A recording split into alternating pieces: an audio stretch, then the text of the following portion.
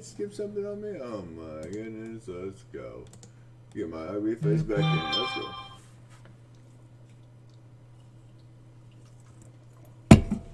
It's time to play and peeing and paying in Apex. Alright, I'm joking. Let's go. Where's my other remote at? Come on, stupid. Where you at? There you are. Let's go! I am Apex champion. Yeah, here, I had this too far down so I can't see. Ooh, how's that? Nug there, boys. Is anybody playing? No one is playing? No DJ, no nothing, huh? Damn, boys. I can't get a... I can't get one friend to play my fucking Apex with me? I guess I'm that lame. God damn. It's alright.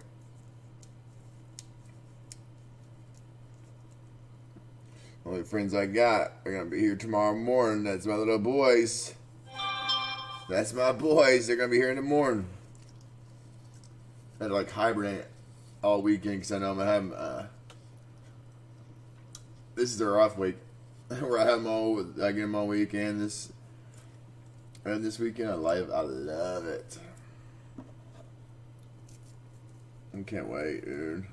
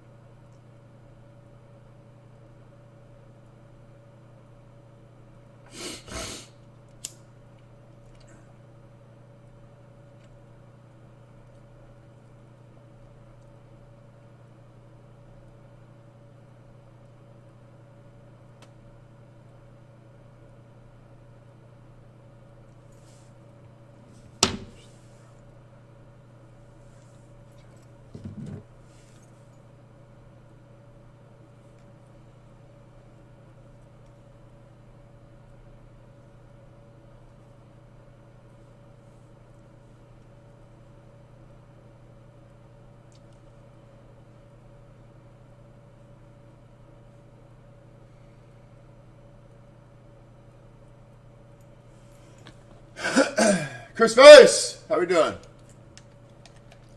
No one is playing! No one is playing! Dude, I've been tearing it up! Look at this. Look at this. Well, not today. Today I've been shitty, but you get what I'm saying. Fourth, fifth, second, first. First, fourth, fourth. Third, first. I'm just an animal, Chris. Just an animal. You know what I'm saying. Let's see if I can't switch this over to multi-stream. Get everybody in here. Here we go. Just an animal, man. Just an animal. Just an ape. Just an ape.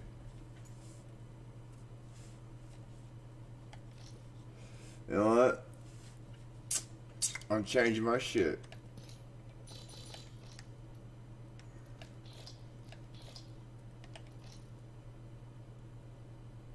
How do you change that?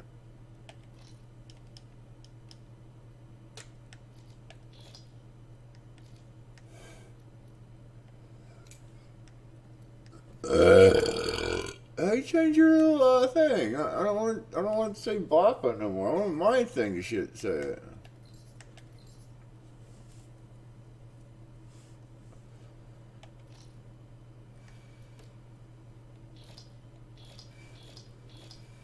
That's stupid.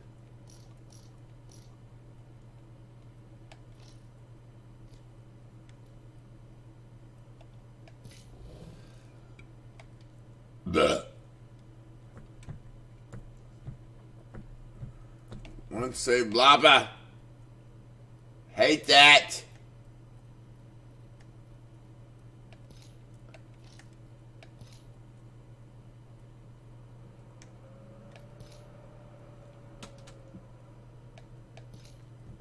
Oh, awesome. Disconnected from the server again.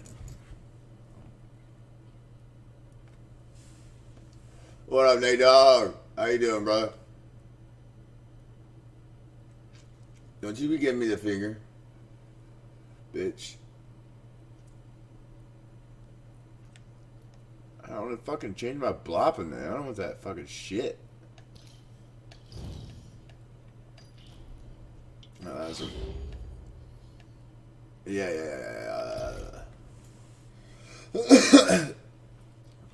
Alright, I will tell you today, we will be looking up the stonks.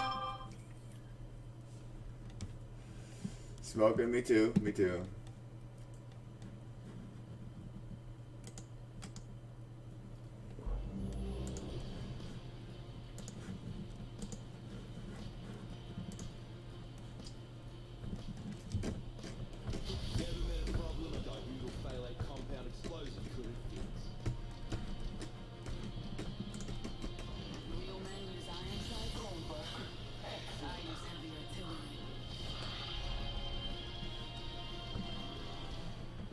Hey, here we go.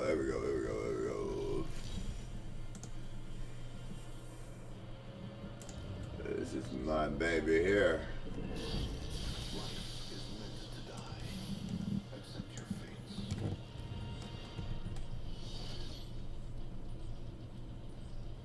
Gonna get the boys on this game? Hell yeah. This game's fun. I'll enjoy it.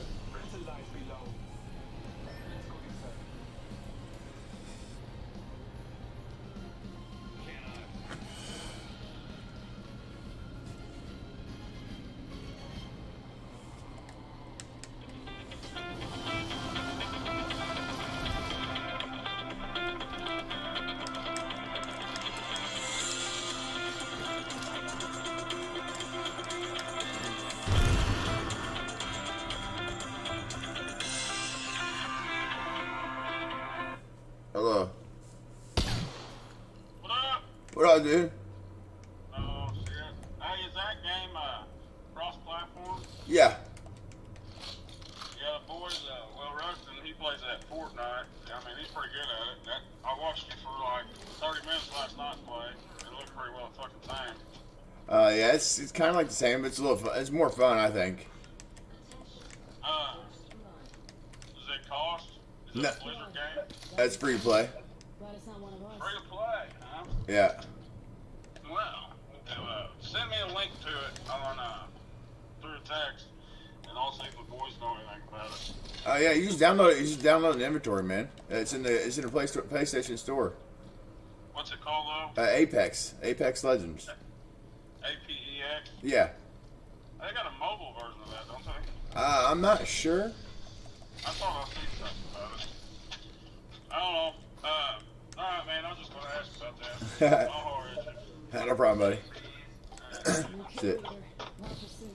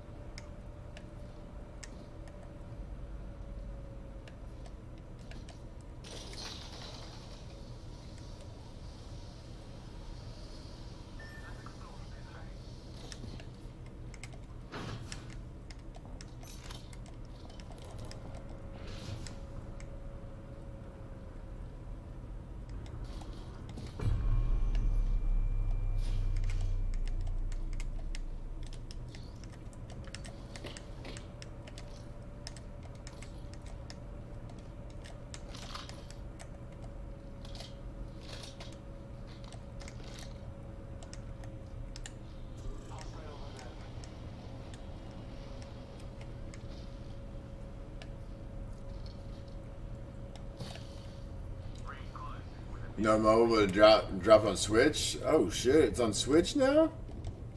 Oh, that's badass, dude. No lie.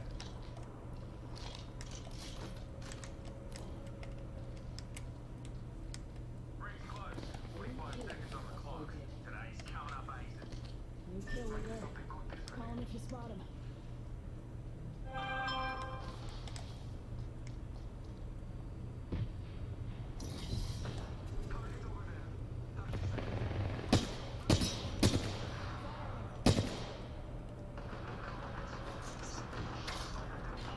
Throwing Arc Star.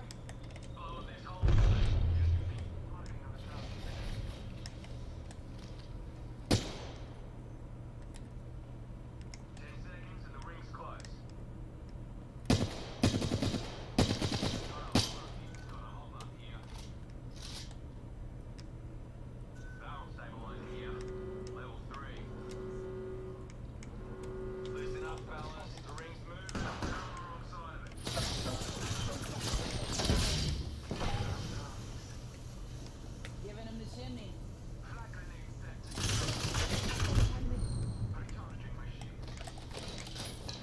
Heads up. Dropping the pain.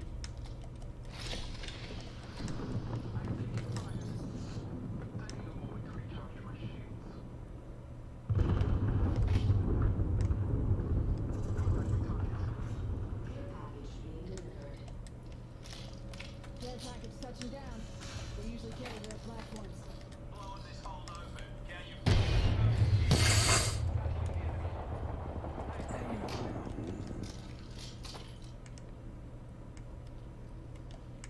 Confirmed kill.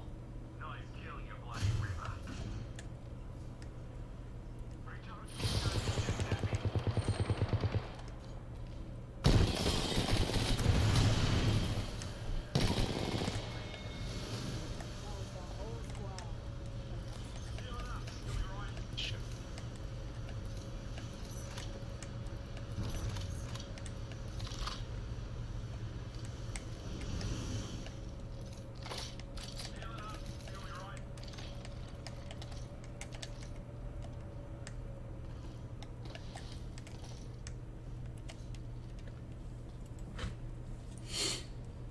Let's go, baby. Let's go.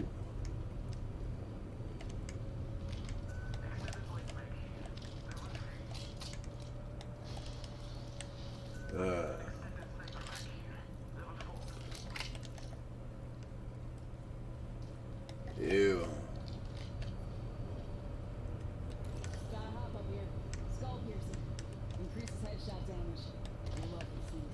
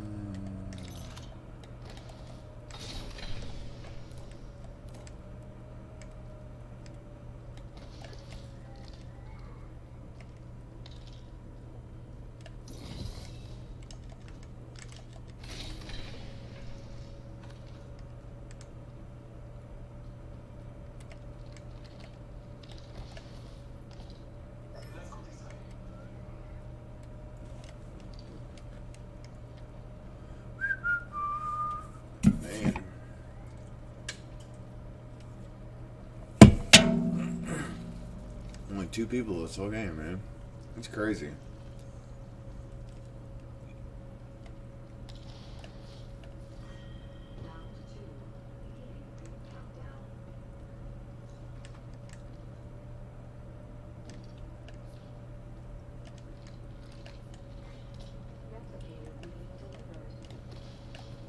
Eyes up.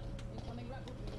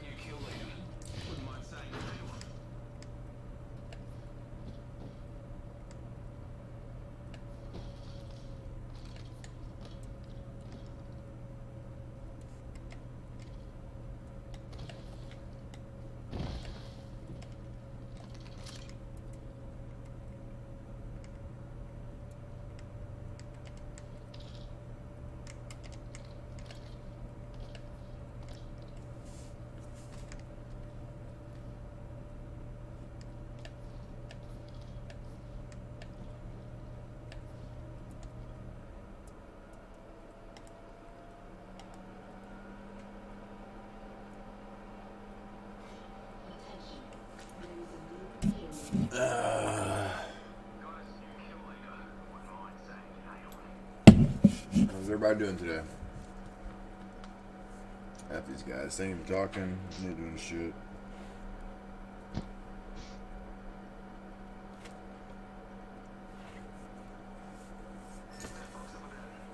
Well, no shit. I'm just waiting for you pussies to do something. Make a move. Oh man, it's gonna be horrible. I'm not gonna lie. Actually, this might be alright.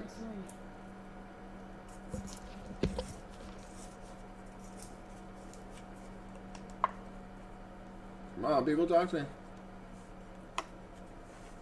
Tell me.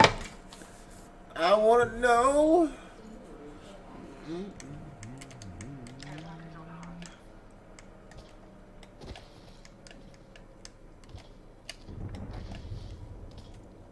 Let's go, baby. Oh, shit! You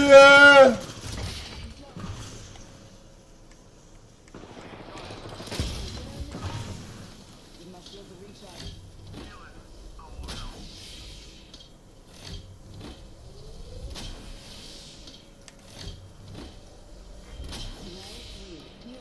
Watch my back down. Recharging my shields.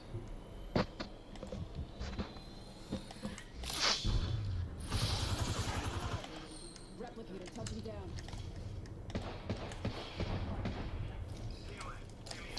Come on in. Old Painless is waiting.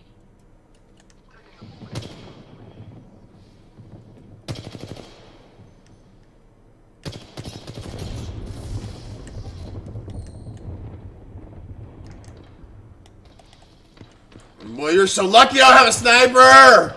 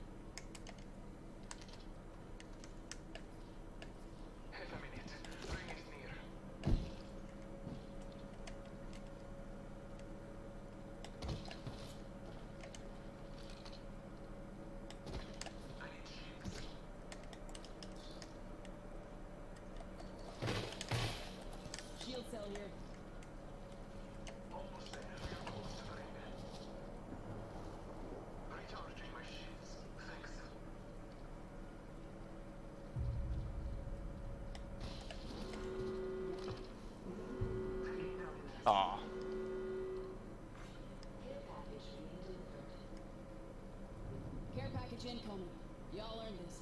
Just watch your backs.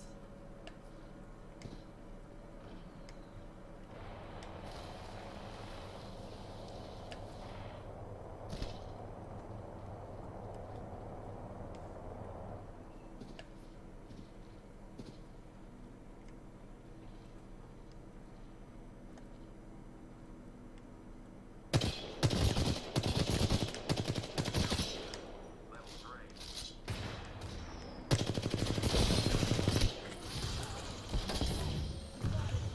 Smoke out. Reloading.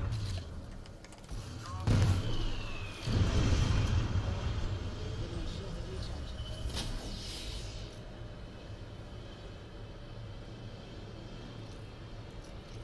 One sec. Using that Phoenix kit.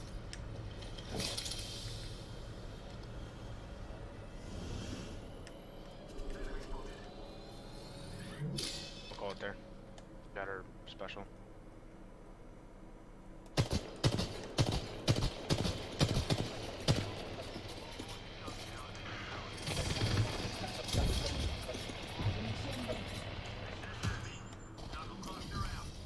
Give me a sec.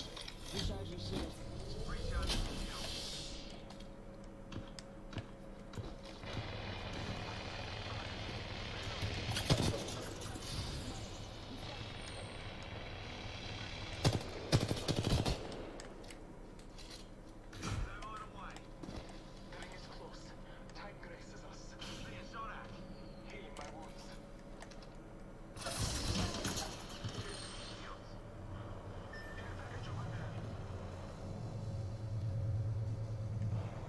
Rings close and closing in 45. It's moving time.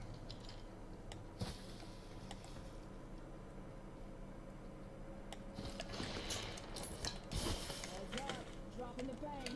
Oh, hell yeah, matey. Double timing it.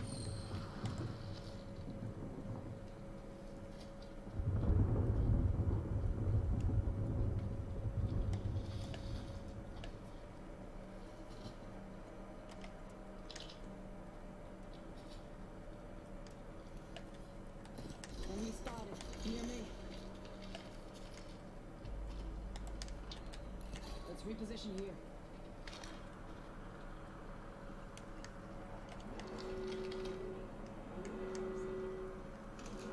Looky here, lads. We're inside the ring.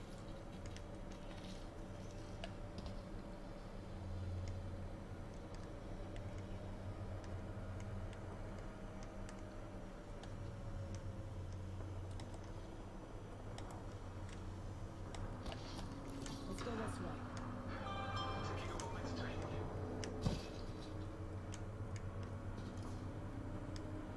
Stay up.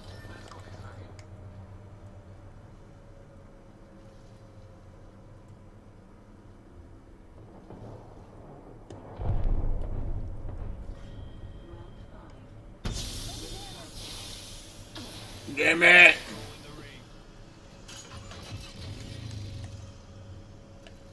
I like this spot right here. Hey, we keep this spot right here. Yeah. There's guys behind us, I think, too, coming to our left. There was. It's one squad just behind here. They gotta come out somehow.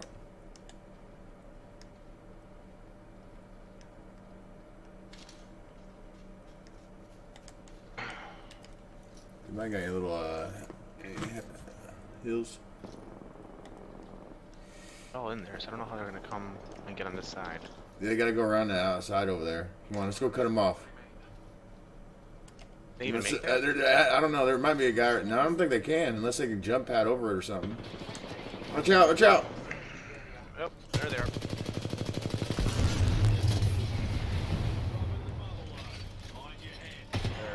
One's right there.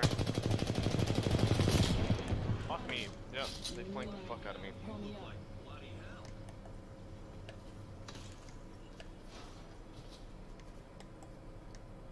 Don't get your budgies.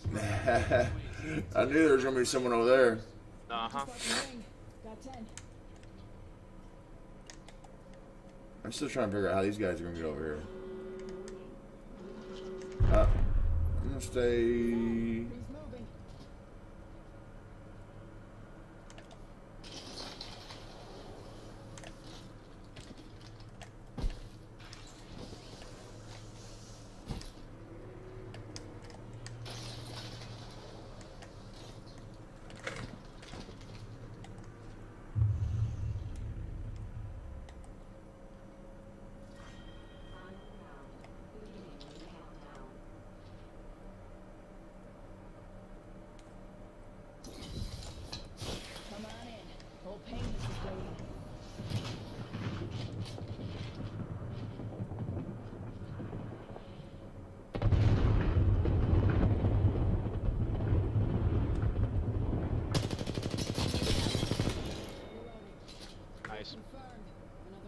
belt. 1 minute in the ring. Here comes the old knuckle cluster.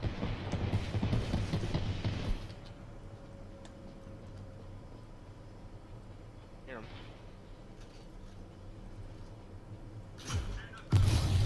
Out in the chamber.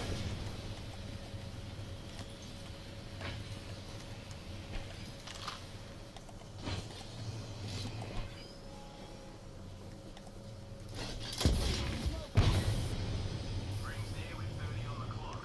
Let's move.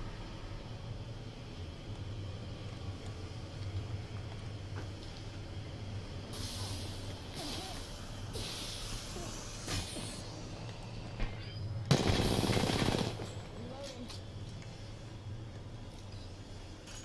Multi-button ring. Got to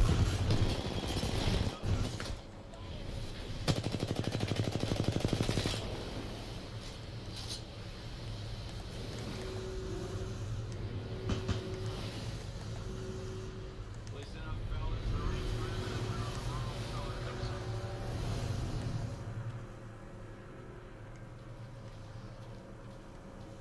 Check up.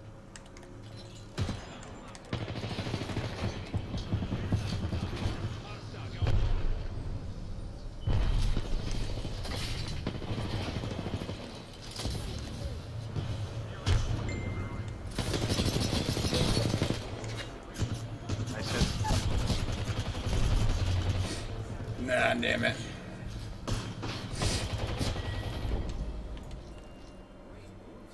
GG, guys. GG.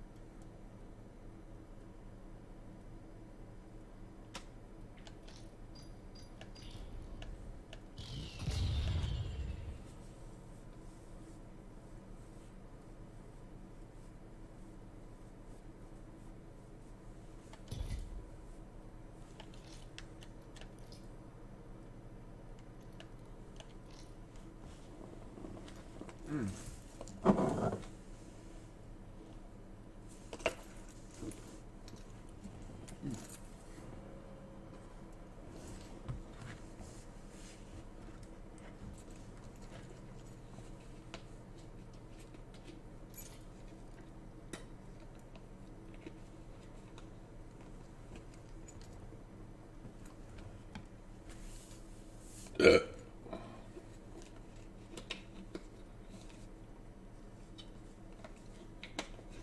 want to get my kid a Nintendo Switch so bad.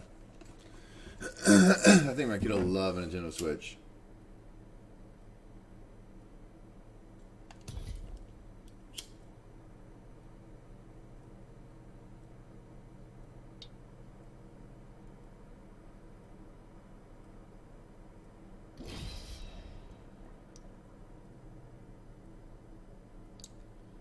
Even a Wii. Like, if I get a Wii for him, I think he'd love it.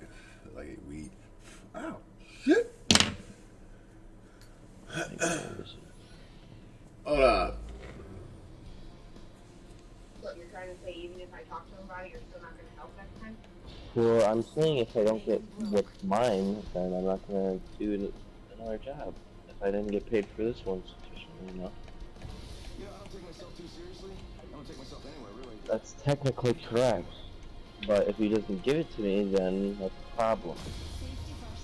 And especially where you asked me to do another job. I'm just gonna say I wasn't paid sufficiently enough for last job. So. That. Hope you're not afraid to get your hands dirty.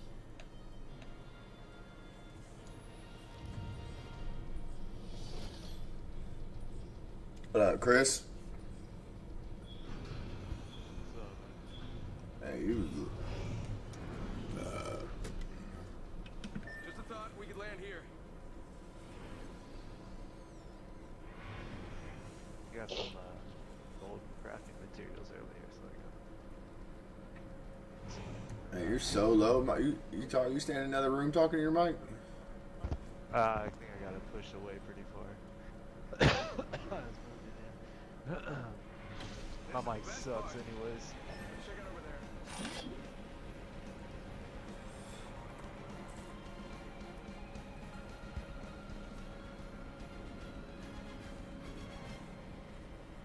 Yeah, my sound's all jacked up in here right now too.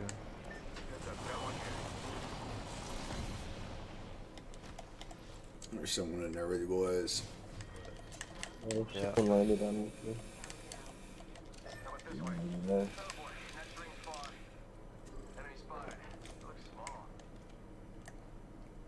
Ooh, cucarachas. Roger.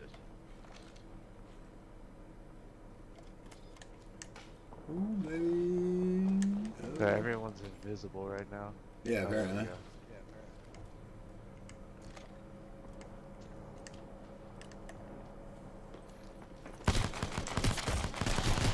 Oh shit. Yeah, dope.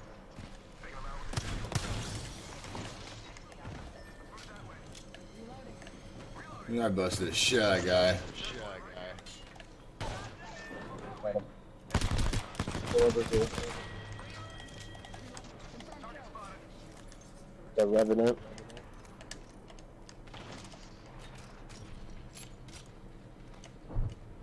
One up top. Got the Gibby. You got him? There's another squad over here. Already left. Drop that. Alright. Guy on top?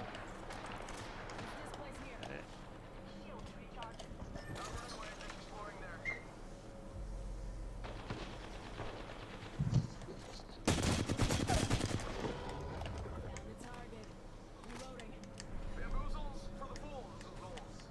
That was better in my mind. Troops to the rescue. Not running away, just exploring here.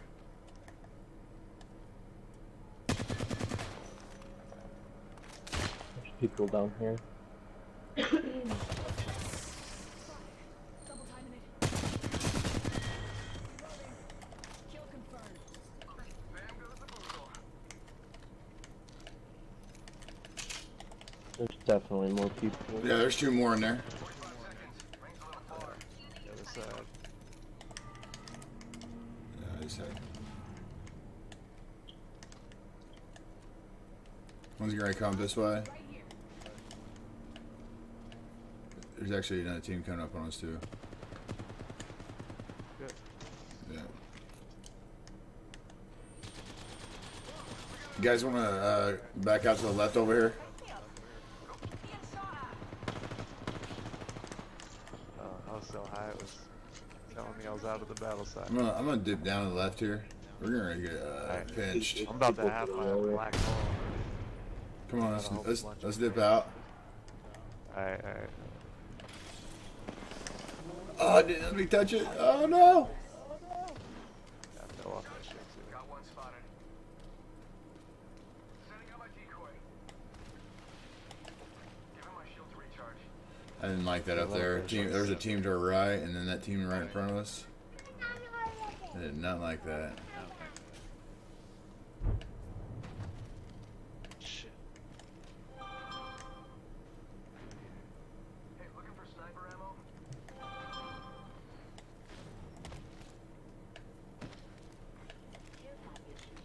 He's so fight. Oh shit! Right here on me. Oh fuck. Oh, I got a team back here too.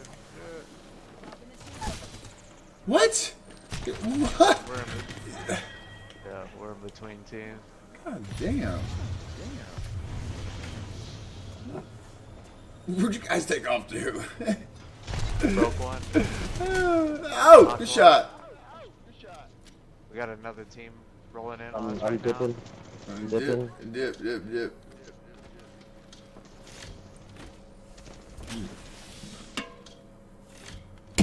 Oh man, That dude's fucking one shot. Shit. oh Chris, get the hell away. Oh! Yeah. I couldn't. Fucking bombs. Hey, please, what are you doing with that? Please go somewhere else. Ah, damn. Alright, I got everyone bugging me right now while I'm singing.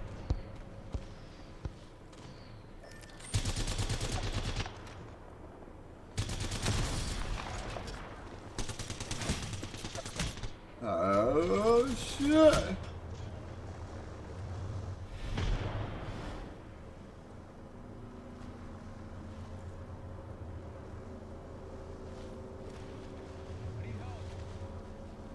Oh god, I don't think you're gonna make it. Are you gonna make it? Yeah, you made it. Shit.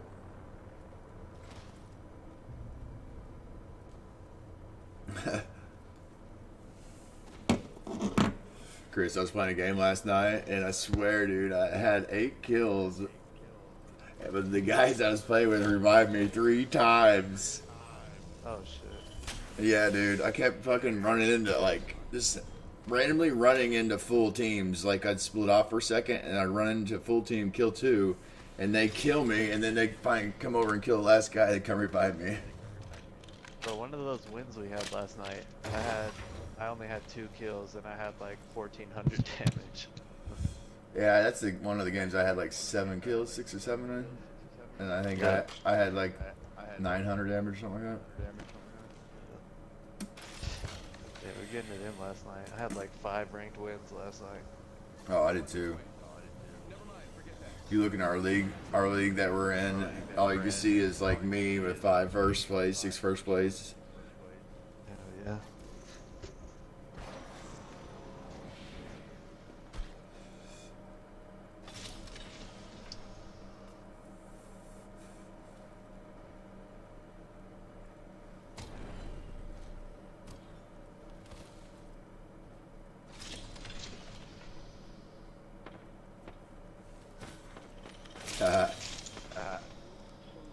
Hell yeah. What?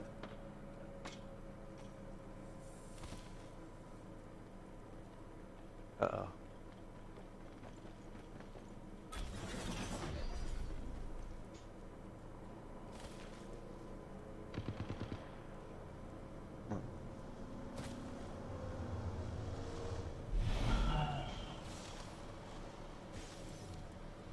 The hell? Have people flying around everywhere. What? What?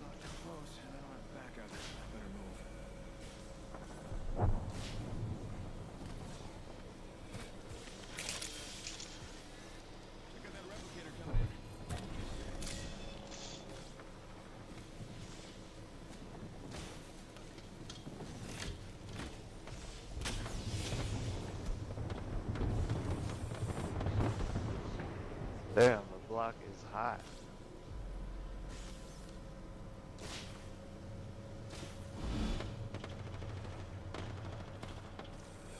I seen a couple bags down there. Bag down there. Oh shit! Where the fuck that guy come from? They're everywhere. Everywhere. Oh, of course. Fucking everywhere shit though. Game. Damn. Yeah.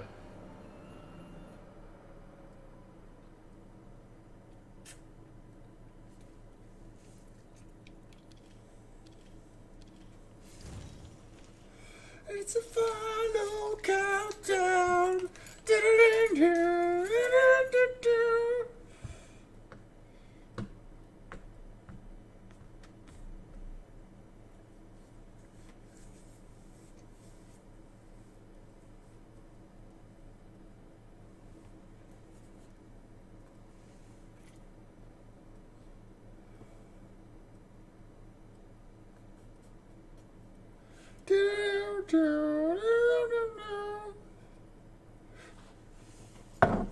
All right.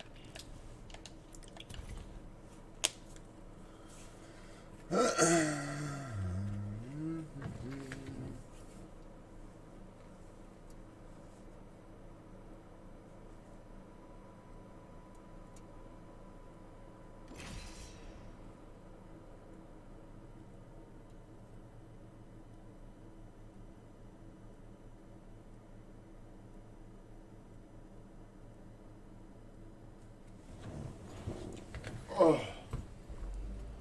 Oh, I gotta stretch your legs. Chris! Yo. you doing? Oh, watching the snow coming down. Snowing there? Oh, it's snowing hard, dude. Man. Probably gonna have like 20 inches after by the end of the day. Yeah, I fucking love Colorado.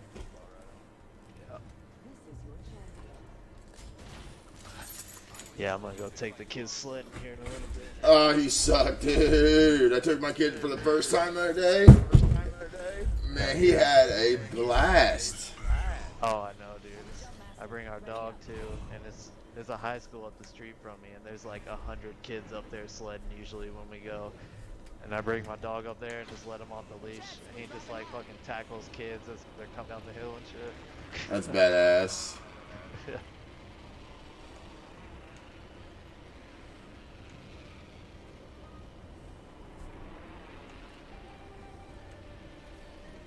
He's gonna land right up here, boys.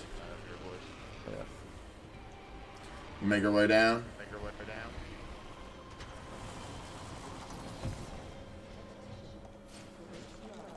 Oh fuck, I didn't even land.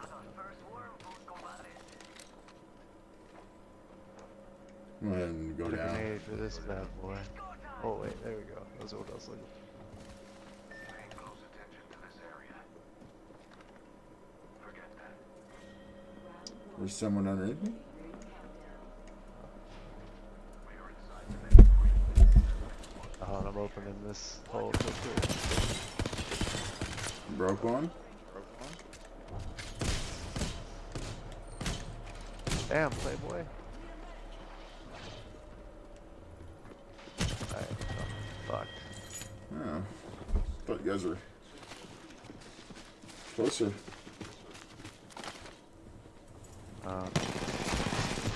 Oh, gold shields, nice. Oh, I'm a dummy. I fell for it.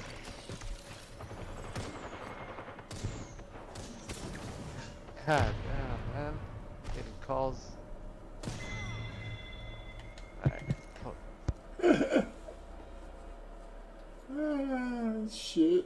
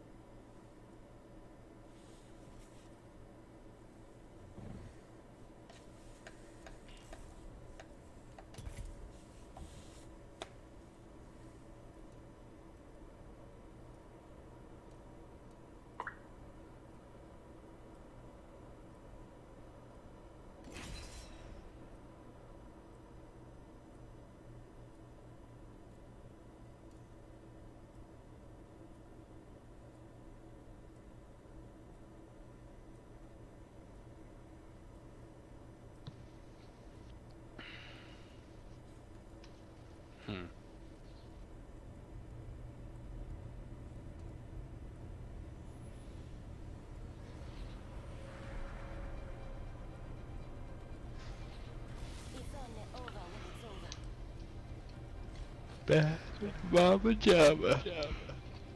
Uh, Saw dudes.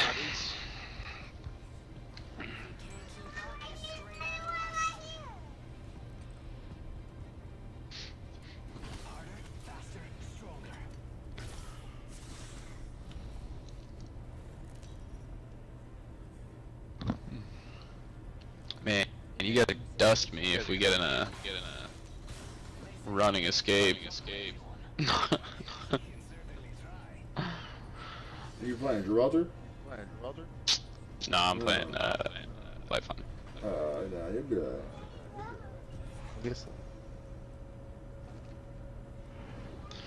Alright, where we heading? Posterity. So be honest. How do you feel? Artillery? Question mark? That was a terrible ping. Get ready for a world of hurt. Loud and clear, hermana. You'll be alright. Better find me before I find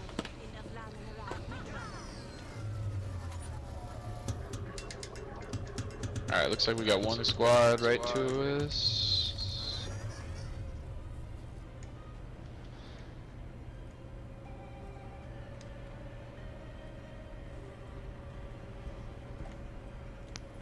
Trying to figure out where they're heading.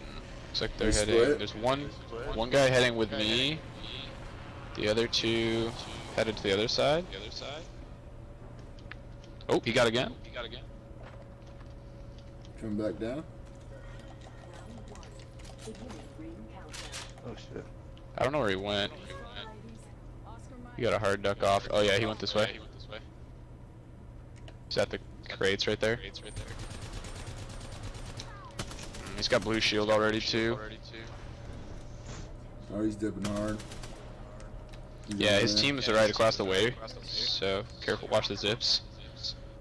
I need a second gun here. Oh man, I wish I'd had that repeater when I was sniping at him. That would have been a good freaking thing to have. Yeah. Alright, where is homie's teams at? Looks like. Okay, so these doors have been opened right here. You need white shield still, by the way, Mama. There's a couple down here.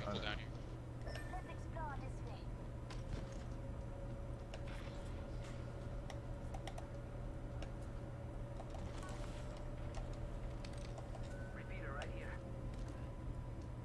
Did these guys seriously like hard duck as a team? Yeah, I think so. That's so silly. This is ranked, what? It's been like this, dude. Oh my god. I mean, I'm down with hard ducking as a solo, that's fine. But hard ducking as a full team? Yeah, man, I Come found on. a gun. I'm just lying.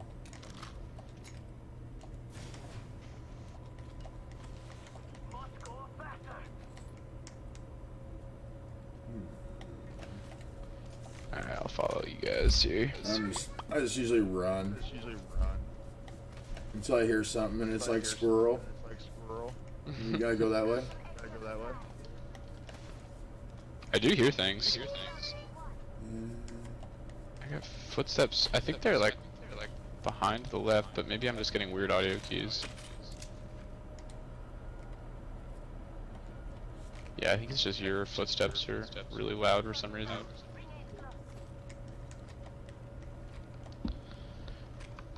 The audio keys, ever since I started playing on the PlayStation 5, the audio keys have been really weird.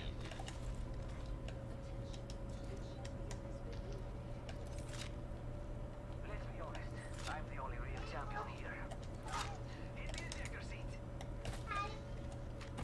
That was terrible. What is that? That was the stupidest jump pad ever. Yeah, I mean, at least I got to look to see where everybody was. It's coming from behind? Where we came from? Right here, Yeah, close they're to me? shooting at On me? us.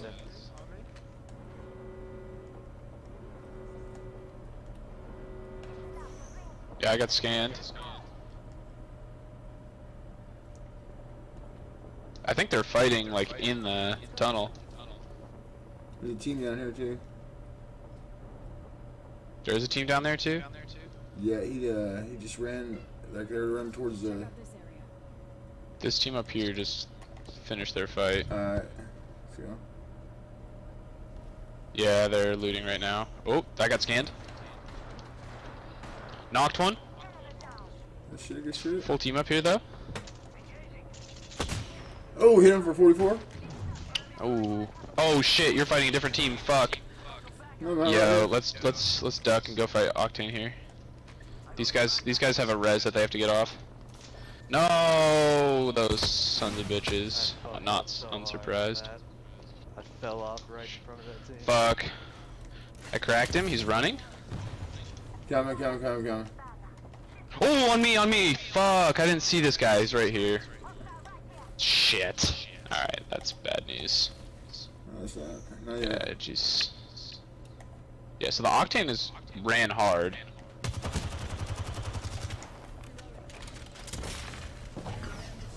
Octane ran down that way, so you might be running into him. No, he's up here, never mind.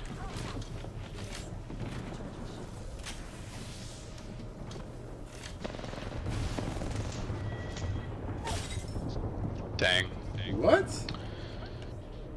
Shit, fucking no way. There's no fucking way it should kill me like that, dude. No way in the fucking world that kills me like that.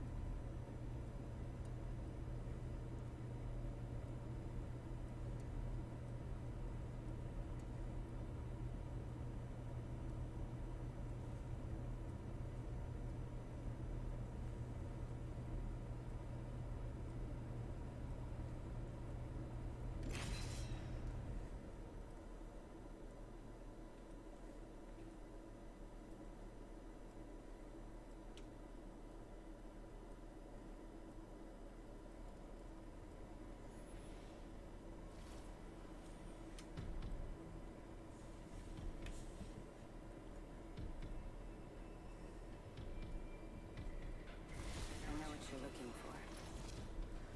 I'm in. Things look to get safety's off, weapons free.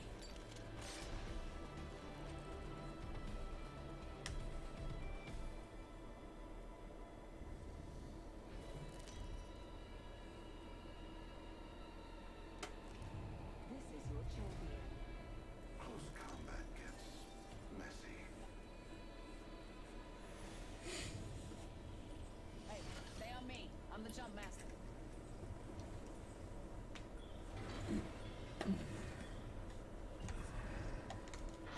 Hit the jets. We're dropping hot.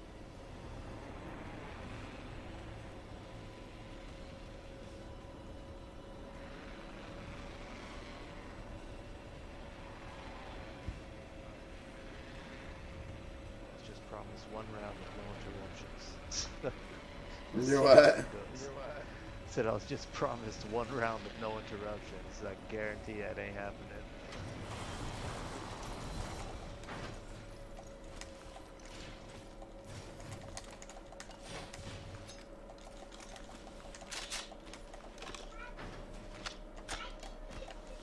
Nope, didn't happen. Nope, didn't happen. No.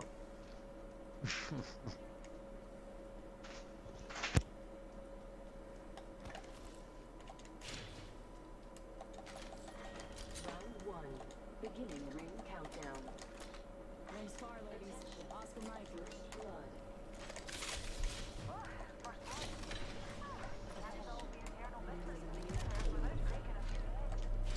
New kill leader. Watch your six. R301 here. Standard issue. Never Very mind.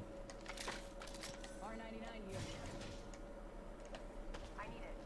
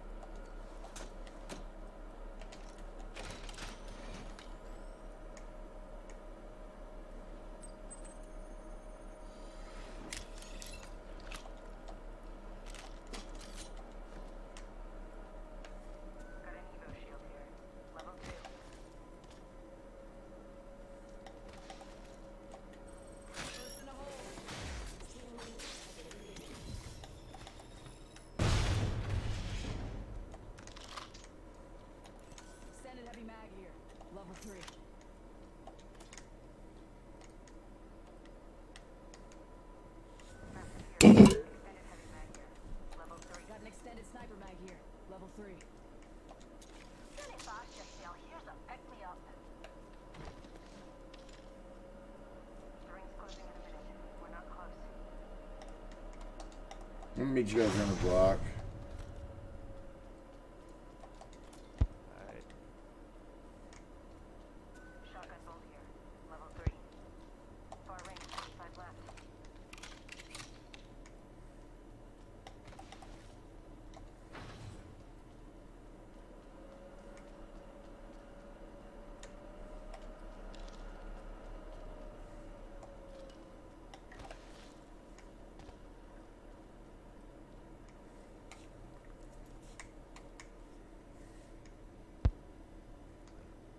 Like all my attachment gear.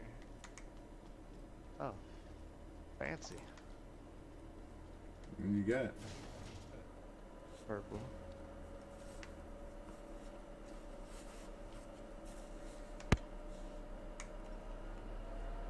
What the hell are you guys? Oh, you're still way over there. Warning. In progress. Not to be particular, but the ring's on the move. Attention. We're not yet There inside is a that. new kill leader. We're spread out a lot. Watch your paths on the map. New kill leader. If they're getting cocky, they're getting sloppy. You know this has been looted over here.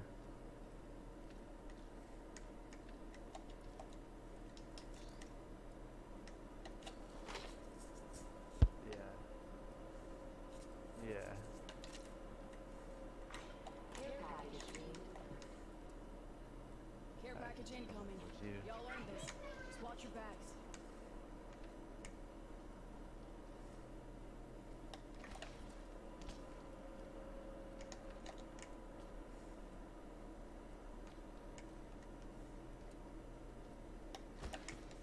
Oh, right there.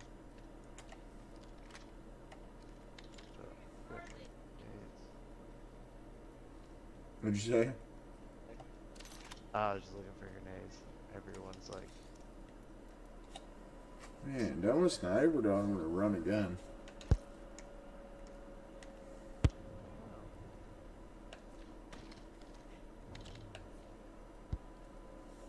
I'm like torn.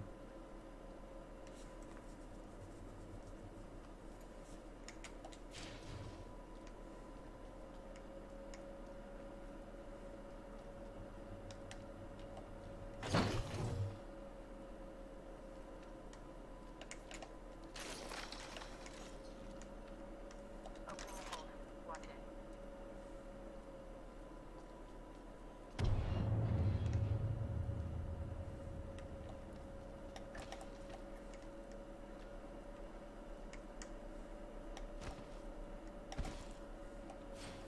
Anything good? I need a damn bag. I got a little bitty backpack, that's all I got. That's all I got. You can craft one. You can craft one. Yeah. What's that? Half gone. Half left. Oh, nice. That. Oh shit, I just found like half the company minus a bag. Keep forgetting I'm Horizon too. Oh! Where did I just get sonar'd from?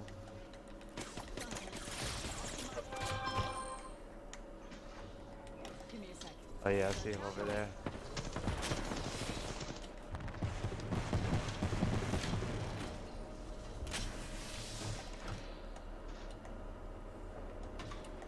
Circle.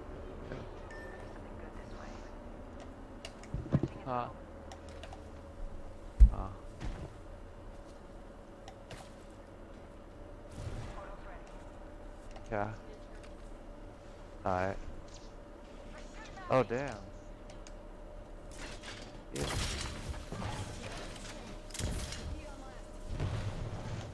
Yeah, we will here in a little bit. Yeah, I mean we won't go for long. Firing for effect. Contact with hostile. Damn, got a team behind us too, huh?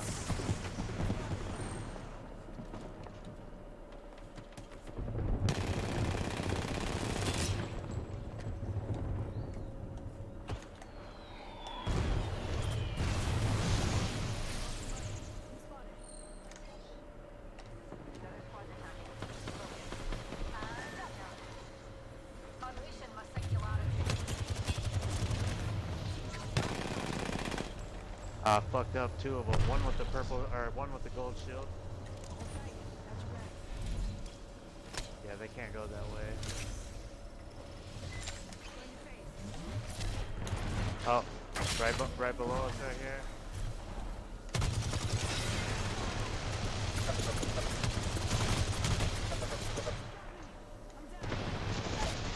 Jesus Christ, dude. That's fucking dead.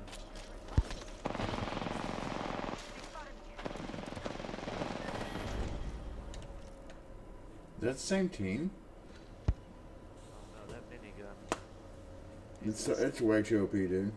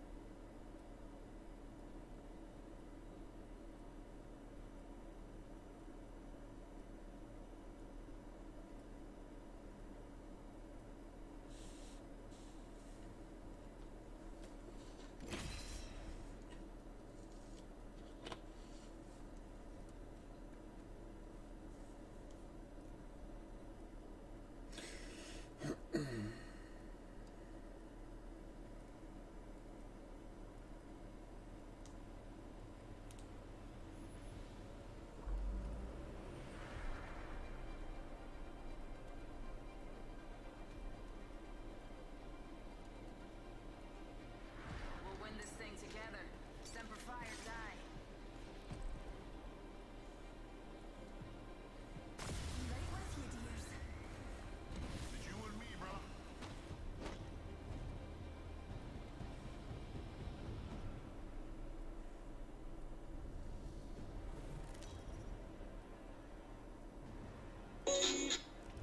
Introducing your champion.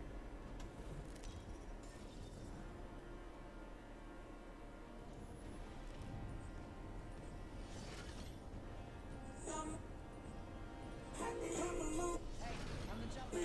Ready up. You should be medicated. Case of foolish.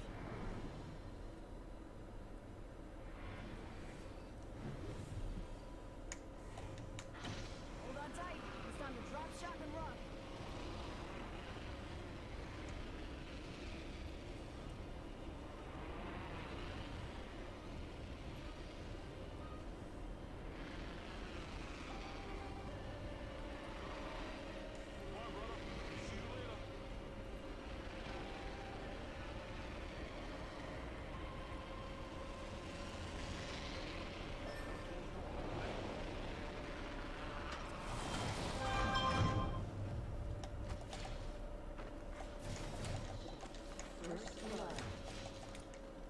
All right, let's do this thing. Not all of us are in the ring. Eyes on your map.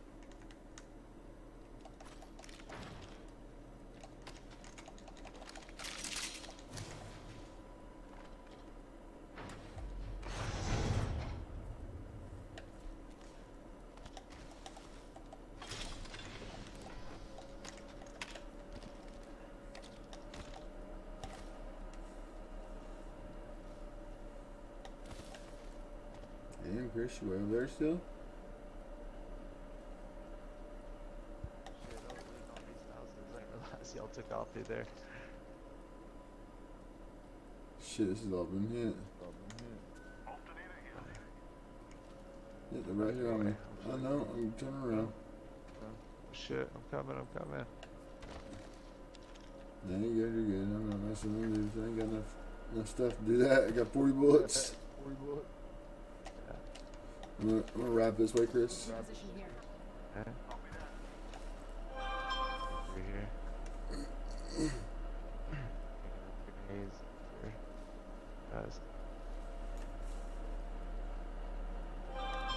Oh shit, I hear him. Fuck.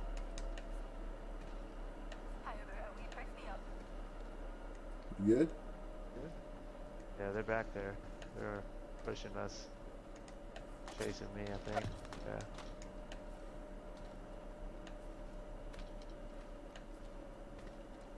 Come on. Yeah. Oh yeah, here they come. You guys ready? Ready?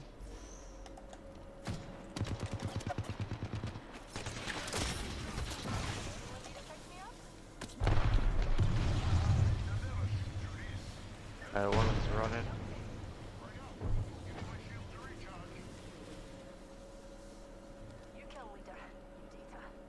What a bunch of pussies. Oh shit.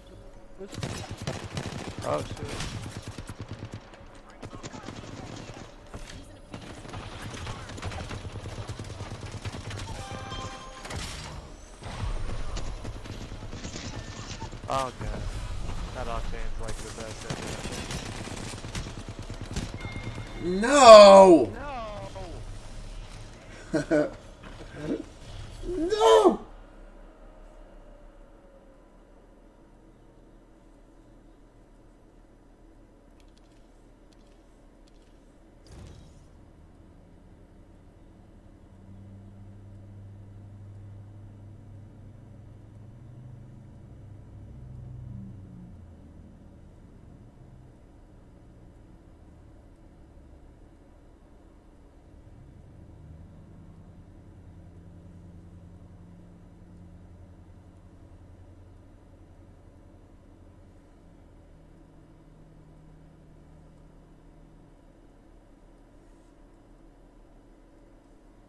Works.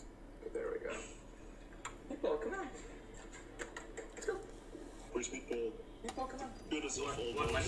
Want money here? Come on, want money? You want money? Okay, you want treats? He's like, what do I do with money? How's it going? Thanks so much for having me. How's your Saturday going? Hey, it's been going pretty fine so far.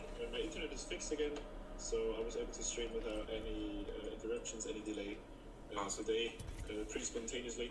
And I want to do it in the future as well. And I'm really looking forward to next week because that's the endgame DD week. Yes. So how are you feeling? I am curious. I'm happy to answer any questions, but that's the one I want to be able to hear from you. How are you feeling about the endgame DD as it's currently shaping up? Yeah, obviously pretty nervous. We will see what's happening. There's a lot of theories out there that the game is much deeper and much more rigged than we thought. Not even from the bad hedging side, but there's a lot of reasons to keep the price low in order for us to get it higher in the end. So we will see what happens next week. That's why I didn't post anything new yet. I've read a lot of theories, and I just want to hold myself back. Just be calm, just watch, and that's it. Well, first of all, let me change the description so that I can link your channel. So people have been asking about your channel, and now I'm going to be able to push people to you, Josh's channel live stream. And then the second thing... Yeah, Bakison, that's... wait, I'm just answering a question really quick. He's asking your thoughts concerning the stimulus check given to US and the impact on GME. There are DD concerning the subject. Yeah, that's what I've just been talking about. There's interest from both sides to keep the price down. And if I understood the new DDs correctly, it could be bad to get the price higher next week. So we're going to have to look out for it. There's a lot of theories, DDs out there, and that's why I'm always saying, do your own research. We're in a DD jungle now. Everyone's doing DD on everything. People are doing DD on DD, so yeah. Just research yourself for yourself, and then you get to go. But as always, calm, just hold. Yo, what's good, my fucks? Switched game for about 20 ass seconds. Someone's asking where's Hector. Fucking soft. Frugalicity. I responded to that. If you want to check it out in my comments on Reddit, I've answered that in 4 different posts and comments. So can you? I was having a 50K celebration, so I didn't hear your answer. That would possibly like sum up your Twitter updates to predictions and thoughts that you've had about the past week's DD. So if you could sum it up briefly, I think people watching would be really curious, or maybe people just joining your live stream would be curious too. You mean summing up my own DD from the past few weeks? As in your Twitter updates, the ones that you've been adding to the DD that you had from the last week. Oh wait, let me check my Twitter really quick. She's low.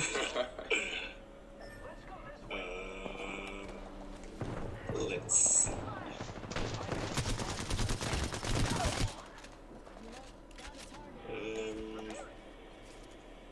Okay, can you give me the post you're talking about? I'm kind of confused right now. I'm sorry. I just wanted to give you an opportunity to address what you are thinking. Shield right here. As you mentioned, manipulation is more rampant. Yeah. So what happened?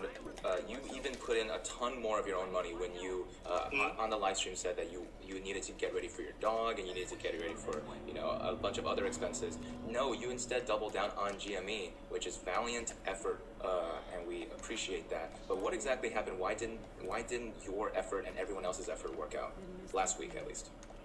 Oh yeah. Now I get it. Oh wait, people said F lag. F in the chat. Okay. The light. Yeah. Can you guys hear me again? Am I lagging? The video chat? I can still German hear you. internet? Oh, it looks like I'm lagging. Wait, can you guys hear me again? You're gonna camp those teammates? Fuck that. You come to my ass and Hedge funds. Well, yeah, I'm actually at Vodafone. Yeah, that's why it's so bad. Okay, I seem to be back. Yeah, on why it didn't work out, I said in my own stream that I'm not going to comment on that. There's a lot of theories on GME on the subreddit right now. I support a few of them. And they give good reasons on Shopee though. Oh, come on. I was lagging a bit, refreshed, and it's good again. Okay, it's all good. For me, a lot of buffer. I hear her close. Okay, I hope I'm back. Yep, Yeah, she's anyways, close. as I said, that's why I'm not commenting on it right now. I just want to keep my feet still, watch all of this pan out. She's one. She's one. We see what happens. Uf. Pero bueno para lootear, hijo de la- Holy shit. Oh, sorry, I'm not allowed on your stream. I'm sorry. Okay, I seem to have a unstable bandwidth right now.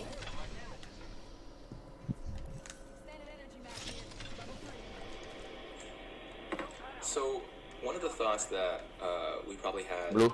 is, how are you doing? How are you feeling outside of GME and everything else? Like it's a stressful time. Yeah. Everyone's looking forward to Monday, but how are you doing, man? Looking forward to Yeah, that's health. what I want to keep my feet still, as I said, because it's putting a lot of stress on me, as you can imagine. And I'm getting not so nice messages, I'm getting really nice messages. But I'm doing actually pretty fine. I just want to keep my feet still, making it a lot easier so I don't have to respond to more stuff than I put out there. But yeah, I just really started my stream now. I hope it's working.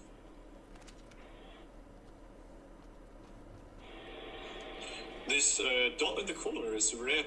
What does it indicate? Does it indicate I'm jumping frames? Just added you to the title. So if you guys are curious, this is Hades Pixel who's talking right now. If you guys are watching, I added his tag to the title itself, so go ahead and grab it. And his specific live stream is also linked down in the description. Okay, now it's green again. I put down the video bitrate a bit. I hope you can see well still. But now it seems to be working again. Could buy better internet with your tendies. Yeah. We're in Germany, so we're internet here. Because he's in the castles right now. He's in the woods. Feels like it actually. I heard that in third world countries they have better internet than German internet, so it's actually pretty good. I'm gonna use a mid-range rocket. Okay, seems to be better. No lags anymore. Nice. Okay, yeah, but to answer for everything that is listening to me in my stream again, yeah, I'm doing fine. I said I'm getting lots of messages from people, not so nice ones, but also nice ones. So it's pretty even. I mean, as sad as it sounds, I got used to seeing lots of negative messages. But that's what you just gotta put up with if you put theories out there, and they don't become true. That's just people being people. You can put up every single disclaimer out there in the book, saying it's just a theory, and people won't listen. So they'll take it word for word, and I clarified on that today. DD is more like a one side of the story. It's a possibility what could happen, and not DD equal to, yeah, that's a fact that has to happen. And people need to get that into their heads. Yes. So the current theory, let's forget about everything that happened last week then. The current theory that we have, at the very least when Trey and I talked about it, was we were curious about when Monday rolls around, are the hedge funds, which already we are hearing rumors that Melvin's in particular is moving their 401k provider in maybe preparation for bankruptcy, the hedge funds are going to pull every last stop to make sure that one, the congressional hearing, two, the stimulus, and three, the quadruple witching day are not going to cause the gamma squeeze and the short squeeze. What do you think about that? Death box over here. It's a possibility, as I said. We'll see what happens. Just death box right That's there. what I'm saying. I'm not putting out any more theories for the rest of the week. I'll just keep my feet still, not comment on anything, and I put out my theories in the Endgame DD. I've kept it up to date, and now we'll see how it pans out. Okay, but XRT rebalancing is happening next Friday. Is that right? I think it was Monday, but could also be Friday. But the date was confirmed to be one business day after March 19th or on the March 19th. Okay, is that going to change anything for quadruple witching day? It's kind of like an awkward date where you're like, okay, I'll see you on Monday. Okay, I'll see you on Friday, and then you miss each other. No, actually, so it's not just XRT rebalance. I think SPY ETF is also getting rebalanced, or multiple ones even. I put that up in my DD, just updated today. So there's more ETFs rebalancing containing GME right now. So we'll see what happens. It's, as I said, it's a very unclear situation right now. We're in a jungle of information, and that's why I said it's really hard to keep your head clear at the moment. There's so much information to process.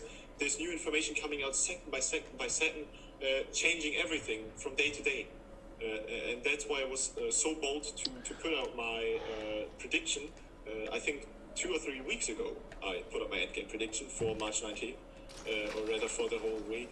And yeah, as I said, we'll see what happens. I'm really curious, but as I said, it's a jungle of information, so it's really hard to pinpoint to an exact date, and that's why I said, okay, around March 19th. Could be plus a week, could be minus a week, we'll see. Gotcha. When Renzo was on the show yesterday, he put the new prediction that he would imagine gamma squeezing somewhere between the 15th and the end of March. So that's basically exactly what you just said. Yeah. In that sense, how are we, like, I always say perception is everything, right? I always try to caution against pure dates. And as some of the people in the chat are saying, we want to be able to, focus up and make sure that we are not just putting too much expectation and speculation on one particular time frame. But that said, we need people to be hyped, right? And I think that's one of the things that you have been fantastic at, is making people excited and confident. Here's shots over here. So, in terms of being a cheerleader in that sense, we got what people right here. What do you want to say to everyone who is maybe feeling uneasy about what's going to come next week? I'm going to be honest. Hit it. I hit him, I'm a bit uneasy myself, as I said. Broke him. It was pretty bold to put out that prediction.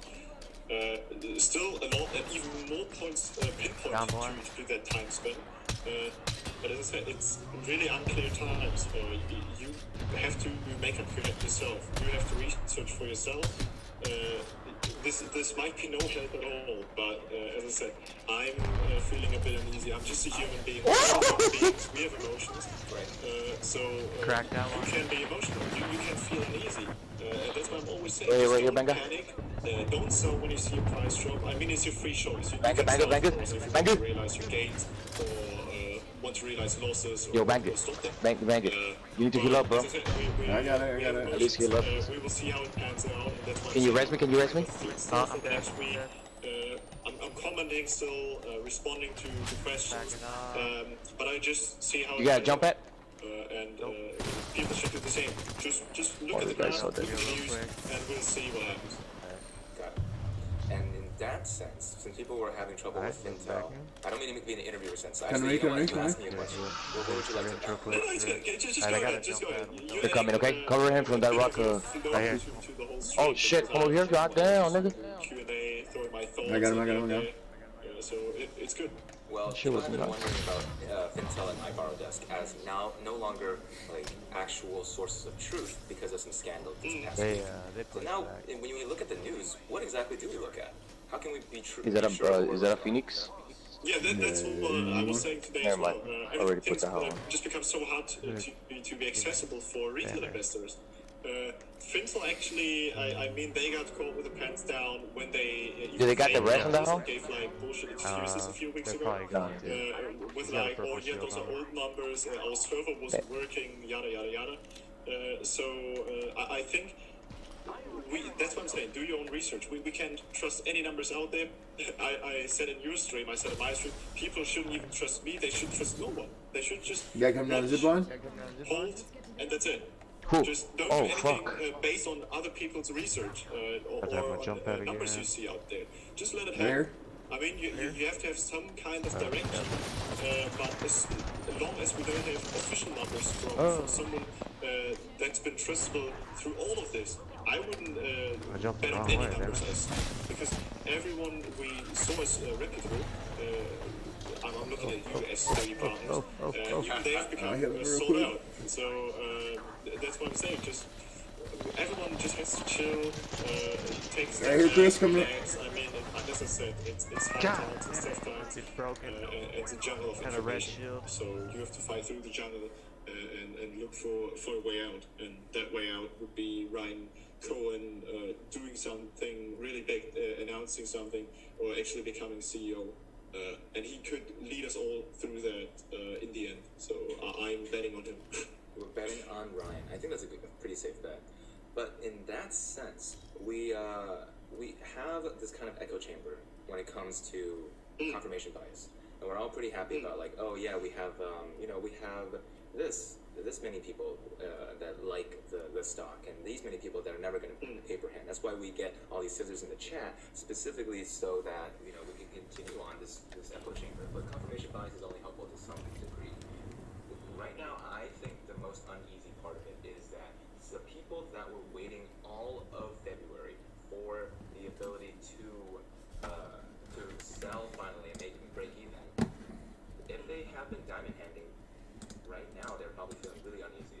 And next week, since so much hype has been drummed up for Quadruple Witching Day, if they still don't see any returns next week, they may just paper hand.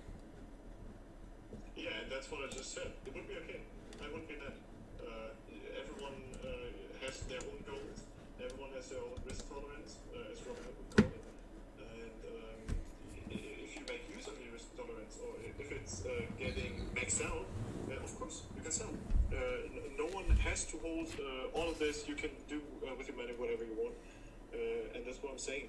I'm going to keep my feet still. I've repeated it lots of times, but I want to make sure that old people hear it. I'm just going to wait it out and see what happens. I doubled down on my position, or not really doubled down. I quartered up, much say. Quartered up. Yeah. I'm actually, with today's price, I might be a GameStop millionaire already, and I don't care. If I lose it all, okay, I don't give a damn. So we'll see. I mean, not everyone is in the position to say this. I want to make that clear. A lot of people are betting, making concrete plans with their money, and I think. Wait, is my stream still working? Chat is not refreshing anymore. Bro, we are already Stream state is excellent. sitting Excellent like a connection. foot of snow, and there's Can you a guys still fucking see, hear blizzard me? right now. Oh yeah, okay. There, okay. I think it just lagged a bit. Okay. Yeah, but as I said, people can do whatever they want. If it doesn't happen, I'm still gonna hold. I'm not gonna tell people what to do and what not to do. We have just, as I said, keep your feet still. It's almost a safe game if the short squeeze never happens, which is also a possibility, of course. And GameStop gets a huge revamp, like worked out from the beginning. Ryan Cohen made a new multi-billion company out of it, just like he did with Chewy. We could see something like that happen. It's a long-term investment, even if no short squeeze or gamma squeeze ever happens. So, yeah, as I said, I'm gonna hold, not putting out any new predictions other than my NKBD, and just waiting it out now. And as I said, if it doesn't happen, of course I'm gonna be sad. Not gonna lie. It's as I said, human nature. I'm an emotional guy, and I wouldn't be sad if it doesn't happen, but I would still hold, and it wouldn't change my mind. So. Jump mommy's door like she asked. So you're here. He is holding tight. He is not a good DD. I really appreciate the fact that you're still doing these live streams to just clearly show people that you're in it. A lot of the criticism for the DPFing value towards when it was the most crucial for GME was that he started to become radio silent. He did say he was going to be radio silent. You did too. And then you're back to reaffirm that you're still in the game. And that's something that because I'm not in the same position as TV. I mean, he's dealing with like really big legal issues. Right. He was in a congressional hearing. People were bad-mouthing him even on national television. That hasn't happened to me. So I'm in a position to come back from my 3-day retirement and respond to all the comments out there. Dude, I'm lagging so hard. I like my mind to be changed. And to look at all the points out there, to all the different perspectives out there. And that's why I came back so early, because I read all the comments even while I was gone. I woke up in the night at 5 a.m., 6 a.m., having to look at my phone, having to answer each comments. I just felt like I had to, because as I said, people, as stupid as it sounds, people see Ryan Cohen as DFE 2.0, and I'm the third in line. I've been in meme videos, I've been in meme movies, like having a role in the background behind them. I was gonna say, Dude, I'm lagging like crazy. I don't even know when we'll fight someone. They are both of them are really nice people, they're great people, and I wouldn't ever compare myself to them. But I'm the only one of those big researchers or big guys in this game, of the big names, that's still here answering every single question out there and responding to almost every single comment on a daily basis, next to my full-time job. So I'm trying to do my best to be as transparent as possible and to give people a voice. So if people have a good critic regarding me, I respond to all of that. If they have nice things to say, I'm always open to that. And as you can see now, I'm on my second live stream for today.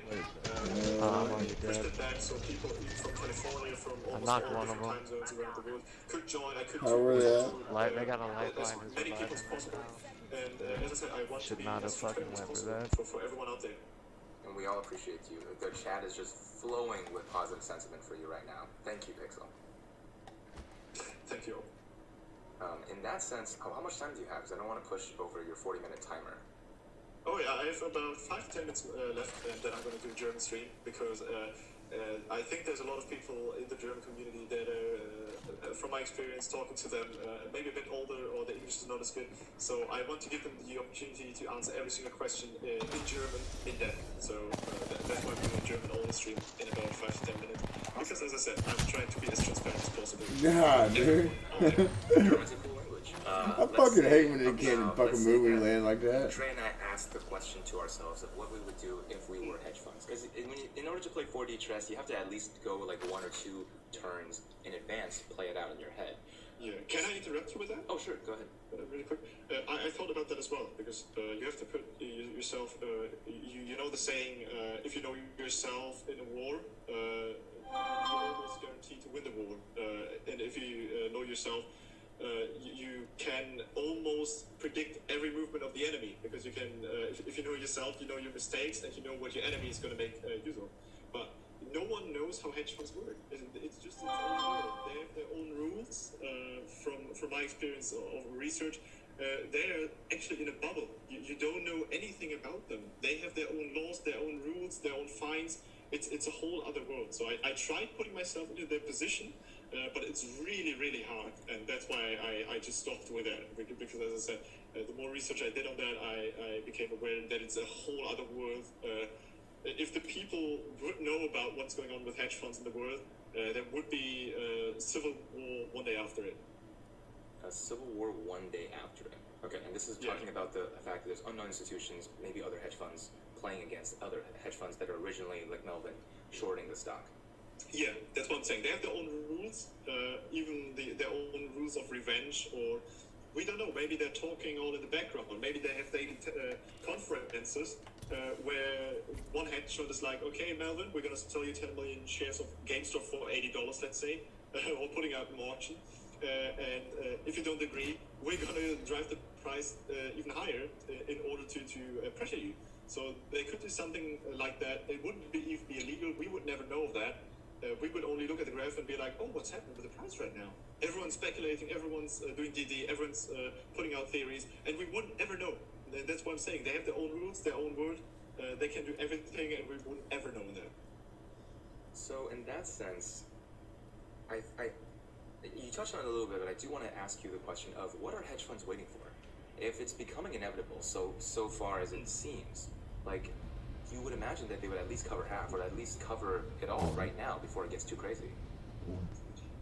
Yeah, that's why I had a bit of a slip up just now. I didn't want to put out any new speculations, but one of these theories I read is they are actually in talk with each other in the background. So that could be a huge possibility why the price has been going sideways for the last few days, even or especially with the low volume we had and no price action happening.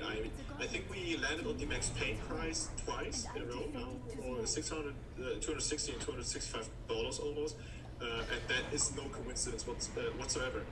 Because if the options were actually from the bad hedges, they are bleeding heavily right now, because with the Max Payne price is the price that hurts them the most, and we hit that in after hours, at the closing price, and yesterday as well. So it's no coincidence whatsoever. At least that's what I think. That's one of the theories put out there, and that's what I'm saying. My theory was the other side. My theory was, okay, it's a good hedge funds setting up for a gamma squeeze, but it could be the bad ones wanting to get shares from options becoming in the money. So they could short even more, because Citadel is a market maker, and as a market maker they could put out more phantom shares in order to short without borrowing any, because they would result from their own options they've written themselves. So, someone's turning in my wall right now. Well, but yeah, that's what I'm saying. It's one of the theories, and there's more than just two perspectives for this game right now. There's so much to look at. That's why I'm saying I'm reading as much DD as possible, looking at as many. Holy, couldn't they stop? I don't know if you can hear it. It's so loud. No, it's perfectly quiet. Probably you can hear it on my stream, I think. But yeah, that's my thoughts on all this. In that sense, Trey's idea was that if he was a hedge fund, he would try and go long, try to buy call options, and see exactly where that takes it. At the very least, try to even out, right? But the math isn't behind that. The delta between the price that they shorted it at and the price that it could possibly go to if they buy all these call options and they end up in the money, like how they're gonna have to buy like call options like above the current price. That's gonna have a huge premium. Like the math doesn't check out, or does it? Why don't they do that? You mean good hedges or bad hedges? Bad hedges. If bad hedges are trying to take a 40 chance and try to get out of their short positions by Well, yeah, I actually think they're not buying the calls in order to get out of their short positions. I think they're buying them in order to short down even more, to drop the price even more. Because as I said, as market makers, you have the ability to write the options, to create the phantom shares, and they could just create those shares in order to cover their fails and delivers. So they could short down even more by the price going up. So it's a win-win for them. If the price goes down, they win. If it goes up, they win, because they could short even more without having to borrow more shares. They could create them themselves legally. So that's what I'm saying. I've had my mind Hey, open some up fucking about options a light. lot within Shit. the past few days. I've read so much about it, and as I said, Yeah. that's one of the negative things about Germany. We don't have the ability to trade with options. So I couldn't. I said I'm a learning by doing guy, and I couldn't properly learn options because I've never done them properly. I've tried out a bit, but it's really hard to legally in Germany. So yeah, that's what I'm saying. I've had my mind open up a lot. And learned a lot about options and the possibilities you have as a market maker with options. So I'm saying if bad hedges wrote those options or bought those, they did it to short down even harder, not to cover.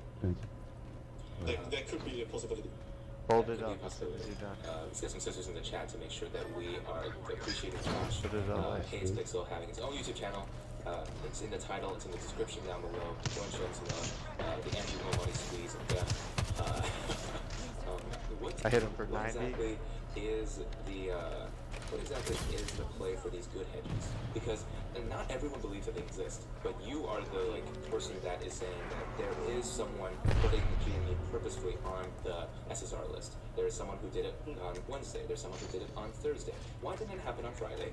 And what are these I good can hedges throw my planning black to hole do in there. next I got a week? shit ton of grenades if they group up. Yeah, as I said, I'm not giving out any speculations apart from DT for next week. But why haven't they done it now? Because as I said, one possibility I door read for me, about please. is they are talk with bad hedges at the moment. And maybe they actually came to a small agreement on this. Agreeing, okay, today we're not going to get you on the SSR for Monday, for whatever reason. But as I said, the information jungle is just so confusing at the moment. Every 2 seconds I look at the subreddit, I read new theories, and they all seem plausible. That's the most confusing. They all make sense, they all seem plausible, but if you put them next together to each other, they all conflict each other, but they're still all plausible. So it's just, you have to decide what side you're on, what you believe, and what not, do your own research. And with that, I'm going to have to go offline now for my German friends, because as you know, Germans are on time. No more. I love that. Superposition of these theories, Josh. I really appreciate you making it clear, coming on, and I hope you realize that the haters are far outmatched by the people who love you. Yeah, I know that. As I said, I Put it have at a the lot table, of nice please. messages, Not right a lot of there. bad messages. I responded to Right in every front single of bad us. message, by the way, and most of them just deleted the whole account. So that just shows Damn. everything about them. I tried to respond to the heaviest allegations, the worst critics on my posts, and they just deleted their accounts or the whole post. So yeah, I know, but as I said, I'm human. And as a human, negative words just affect you so much more than positive ones. Yes. If someone says, "Oh, you're looking nice," you'll be like, "Oh, yeah." And if someone says, "Oh, you look like crap," Broken. you're gonna think about that in your sleep that day. So Hit him for 50. that's human psychology. That's how we work, and you can change that. So every time I see bad words, it just affects me that much more. And I want to, as I said, I want to be as transparent as possible, give my thoughts, and respond to Positive vibes. Yeah. So, with that, I'm going to go offline on Zoom now. I'm going to my German friends, and I hope we see each other next week. Some positive Broke him. You are welcome to it any day. Just jump on. Good shit. Alright, I'll let you know. Thanks for your time. Big pleasure. See you later, Josh. See you, bye. Welcome. I'm going to jump off of this call, and there you have it. So, what exactly happened? Earlier, Wednesday, Josh came on the show, and he had some pretty big plans. He had some Charlie, pretty get that out of important... Oh, no, sorry, that was Thursday. So on Thursday, on Wednesday, he made a prediction.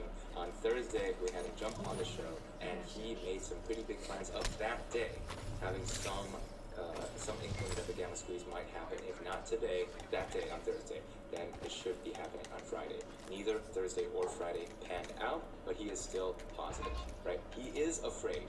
He is a human. Never can we ever figure out exactly what is happening. And unfortunately, right now, I think the biggest takeaway, that he mentioned is that there is contrasting, conflicting, directly conflicting DD about the kind of theories that could be happening, right? The amount of research that he's done for us is tremendous. And even if he is bullish at times when perhaps caution is a better step in the right direction, he is our friend because he is on our side. I'm gonna go read through a couple of your questions, That's especially fine, she since didn't need one it. of you sent a super chat. I really appreciate that, but I didn't want to be rude to Josh. Someone asked, is it the end of the month? A Cryptonesian asked, it was at the end of the month that is causing all these crazies, and that does go in conjunction with the Quadruple Witching Day. The Quadruple Witching Day only happens once I am every not doing 4 work with times this one. every year, so that's once every 3 months. So it is likely going to cause a more volatility because of the sheer volume of 4 different markets closing at the exact same time. As of right now, we have a couple of theories about Monday. We have a lot of important events happening next week, including the congressional hearing, as well as on Friday, the Quadruple Witching Day. And we should expect the stimulus check to hit a lot of people's accounts on Monday. And since we had so many chilies in the chat, we are basically assured that the market is going to see some type of increased activity due to that stimulus check hitting people's wallets. If this is something that is a sobering thought to you, it's because I am still tempering the counter DD to Josh's post that had conflated OI, the interest itself, to the number of options that were added. So, unfortunately, there are times where DD can be flawed factually. That doesn't mean that the intention behind it was wrong. I'm going to go through a couple of the questions we have. Sebastian says, hey, Andrew, can you ask Pixel if he would be comfortable to talk to Uncle Bruce? I wish I could, but I'm no longer on the call with him. Sam G says, as a general investment strategy, we all retail investors have to particular strategy of, for example, 1 to 3 risk reward ratio. Do not let hedge funds follow the same. Well, that's the question we keep asking. If the hedge funds believe that the squeeze is inevitable next week, if they're transferring 401k providers because they think that they're ready for bankruptcy, then what exactly are they waiting for? Waiting for bankruptcy? They can cover now and avoid bankruptcy. So that's the biggest question. Is that they'll take a huge loss. Alright, I'm throwing my black hole. But the very least they won't become bankrupt. And that's the biggest question. If we are playing 4D chess, then what are these bad engines for Melvin Capitals of the world trying to do? Bruh is saying, I honestly think the hedge funds might cover the week after next, because then everyone might think the short squeeze didn't happen in 19 and they'll start selling, which is wrong. Bruh, that is actually a fantastic theory.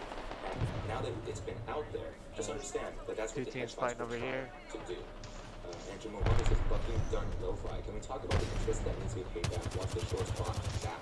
Has anyone evaluated percent? Interest that needs to be paid back once the shorts are covered?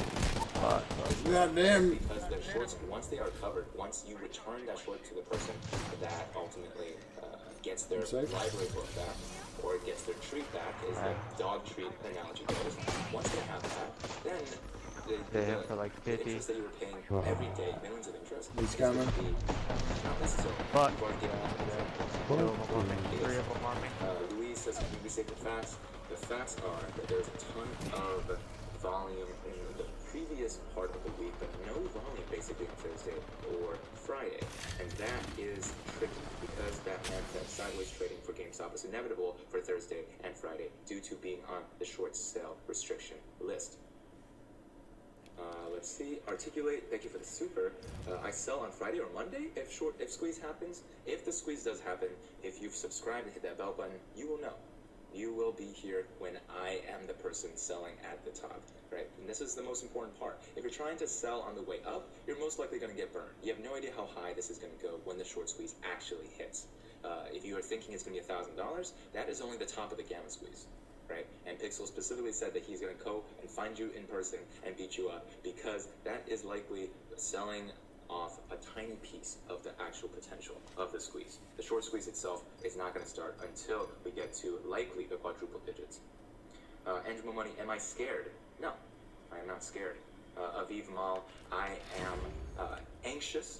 I am waiting with my hands as diamond as claws. These apes are not going to rest until there is justice for the people in 08, the families that lost because the hedge funds decided to cheat, and justice for the people like you and me who are very first time getting into the stock market, investing in their futures and learning all they can from this channel. If you haven't started investing in yourself, that's the first step.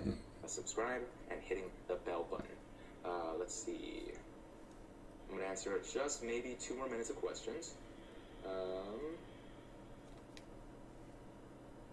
Let's see.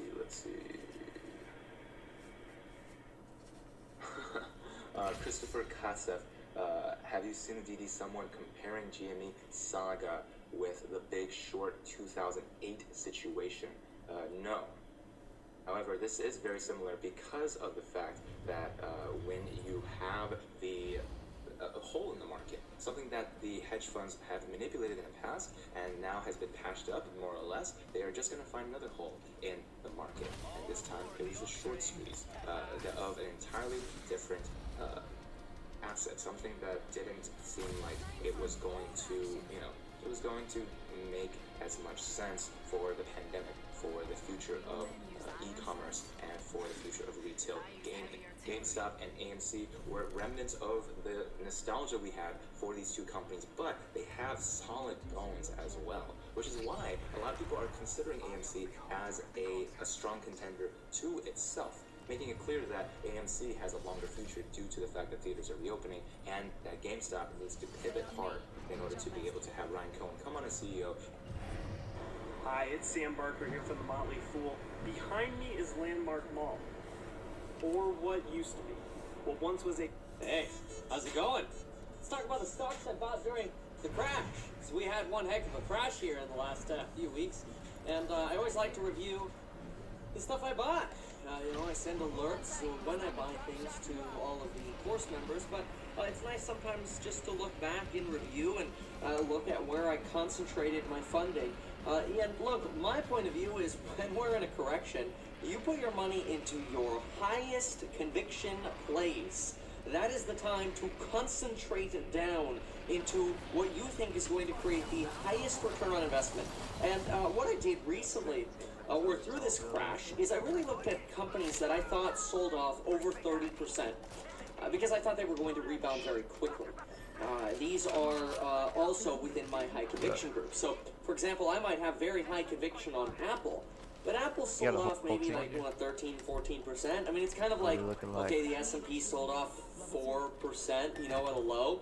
Am I really going to add to the S&P at a 4% decline, or Apple at a 14% decline, when I could go pick up deals for 33% off? It's kind of like when you go to the chocolate store and they're like, oh yeah, this is the clearance rack.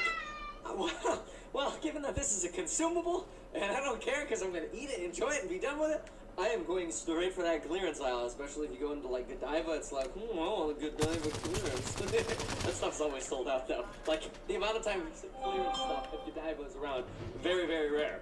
And it's kind of like in my high conviction names, the times that we have clearance on some of these stocks, very, very, very rare. So what I figure we can do is we can take a look at this spreadsheet, and first I'm going to tell you what my margin percentage is today, including cash. I'll explain that. And then we'll go in reverse order of the stocks that I bought. So we'll start with the smallest ones I bought, and just a very quick snippet as to why, and then we'll go on to the next one. Okay, so margin including cash today. So the reason I did this is right now, because things are a little volatile, when things hit the fan and I start hoarding cash, I don't immediately pay down my margin. The reason is, if you start paying down margin really fast and a broker gets their nose out of joint or whatever and goes, that's it, we're not going to let you draw anymore, we're going to shut down a line of credit that you have, you don't have access to that cash anymore, even if you weren't at a potential margin call. So when things get nasty, I grab all the cash I can from all the places I can, and I go, okay, I got cash to play with. And so we've got somewhere around 2.8 that we got sitting around. So that I'm going to use of my margin. I have not done it yet. That's why I'm saying here, margin percent including cash today. So, all based on my entire portfolio, presently my margin today, it's a fact. In the new economy, average people are becoming millionaires faster and easier than ever before. But how do they do it? According to the news, the whole world's falling apart. Well, that's the million-dollar question. Now, if you're not interested in the million-dollar answer, go ahead and skip to the end of this video, and I'm sorry for wasting your time.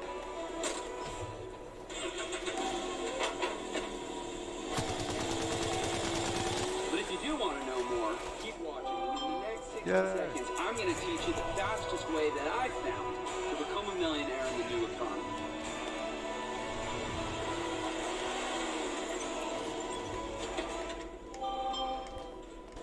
Hi, my name is Jeff Lerner, and I did not become a millionaire the traditional way. I didn't work 40 years for the man, didn't invent anything, definitely didn't inherit a trust fund.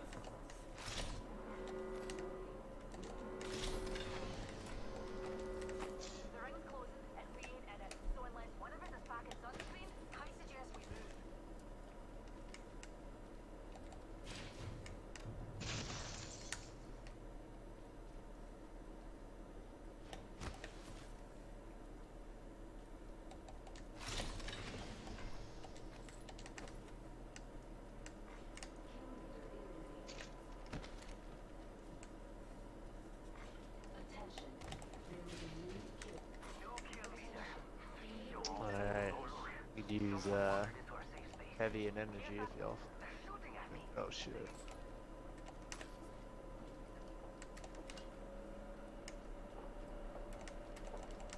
Let them come up. I got a black hole.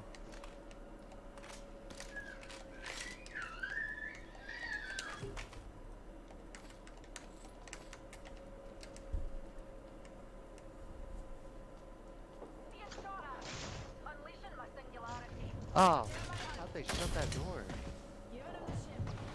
Oh, got him with that one.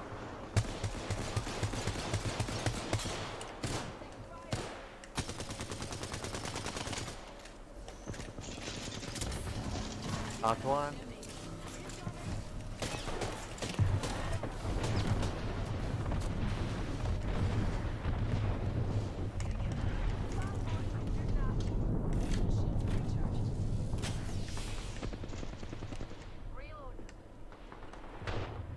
Oh damn, I don't got no more shield cells.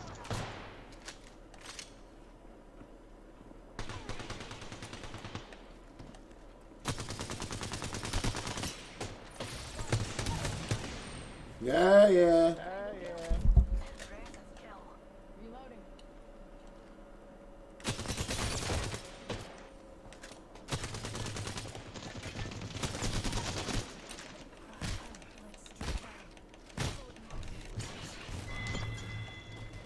Kill the hooligan. Reloading.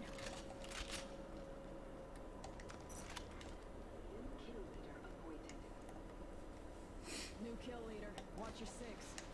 Oh. Any of them have any cells? I don't know. Give me a sec. There you go. Charging shields. Shield cell here.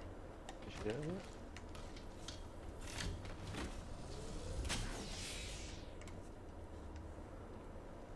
Shit.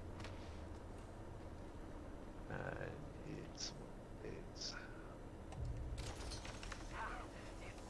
Let's check out this area.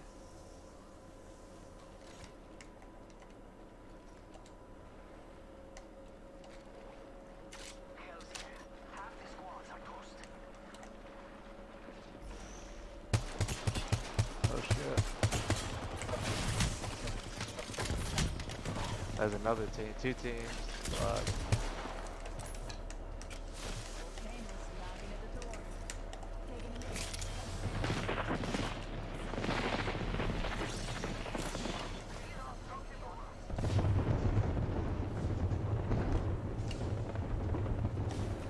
I just gotta get in. I don't got the heals for this.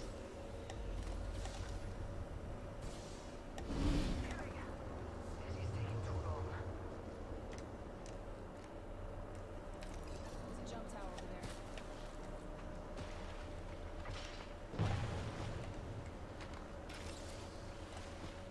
there. Oh, they just zipped right above us. I don't know if I'm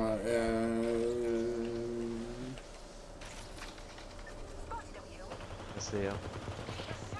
Oh, I'm going. Yeah.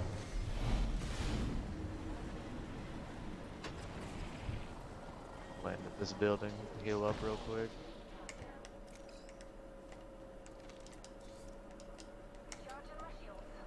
There's my grenades too. Alright.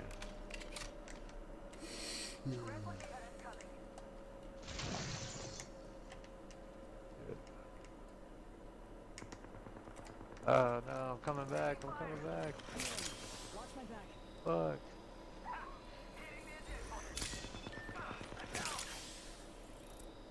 Alright, I'm trying to get there.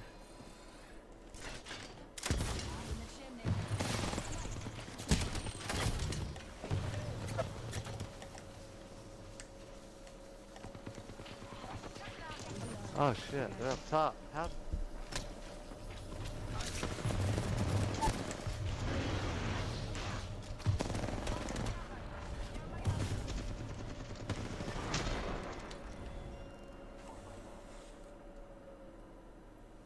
Is 29%.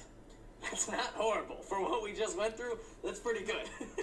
Some of the recent buys really help because we get some smoking hot deals on some of the recent buys, which obviously, help because when you get cheap deals and then they go up, you actually reduce your margin, even if you use the margin to buy them because they're more expensive now. It's kind of like when Tesla was in the 500, it's like, it's more expensive now. But anyway, okay, let's go in reverse order here. So, the first stock that I bought, let's hit the, there we go. Oh, there we go. The first thing I bought was Airbnb. I threw $19K into this. So Airbnb is not a company that I've gone really, really deep yet on fundamentals here. I did an analysis pre-IPO. I thought, hey, you know what? I don't know. I might want to wait this one out. I want to see how the winter quarter goes before I consider going heavier on this one. Airbnb crushed it. Absolutely dominated earnings. So I put a little bit of money into this one. Sometimes I put money into companies as a way to get these on my radar, so that way I can start doing my fundamental deep dive. Because I am like a squirrel, and it's pretty bad. If I'm not invested in a company, I'm less motivated to do a fundamental analysis or even an update on them. I guess that's just a way of prioritizing. So anyway, Airbnb, I like the stock, 19K. It's the smallest position that was really added during this crazy period of time. Shift, love this company. I've added a chunk of money to this one. I've really built this position out. I don't want to go crazy on this position because we're waiting on Wall Street to actually realize this company is a crazy good deal. I mean, anybody who wants to learn fundamental analysis, compare Shift and Carvana. And you're gonna go, bling, how does everybody not own Shift? Hi, Luke Blanco here, America's #1 stock picker. I know, that's a term that gets thrown around a lot these days. But unlike most, It's so undervalued relative to Vroom, Carvana. It's in the used car business, online used car selling. It's ridiculous. Anyway, love the stock. I did put a little bit more in during the latest madness. Xpeng. So you might have seen earlier, I showed my Webull with a bunch of these sales that I was doing in an earlier video that I showed. And I posted, obviously, I talked about these sales back in March 16th. I talked about them on a public channel broadly. I put all the details in the course on the sales. I actually did sell Xpeng. I think it was somewhere around like $46 or something like that. I bought back into this at like $32, which is, or maybe it was $33. But anyway, really awesome. Put 30K in. This is a good one. This is a high conviction name for me. So now we're going to start seeing conviction really start going up here. So Xpeng, love it. Redfin, very high conviction name. $43,000 into Redfin. I've got over probably now 1.3, 1.4 in this stock. It's a lot in the stock. A lot of that being gains. They've been riding this one for a while, and it's just done very, very well. So I'm very happy about Redfin, but I did add on the dip to Redfin. I did add to API. Now, API I'm actually a little bit upside down on. I bought this one from the dip from what was really high, but this one definitely kept dipping, and it is still a little bit upside down. I think I got this one at $72. But API is that infrastructure behind Clubhouse, and API is not really in the media right now. It's kind of fallen, gotten kind of like hidden away over these last 2 weeks of the crash. But I got 54K in API. Another one I really am planning on getting a deep dive down into, probably Airbnb, because I might want to add here. We'll see. Then I'm going to go API. Want to work my way through some more of these fundamental analyses. I try to get a good, at least 2 or 3 fundamental analyses done a week. At least for myself, and if I can publish content on them, then even better. But the fundamental analyses take a long time for me. So, and I don't want to sit on the sidelines and not be in a stock either while I wait to finalize my fundamental analysis. Which I know is potentially just a sign of impatience, but that's what you get. Anyway, then I got 85K in Etsy. Y'all know I love Etsy. Etsy's advertising model is freaking awesome. They share the advertising costs for their business with the sellers when their products sell through the ads. It's a brilliant model to not only increase seller satisfaction, but also increase customer satisfaction by giving people what they want. Pinterest redirects a ton of their traffic to Etsy. Absolutely phenomenal platform. This company is here to stay, and I really think it's undervalued as for what it is. This company has so much more potential. FRX. All right, so Mike's Fitness. This one had so much freaking media hype. I think intraday it hit like $16 a few weeks ago. This had a major hype train behind it after the announcement that Disney executives were partnering on the SPAC. I mean, it blew up on SPAC day. It blew up with media attention thereafter. Obviously, then we went into market crash period, and the stock plummeted in value, which was the perfect opportunity for me to buy it, in my opinion. I got into this just shy of $11. It hasn't gone crazy again since then, but I'm happy with my purchase. I'm working on my fundamental analysis for this one as well. I would say my next big ones are Airbnb, FRX, and API. These are the guys I really gotta get my fundamental analysis in on, but you'll see that these are lower on my list. We've got, you know, some big purchases over here on my really high conviction stocks. So sometimes I will make a position play before I have my fundamentals done. All right, let's keep going here. Check this out, $100,000 in just a few minutes without knowing anything about this before. If you're watching this and you... GHBI, love this stock. So I've got probably around 600K in this stock now, and if I had to rank these by size of portfolio size so far, Redfin has the most here. Etsy's probably right at about $1 million. GHBI is probably about 600K. And then these guys that I haven't done the research on right here, the Airbnb, I've done initial research on these, just enough to feel comfortable actually investing on them. But like the deep dive, that's all I have in these guys. So I'll bold these. That's my entire position in these guys.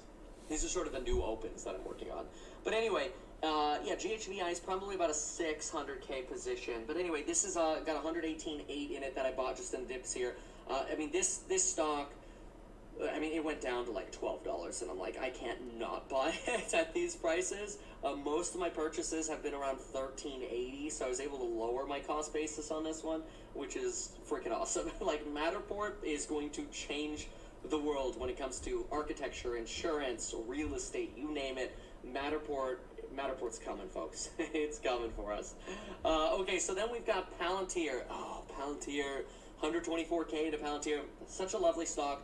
I'm really building this position out. I refuse to buy this stock over $30. People were talking about being excited about this running to 38, and I'm like, oh, well, I guess I missed the boat. I held my discipline. I waited for this thing to fall under 30, and when it did, I DCA'd straight down as the market was crashing. So this one, I added a nice 124K to the existing position I have. Probably in this one for about 400K now, which is awesome. Really do like Palantir. Very bullish on this one. NIO. Another 127K in. That probably puts NIO somewhere around 650, 700 for me. Love this company. I'm not sold 100% yet on the battery swapping, but on my deep dives, this company is a competitor. This company is not only a competitor, but it's here to stay. They are innovative. They are customer-centric first. They're focusing on the quality market. I'm not convinced yet that their ET7 is the best direction for them as opposed to doing what Xpeng is doing and going with a less expensive car, but I do prefer both of these over Li Auto, which is technically a hybrid, which a lot of people bag about or bag on for. And I really want to see Li Auto mature into like that battery frontier. But NIO, hands down, one of my high conviction stocks, and I'm pretty EV heavy. I mean, EV is one of my top priorities. Maybe one day I can get myself, I can work with some biologist researchers, and I can really wrap my head around genomics because it's an industry that's so fascinating to me. I can't wait, but that day will come. Anyway, let's go on to the next one. So then we got Pinterest. Yes. The beautiful thing about Pinterest is it sold off much more than Etsy did. So that's why I added almost twice as much to Pinterest as I did Etsy. Etsy I kind of bought pretty early in the dips because the other things hadn't dipped much yet. So most of these other purchases happened well after the Etsy purchase, but this is all since February 19th, since I did sell stocks on February 16th. Which, by the way, some people are wondering, like, oh, well, Kevin, if you sold stocks on February 16th, does that make you a paper hander? I don't think so. I think paper handing is when you sell when the market is collapsing. Like, if you sold stocks between February 19th and there were some green days in between there, you know, but like March, 8th, something like that. Depending on why you sold, I mean, look, if you were getting margin call, that makes sense. If you're selling for fundamental reasons, maybe that makes sense. But I think that's potentially more of like, you know, not to mention any names, but let's just say there was somebody whose name rhymed with Chamath who sold like $2 billion out of Virgin Galactic and just completely sold out while the market was collapsing. Maybe that's a little different, okay? But I didn't sell while the market was collapsing. I sold before. But anyway, that gave me the capital to go shopping during this time. But anyway, so that's Pinterest, 155. Then we got CCIV. I added 242 to this one. Love my EV sector. Lucid Motors. A lot of conviction here. Then we added Enphase. Huge conviction on Enphase. High margin products, high quality products. Really, really excited about these. And then, folks, the last one, the biggest, the most high conviction stock I could ever pick is obviously a company I would add a crap ton of money to, especially since the darn thing went into not only the 600s where I bought a lot more, but the 500s for like 3 days. It was in the 500s.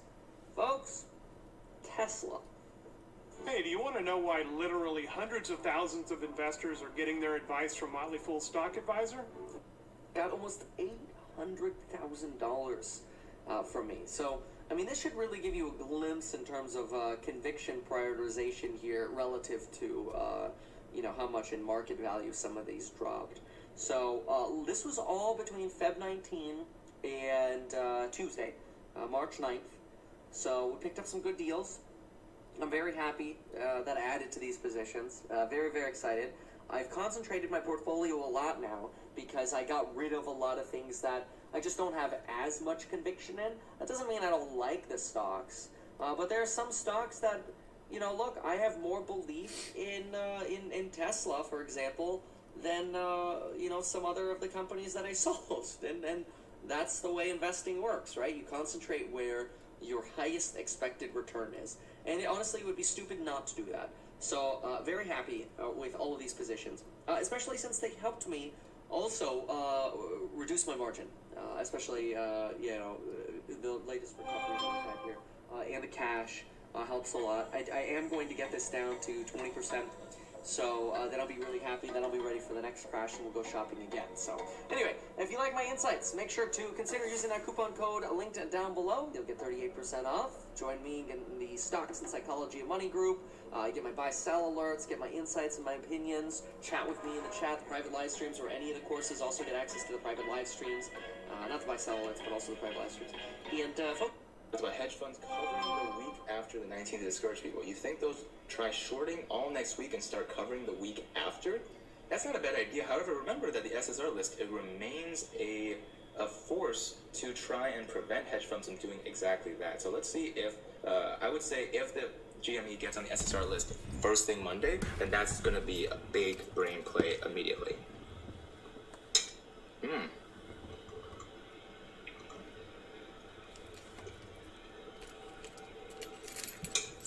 Oh, Michael TV, 50 or 99 on your Patreon, what's the difference? 99, you get creative input to the channel itself, and you get to do one-on-ones with me if you have an idea they want to pitch to the channel, and so that's something that the 50 group does not get. 50 group does not get any one-on-ones at all. They get a monthly live stream with me.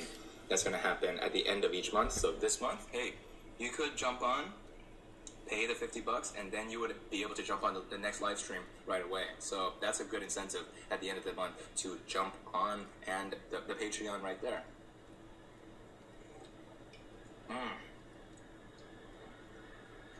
Okay. Chris Banfield, I have a question for you. Is it not possible that the guys going short on these stocks didn't go long to cover themselves when the short squeeze happens? The same guys going short that then try to go long is what Trey thinks is likely. However, mathematically, you have to understand that let's say that they try to go along with an actual long position, right? They're just going to take that and put it directly to a share that they need to cover. That is, why wouldn't they do that? So therefore, if they try to go like a normal long position by just buying, then they're not going to be, it's not different from just covering their shorts. And we know they haven't covered their shorts because of FINRA. So therefore, one of the big other questions is, well, why don't they do call options, right? When they could do call options, however, if they do call options that are like barely in the money, near in the money, and then try to do the delta on the amount of shorts that they have already shorted, they would need to, so imagine, actually this is a great way to explain it. Why can't they do shorts? And I'm gonna mirror this right now so you guys don't get confused. Oh, but I like this drawing so much. Okay, how about this? I'll do a whole video about this. Paul Escarel Reese. I know it's impossible to do more than guess, but if you had to bet what the GME price peak would be, what would you say and how long it would stay at such a peak? I know it's just guesswork. The GME price peak is likely going to be in the quadruple digits, right? We keep saying 10K and 100K is not a meme. However, it's just going to take too much human, like, prisoner's dilemma on the way up. We're going to just be too greedy and destroy each other. So that's a great question, though. In my opinion, it's not impossible, 100% theoretically possible, right? But it's going to be very difficult for humans to try and trust each other all the way up. Imagine this, right? You're trusting the hedge funds, which are just a couple of, like, people in suits. But how can you trust like a million people trying to stay diamond all the way up and passing barrier after barrier? So I would say in the quadruple digits for at least a couple of days. However, I don't do price predictions for that specific reason, and that's why you should not take my price prediction as truth or even as your own prediction. Always do your own research. Can you explain the indicators you use and what they mean? Of course. You know what, actually, these are all great videos that I want to make one after another. And then Aries Dawson, hey everybody, go on Mr. Beast Twitter and tell him to help invest rally. I already did that. And TFUE. Cool. Okay, here's what I'm gonna do. I'm going to get ready to make this video about the snowball, and then I'm going to I'm going to turn off my AC real quick because that's the ringing noise that you're hearing. So I'll be right back in 10 seconds.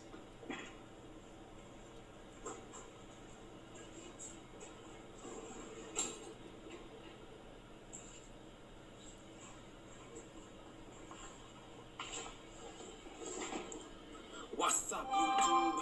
How's it going? Okay, I'm gonna turn transform, flip horizontal. Now you guys are gonna be able to see the board in the right direction. There we go.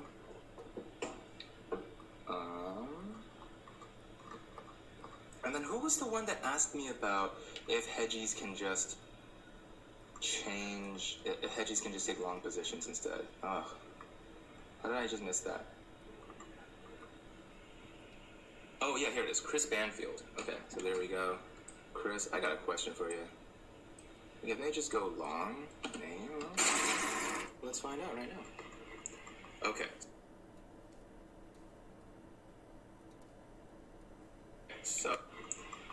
So, hi, says Gil. What's up, Gil? Did you press that subscribe button yet? What's going on, Gil? All right, so Chris, you're gonna get your question answered here, and then we're gonna talk about indicators in just a second.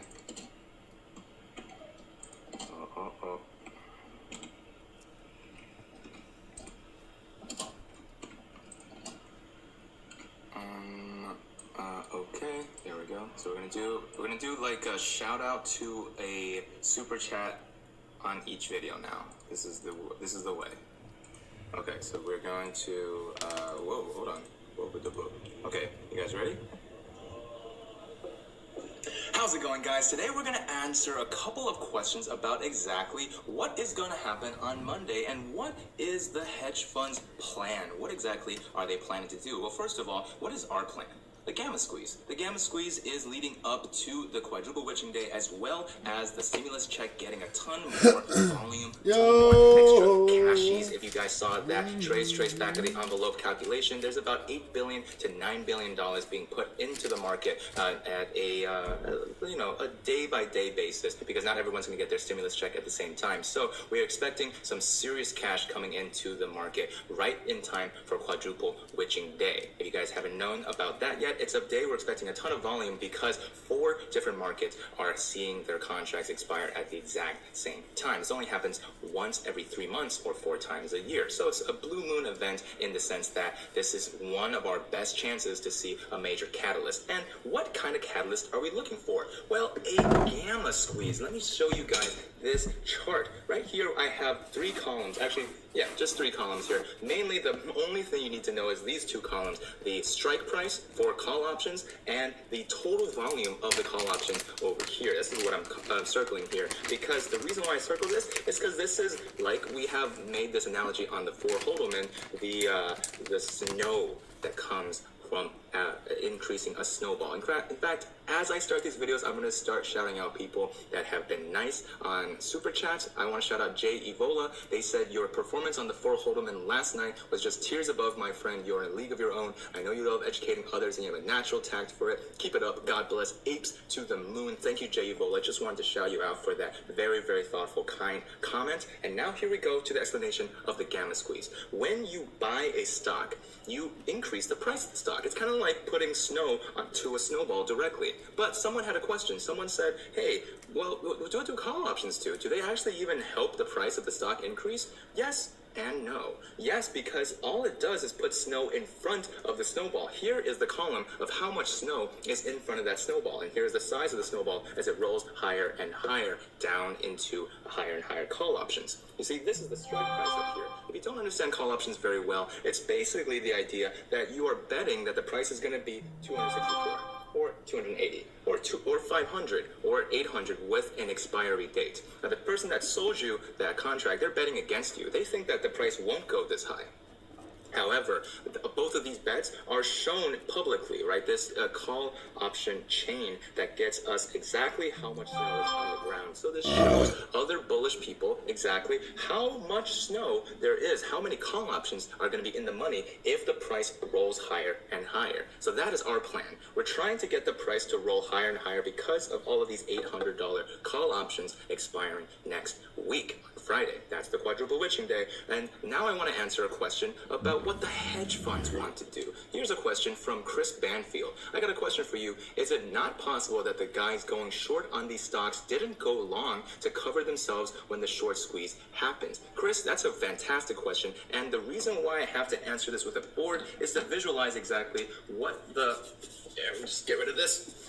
Visualize exactly what is happening when the position goes long. If you try to go long, it's the opposite of going short. The short seller tries and sells the price of the stock at a certain price. Let's say that they try to sell at $4. So this is $4 right here. The chart that I'm going to draw is the total amount of money that they'll make. So at $4, actually, let me put 4 here.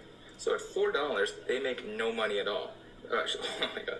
At $4, they make no money at all because that is the price that they sold it at, right? And then they are going to get more and more profit as the price goes down to 0. So let's say they sharply make a ton of money here. So this is going to be, if you bankrupt GME, you're going to make whatever amount of money, right? You're going to make 4 times X, and X the total number of shares that you shorted. However, as the price goes higher than $4, let's say it's trying to go up to 800, like the price that we just talked about, well, you're going to lose infinitely linear amount of money here. So this is going to be this is going to be 800 minus 4 times X, right? So that's going to be 796X the amount of money that you're going to lose. So that's why the amount of short risk is infinitely higher than the amount of possible money that you can make.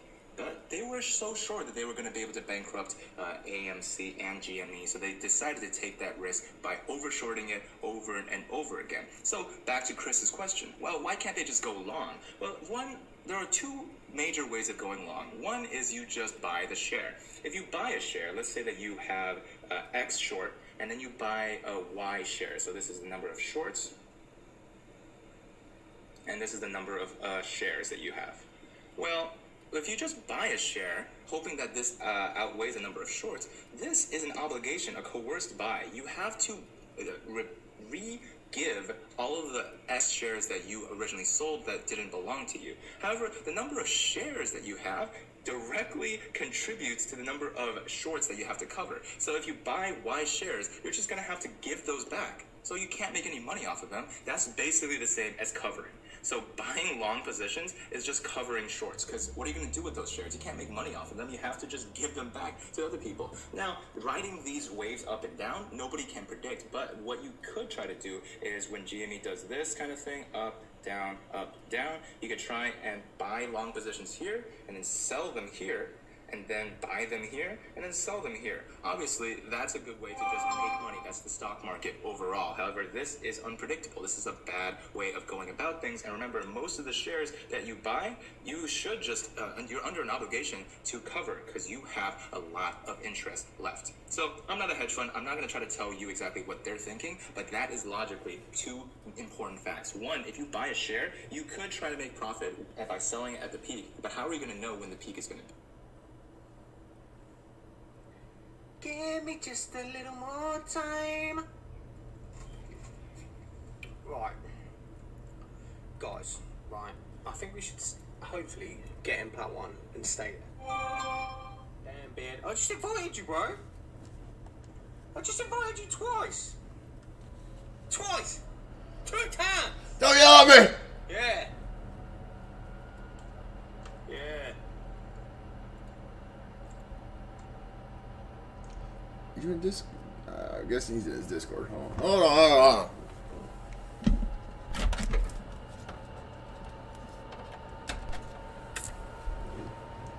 Please tell me you're in your Discord.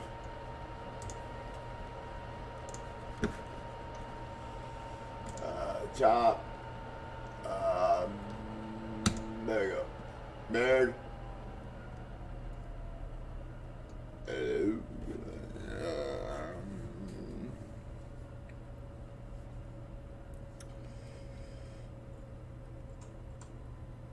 Hey guys, welcome to the stream. It's Little Sia. I'm a Twitch ambassador and Beard.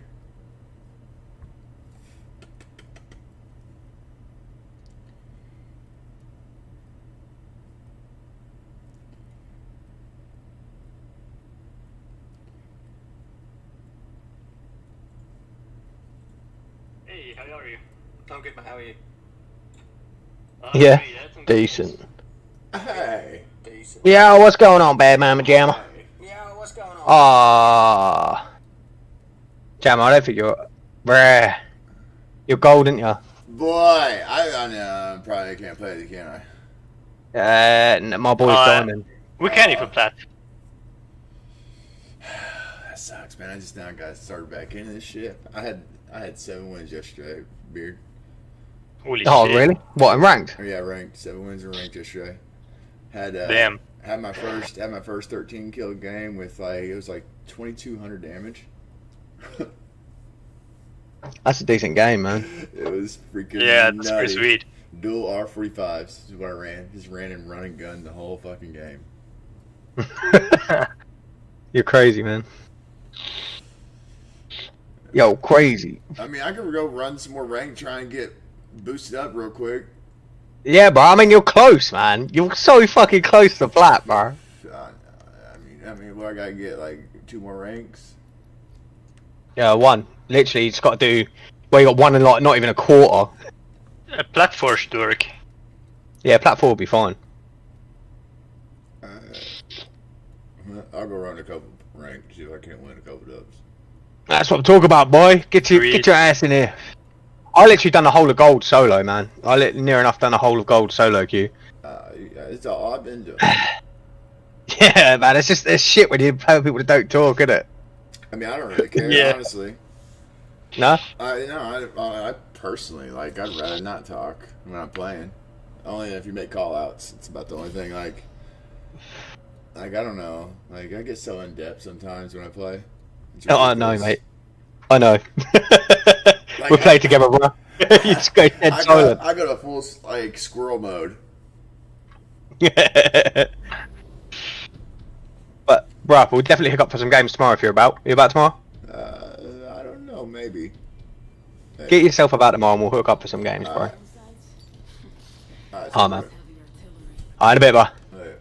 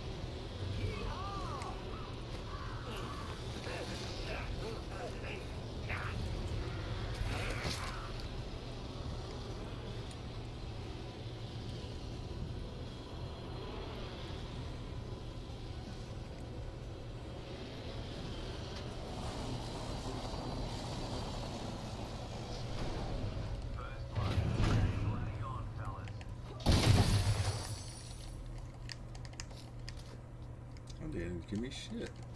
That's crazy.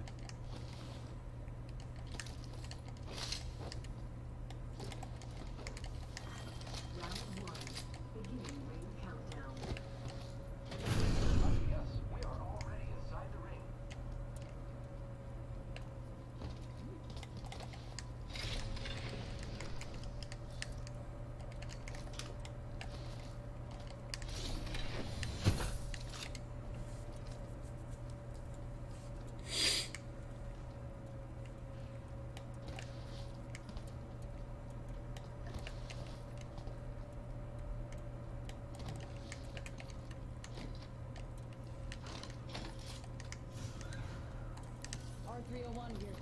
Versatile platform and close to long range.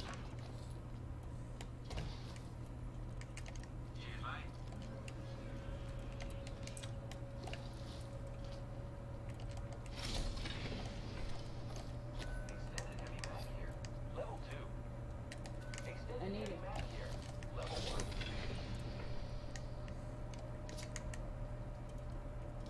What do you say we move here?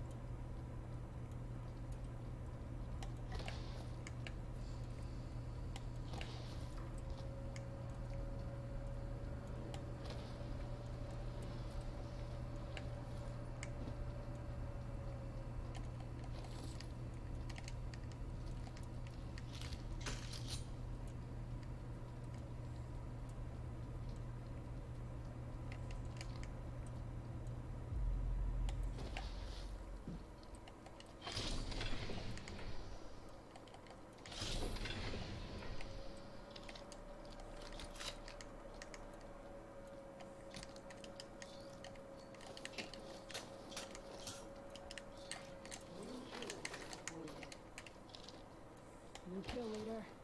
Call him if you spot him.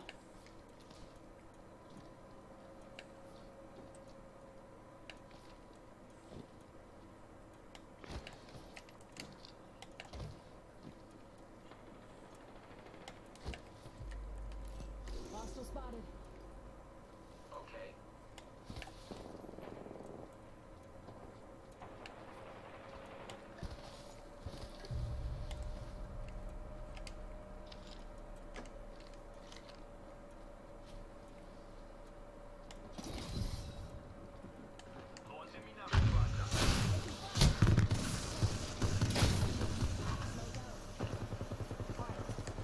Give me a sec. Recharging shield. Making a move. Catching up.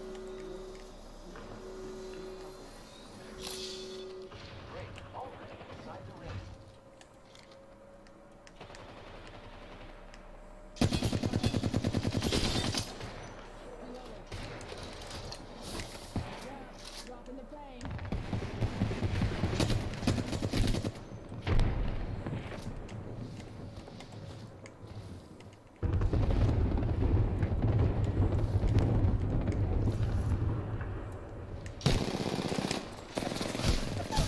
Come on.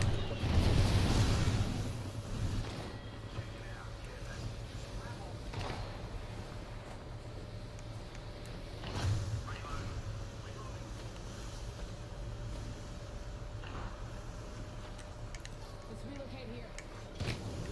Leader appointed.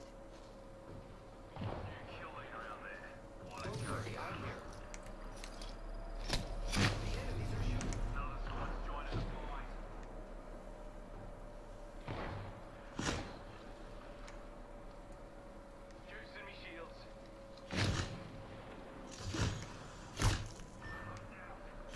Don't know.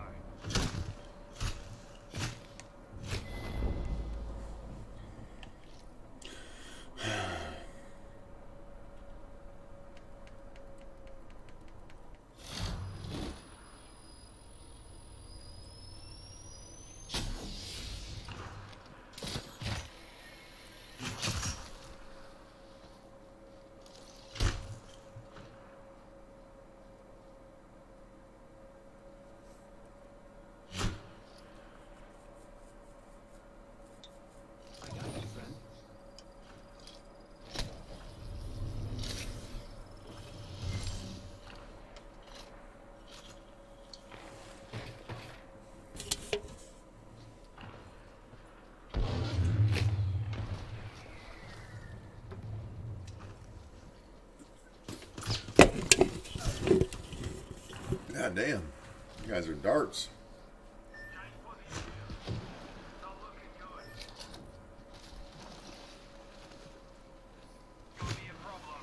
Oh shit, they're all over you, dude. Woo! Get out of there! There's like 5 squads right there. That's crazy.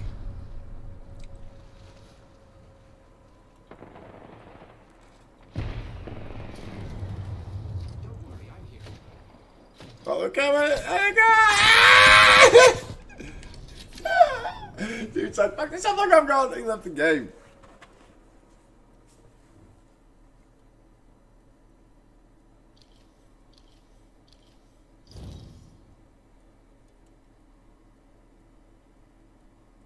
Whiteboard 500 Y. 500Y is a good old Zoom link, just in case he does want to come on. Because Trey is always welcome. He is always welcome. I think Trey's going to see a major change in subscribers soon. When this thing goes wicked. Jeez, 200K, here he comes. I just want my diamond play button, guys. Come on, 100K is not a meme in terms of subscribers. Go ahead and hit that subscribe button while I send him this link. Oh yeah, someone asked me about, Michael Saltmarsh asked me about how to join as a member. You go next to the subscribe button and there's a join button right there, or you go to the description and you go to Patreon. Patreon is better. It is better. I also appreciate those of you members on YouTube as well. Hey, jump on if you wanna. So there's Trey, there you go, if you wanted to. Of course, you can just keep lurking. Let's see, Futura, thank you for the super. Hey, Andrew, would AMC Gamma Squeeze at the same time as GME, or are these completely independent events that happen occurring unusually close to each other? Cheers. So what happened last time? Well, when GME Gamma Squeezed in January, AMC also followed pretty close, although it didn't reach the exact same heights. The difference is that the Gamma Squeeze is independent because of, just theoretically, these two have different call options in different markets entirely, right? One is in, retail, e-commerce, and the other one is like movie theaters, almost entirely different ideas. However, the same people seem to be investing in the same thing, so that's population in terms of their buyers and sellers. And then second of all, they seem to be connected in a bunch of ETFs. And then third of all, they seem to be manipulated by the same hedge funds, so therefore that's 3 reasons why they might moon at the same time, in which case would be terrible, because we're trying to have one moon and then take all our attendees from one and then go to the other. Oh my god, Trey is here. Trey is here. Holy moly. Hold on, maybe we can't hear him yet. Oh yeah, my headphones on. Boom, boom, boom. What's going on, my man? Dude, another freaking day. Not too bad. I was laying low. I woke up kind of late today. I'm not gonna lie. I slept in. Just enjoyed the beautiful morning in this hotel bed that I've been living in for the last 2 months. What are you up to, man? We're streaming. Reading some Reddit DDs. We're streaming. I just did a whole whiteboarding on what is going to happen next week. What the heck is the Gamma Squeeze for simple, smooth-brained apes? And now I'm going to expand you so that we can just kind of talk here. So what? Sounds good to me, man. Rock on. I also slept in today. But then I was like, it's time to forget about the shorted. Daylight savings time essentially shorts our hour. It gives us no time to actually relax and hang out with our wife and our wife's boyfriend. It's very annoying. My wife's boyfriend is really feeling lonely right now, man. I feel bad for her, but we gotta feed ourselves tendies first, and then the wife's boyfriend can. We'll feed him next. He's probably feeling okay. Rock on, man. So what have you been digging into? What kind of DD is on the horizon today? I'll tell you what, I just put together a video talking about Citadel has no clothes DD. Have you ever looked at that? Oh, yet, man? We were looking exactly at that DD. What do you think about it? Man, that's disgusting. I threw together like a 25-minute video on it, man. It is deep, dirty, disgusting. There's so much gold in that thing, man. I mean, it tells you exactly what's going down. So, in my opinion, that's the only DD you need to know that there's manipulation going on right now. I mean, they've doubled down on their positions. I think the number that stood out to me the most, let me take a peek at the exact number. I think it was 127%. So they doubled down their short positions by 127% year over year, 2019 compared to 2020, with $57.5 billion in total short positions. And what's really disgusting is that they've got a lot of these in options. Now, it sounds crazy. That sounds weird. Like, why should I care? Why should I care that they have, that many in options? Well, let me find the number. 1 second here. Oh, it's on this DD somewhere. I know it. Derivatives. I need to find the piece with derivatives. Here we go. So 32.3 billion in options, derivative liabilities, which means that only about 20% of their actual short positions are coming from tangible shares, whether they be naked or real tangible shares, which is risky. I mean, think about that. We've talked about this on my channel specifically. I use options as a supplement to a good portfolio, right? There are ways to add to your portfolio. They should not be your portfolio unless you're really well versed in options. But even still, like if you make one wrong call, you go broke. You lose everything you put into that option, whether it be a put or a call, right? So the fact that they've got 80% of their total liabilities in options, holy crap, man, that's huge. That is humongous. That's monumental. I mean, it's 32.3 billion of the total 57 billion short positions coming from options. Man, I can't even fathom that. I can't fathom that. That's insane. So catch everyone up right here. I have the too long didn't read. It says Citadel Securities has been fined 58 times for violating FINRA, RegShow, and SEC regulations. Several instances are documented as willful naked shorting. In December 2020, they reported an increase in their short position of 127% year over year, and they're calling BS on their shenanigans. What is, for the smooth brains out there, is naked shorting legal sometimes, and what is willful naked shorting? So naked shorting can be legal sometimes. It depends. So the origin of naked shorting is actually not malicious in the least bit. The reason for that being, it's kind of a three-step process. So you've got brokers which hold shares. They hold X amount of shares, however many that might be. They're the lender. And then next you've got hedge funds. Hedge funds are the person getting lended to. Let's say that you've got Citadel over here requesting, hey, I want 100 million shares to do with whatever I want. Well, the broker says, okay, here's your 100 million shares. You can do with them what you want, sell them into the market, hold them. I don't really care. You're going to pay X amount of interest on these. And then the short positions will sell them into the market, which is step 3, right? So step 1, the broker lends them out. Step 2, shorter sells them into the market. Step 3, they eventually buy them back from the market. Well, if let's say the lender doesn't have the actual tangible shares, they'll write them up in IOU or a synthetic share until the other lenders that they have lent shares out to return shares, and then they will send out the actual tangible shares and replace those IOUs. That's not malicious in the least bit. That's the origin of naked shorting. It's meant to be like a 1 or 2 day spot, right? Because, hey, I know that I've got, $50,000 coming in, so I'm going to use my credit card to buy $20,000 of X because I know I've got $50,000 coming in 2 days. Well, now let's say that you've got you instead just buy $20,000 and you know you're not going to get paid for 3 months. Well, that was a pretty stupid financial decision. I mean, that doesn't make any sense at all. But that's the origin of malicious naked shorting. Is, hey, I know that I'm not going to have the tangible shares to be able to spot these IOUs. But even though I know that, I am still going to send out 100 million shares of synthetic shares, IOUs, to the market, which does a plethora of terrible, terrible things to the supply and demand chain. I mean, you increase, it's basic knowledge. Increase in supply, decrease in demand. It's too simple, and that's what's happening. That's naked shorting. That's not legal. That's illegal. So that is illegal. That's the willful naked shorting, like malicious naked shorting. And what's important is Trey just mentioned how much money there actually is right now, right? So there's this like Citadel making the rules and then saying, now that I've made the rules, I would like to benefit from those rules. 380 trillion? What is that? $1 billion. So they have almost 300 million of that. 3 billion of that split into options, calls, and puts, while 80 billion of that is allocated to actual physical shares. 80 million billion. 80 million billion. I'm just not used to seeing all those commas. So yeah, this is insanity. So what exactly does this mean for next week? Are they going to see some action in the congressional hearing on 17th? Is this going to be brought up? I would be surprised if it's not. I mean, this is common knowledge. So anybody could Google the note to statement of financial condition for Citadel Securities LLC, and they can find exactly what their breakdown is in terms of their liabilities and their assets. So this is public knowledge to anybody. It just hasn't been talked about until just recently. All this information is available to us, but thank God for things like Reddit and Discord. We can talk about these things and bring it to the limelight.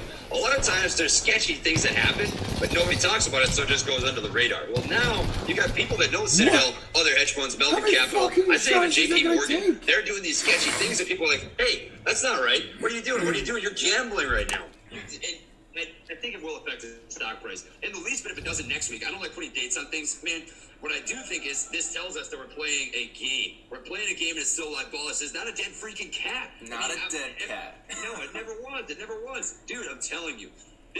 I think if you want an explanation as to what's going on right now, you want proof that it's not a dead cat, look at that 2-week consolidation period for AMC and GameStop. When AMC was trading for 10 straight days at $5.50 to $6.50, they kept doubling down on their short positions. If you looked at that, the short volume on those days was between 10 and 30% of the total market volume that entire period of time. So they weren't done yet. They kept doubling down. And the thing is, that is probably just the actual tangible short shares. That is not taking into consideration the options, which we know is 70 to 80% of the total short position based on these spreadsheets that we're reading right now. That's monumental, and that's something that nobody has really even been talking about is, hey, what about these put options? What about futures? Futures can even play into this. You know what I'm saying? It's insane. It's insanity. So this is kind of like throwing people who are new into the deep end, but being able to read these financial statements. Let's actually look over here. I'm not sure if you can watch the screen here, but we have... I can see it. It's just lagging a little bit. Gotcha. We have a highlighted section of the liabilities and members' capital. It's highlighted. It says liabilities, securities sold, not yet purchased at fair value at 22 big ones, $22 billion. And they say that this is the highlighted section that represents securities sold but not yet purchased at fair value. This is a liability. What does that mean? So I think in order to understand that, we need to understand what fair value is. And the definition for fair value, according to that exact, note to statement of financial condition, is it is the market value of the stock. So the liabilities, for instance, if they sold short for that total, what was the number again? $22 billion, something like that? Yeah, 22 big ones. Let's say that they sold that 22 big ones at $5. They went short at $5. Well, now the stock is trading at $11, right? Now that tells you that that number is skewed. In fact, I would imagine that liability is incredibly higher. They're going to owe a lot more money than that. In fact, 100% more than that. Because as we know, a short position has infinite losses. If you go from $5 to $11, double that number. And that's if they short at $5. We know that Citadel and Melvin and any hedge fund that went short on these stocks has likely been shorting these for years. For at least 2 years, a year and a half, a year, right? So they've probably added their position at $5, $4, $3, $2. I mean, there was a point in time which AMC was trading at, what, $1.50? Something like that. Let me just look at the 5-year chart on this. The lowest point was $1.91. So $2, you know what I mean? And the downside for them is immense. And I would imagine once they release that new liability, unless they lie, in which case they can get busted on that and then fined even more. But we know that they would lie anyways with their 58 violations of regulation according to FINRA. they're going to get busted, and it's going to come to the limelight. People are going to know, and they can't hide it. They can't say, we covered our short positions. Everybody will be able to see it, and now that people have their eyes on it, it's going to be nuts. I got to keep my glasses on. I get so hyped up, man. All good. But so let's make it clear. Melvin had in his testimony, Mr. Hedge Fund? Mr. Hedge Fund. Hedgy? So Gabe Mr. Watkins said that he had covered all of his short positions, right? That he's completely out of the situation back in February's congressional hearing. Right. Did he lie already about that? I think it's very possible, man. I mean, I tell you what, when I was watching that hearing, I didn't watch the whole 8 hours or whatever the heck that was, but I did see that part. And it looked to me like he was just reading a freaking document. Like he was just reading the screen in front of him. He knew exactly what he had to say to cover his butt. You know what I mean? Yeah. And I think the same thing happened with him, with Mr. Bulgarian boy, right? They knew exactly what they were doing. They were dodging. They only answered absolutely what they had to. And if he was telling the truth, I just don't see that being the case, man. I mean, the numbers tell you exactly what they are. The only way that I could see him not lying is if he covered his position, then you had some other hedge fund that didn't learn their lesson from what just happened, and then doubled down and established a position just as large or bigger than that previous short position. Do you think that's the case? Because I do not. I don't see that being possible. Yeah, we were even talking about mitigation tactics that they could do, and I'm glad that we're talking about the 4D chess tactics because we need to understand exactly what they have in store as well. We actually have a good question about 08, for example. We have Dirty Wizard saying in 2008, the financial crisis, the bankers knew that the system will collapse. It was illegal, and yet none of the involved bankers went to jail. What if this happens for GME, if they try to do something shady? Well, people go to jail. Probably not as many as should. I'll be honest with you.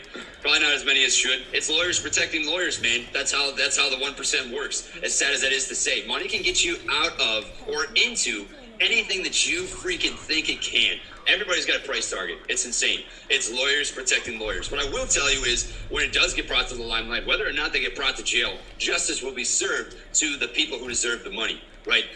We, as the retail investor, the 99%, have done absolutely nothing wrong. We've done nothing wrong. The people who hold IOUs right now don't even know it. They just show up as tangible shares in our account. And when they get replaced, when that gets cracked down on, you've got the FTDs that get covered, you've got the IOUs that get covered, the share recount, right, all that stuff. None of that falls back on us. We didn't know that we had 100 million shares sold short into the market that we bought, right, that were actually not tangible shares. None of us could see that, right? They're the ones that are going to get pissed on, not us. I see no way we don't come out on top. So we come out on top, and now we need to understand the people that are not going to come out on top. So let's talk about what is illegal and what is illegal. So according to this Citadel Has No Clothes document, this activity, if proven guilty, is illegal, willful naked shorting. So now let's talk about some other illegal activities. Do you believe in short ladder attacks? Yes, 100%. And it's not legal. It is not legal. So what a short ladder attack is, if you don't know, you've got two entities. You could have two hedge funds, Hedgy A, Hedgy B. And they will buy and sell back to each other in incremental algorithmic amounts in order to drive a stock price's action down to the freaking dirt. And I think if you want an example of how that happened, look back on Wednesday, right? We had a flash crash, a terrible flash crash, where we went from $12.12 down to $9.50 in a matter of 25 minutes. 25 minutes. That's not natural price action. That is not retail investors selling out of the stock. In fact, you look at AMC and GameStop during that half-hour period of time, GameStop got halted 4 or 5 times. AMC got halted 2 times, from what I know, right? And you're not allowed to trade during those halts. However, as if you read that DD, they can do that, and it's not legal, but they do it. These hedge funds will do that. They will still sell short into the market and ladder down the stock back and forth, back and forth, back and forth to $9.50, or if you're GameStop, $180 and change, or whatever that ended up being. 100%. I do think that's legitimate. In fact, I've got videos that talk about it way back a month and a half ago. I can't believe we've been covering it for that long, but yes. Well, okay. Long answer, yes. So that's a short ladder attack. Well, what is a short attack, and is that legal? Short attacks is muddy. That can be legal. It can be legal, but they're a little bit different. So a short ladder attack is the algorithmic buying and selling back and forth to each other. It would be in increments of a couple hundred shares to a couple thousand shares. It would just appear on level 2s, which is, real live price action in terms of who's buying and selling. It would just appear that you have a bunch of retail investors selling out at the same time. A short attack, however, it could be something like a huge dump of a couple million shares, which you don't see happen very often.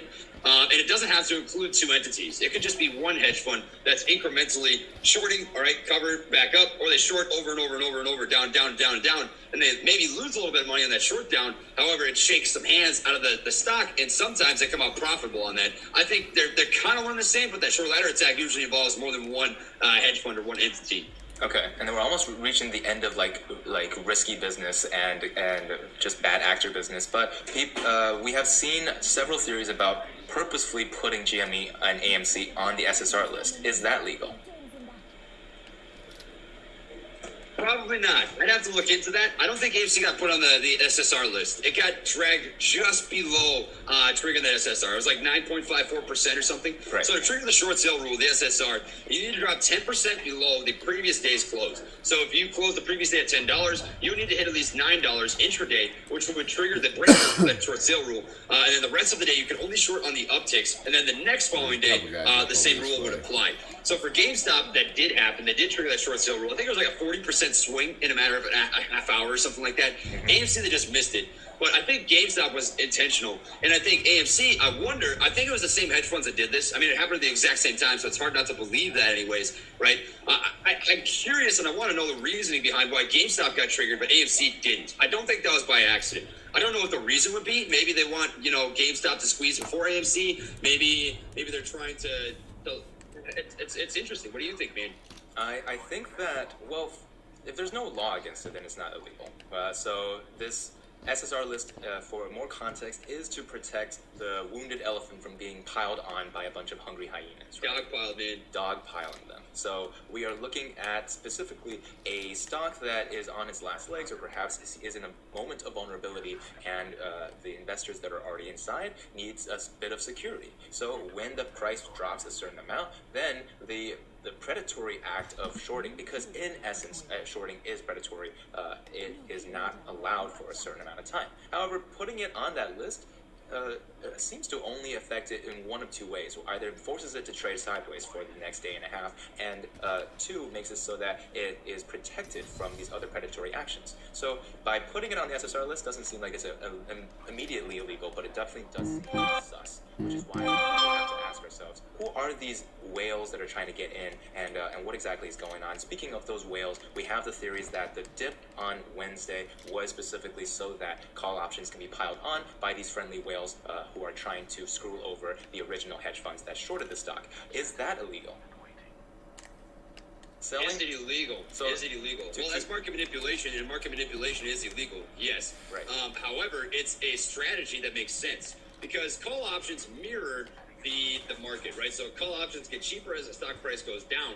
If you swing from $12 all the way down to $9.50, and you purchase, let's say, a $10 call option, well, you recovered from $9.50 up to $11 in the next 10 minutes. So they would be in the money immediately on those call options. They would have got them extremely cheap. They could have sold them within that 10-minute swing if they wanted to, honestly. Right. And come out on top and then done the same thing down the road, or then purchase actual physical tangible shares, or more, far out the money call options with a farther out expiration date. There's a million ways they can play that off, but the strategy makes 100% sense, because as we all know, call options mirror, and so do put options. They mirror the price action of the market.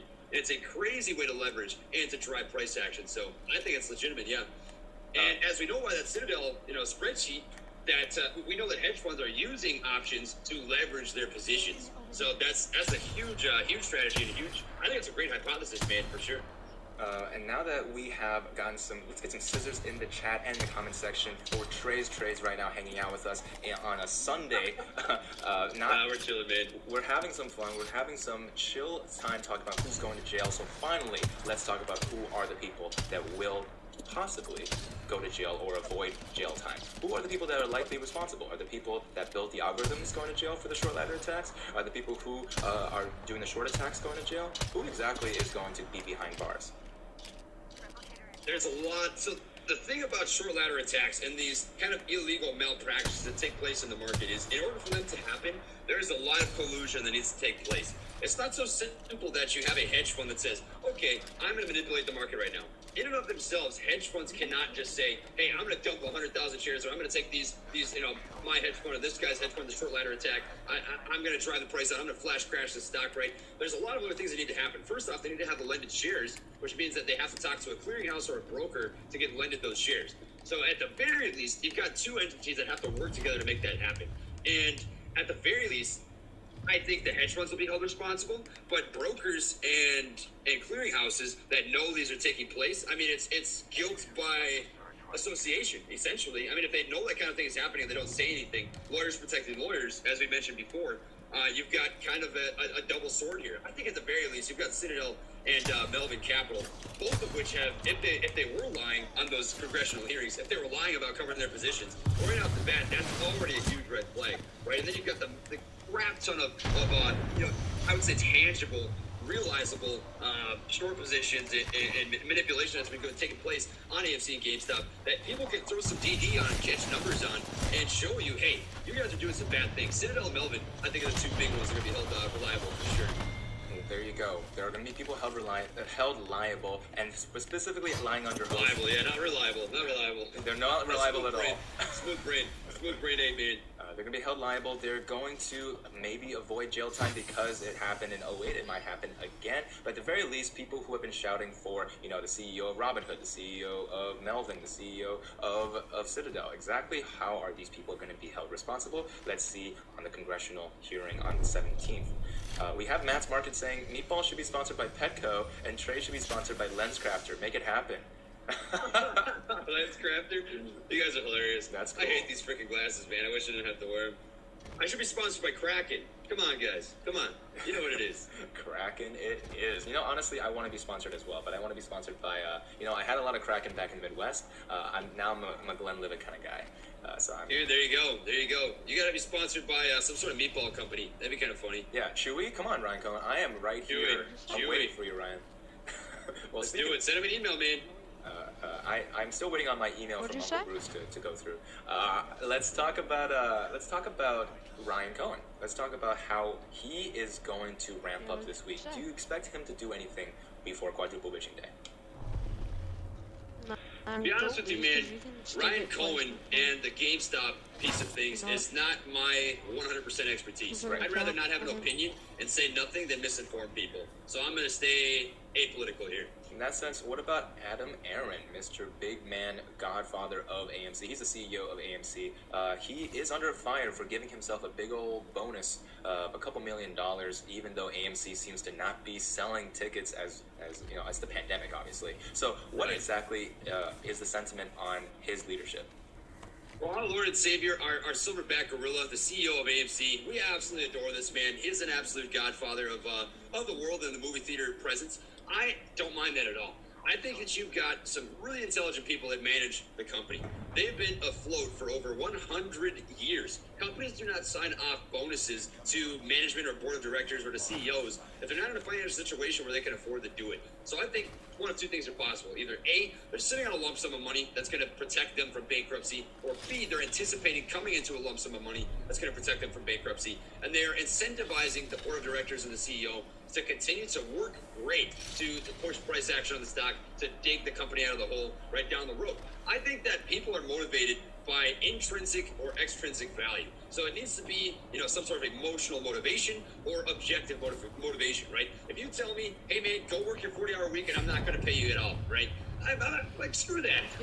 I don't want to do that. I want to be rewarded, and that reward is money. When board of directors or the CEO is rewarded by a bonus, that incentivizes them to give back to the company, because they're going to think to themselves, okay, if we a year from now can get this company from X to Y, I am pretty likely to get another bonus, right? Bonuses or extrinsic objective, incentives are a great way to get people moving. I'm all for it. I don't think they would have done that if they were in the financial situation to be able to do it. Until this point, I still don't think I know exactly what Ryan Cohen's voice sounds like, but Adam Aron, his voice is in my sleep. I've seen him on CNBC, Fox, the hearing earnings report. So how exactly do these two have different? So I can speak on Ryan Cohen's like Twitter presence, right? Each of the GME spikes has been predicated by a Ryan Cohen tweet. One of them was about a puppet that was actually about a Petco saying that, a Pets.com commercial with a puppet saying, "I like your shorts," right? And then another one was an ice cream cone from McDonald's. It just kind of doesn't make a ton of sense until you dig into the conspiracy, the hidden Easter eggs, man. That's actually Elon Musk's plan of attack with Tesla's marketing brand as well. When I mentioned the DD that I did about Tesla versus CCIV and Lucid Motors, the amount of commercial marketing that CCIV and Lucid Motors undertook together, Lucid Motors specifically, was just mainly like putting out billboards, doing regular TV show ads and stuff like that. Elon Musk does almost none of that, mostly just through Twitter. So there we go, conventional CEO and Adam Aaron going out and just making public appearances versus Ryan Cohen tweeting up a storm and causing some major rips. When those rips are going to be investigated in the future, do you think that that's going to be something that bites him in the butt later? I don't think so. Nah, man. I mean, he's being pretty freaking cryptic. I mean, there have been times when Elon Musk kind of got slapped, and it was because he was like blatantly saying stuff like, "Oh, I wonder I don't understand why Tesla's worth so much," and then the stock crashes. Like that's like you can pinpoint that. But being cryptic, laying Easter eggs on Twitter, like that's a legitimate, that's an actual, social media strategy. And I think that honestly, AMC has done a little bit of that.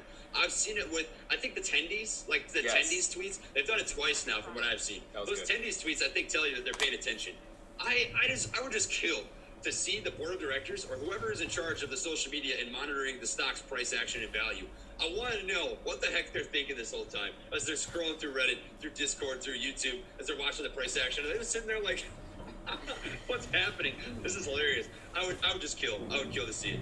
But I think that AMC is doing some pretty similar things to GameStop. I think GameStop's being more proactive about the Easter eggs they're laying on Twitter and social media. But I do think AMC is doing it. I think the one that I'll say for sure is the Tendies. They've done that twice. And there was another one that was kind of cryptic regarding Wonder Woman 84. Oh. So they had this picture with two things of popcorn. One was full, one was empty. The one that was empty had Wonder Woman 84, and it said Wonder Woman 84 up here on the top. But on the actual cup of popcorn, it just said W8. It just said wait. Oh, shoot. So that's pretty interesting. I think the marketing team would have left that 4 off by accident. You know what I'm saying? I think they're paying attention. I think they're paying attention for sure. So there's this Jackie Chan movie coming out as well. Did you see that tweet? No, I didn't, man. Let me check it out. Okay, Jackie Chan, AMC. Okay, I'm just making sure. Vanguard. Okay, so it's going to be a movie called Vanguard. Is this from AMC's Twitter page? Yes.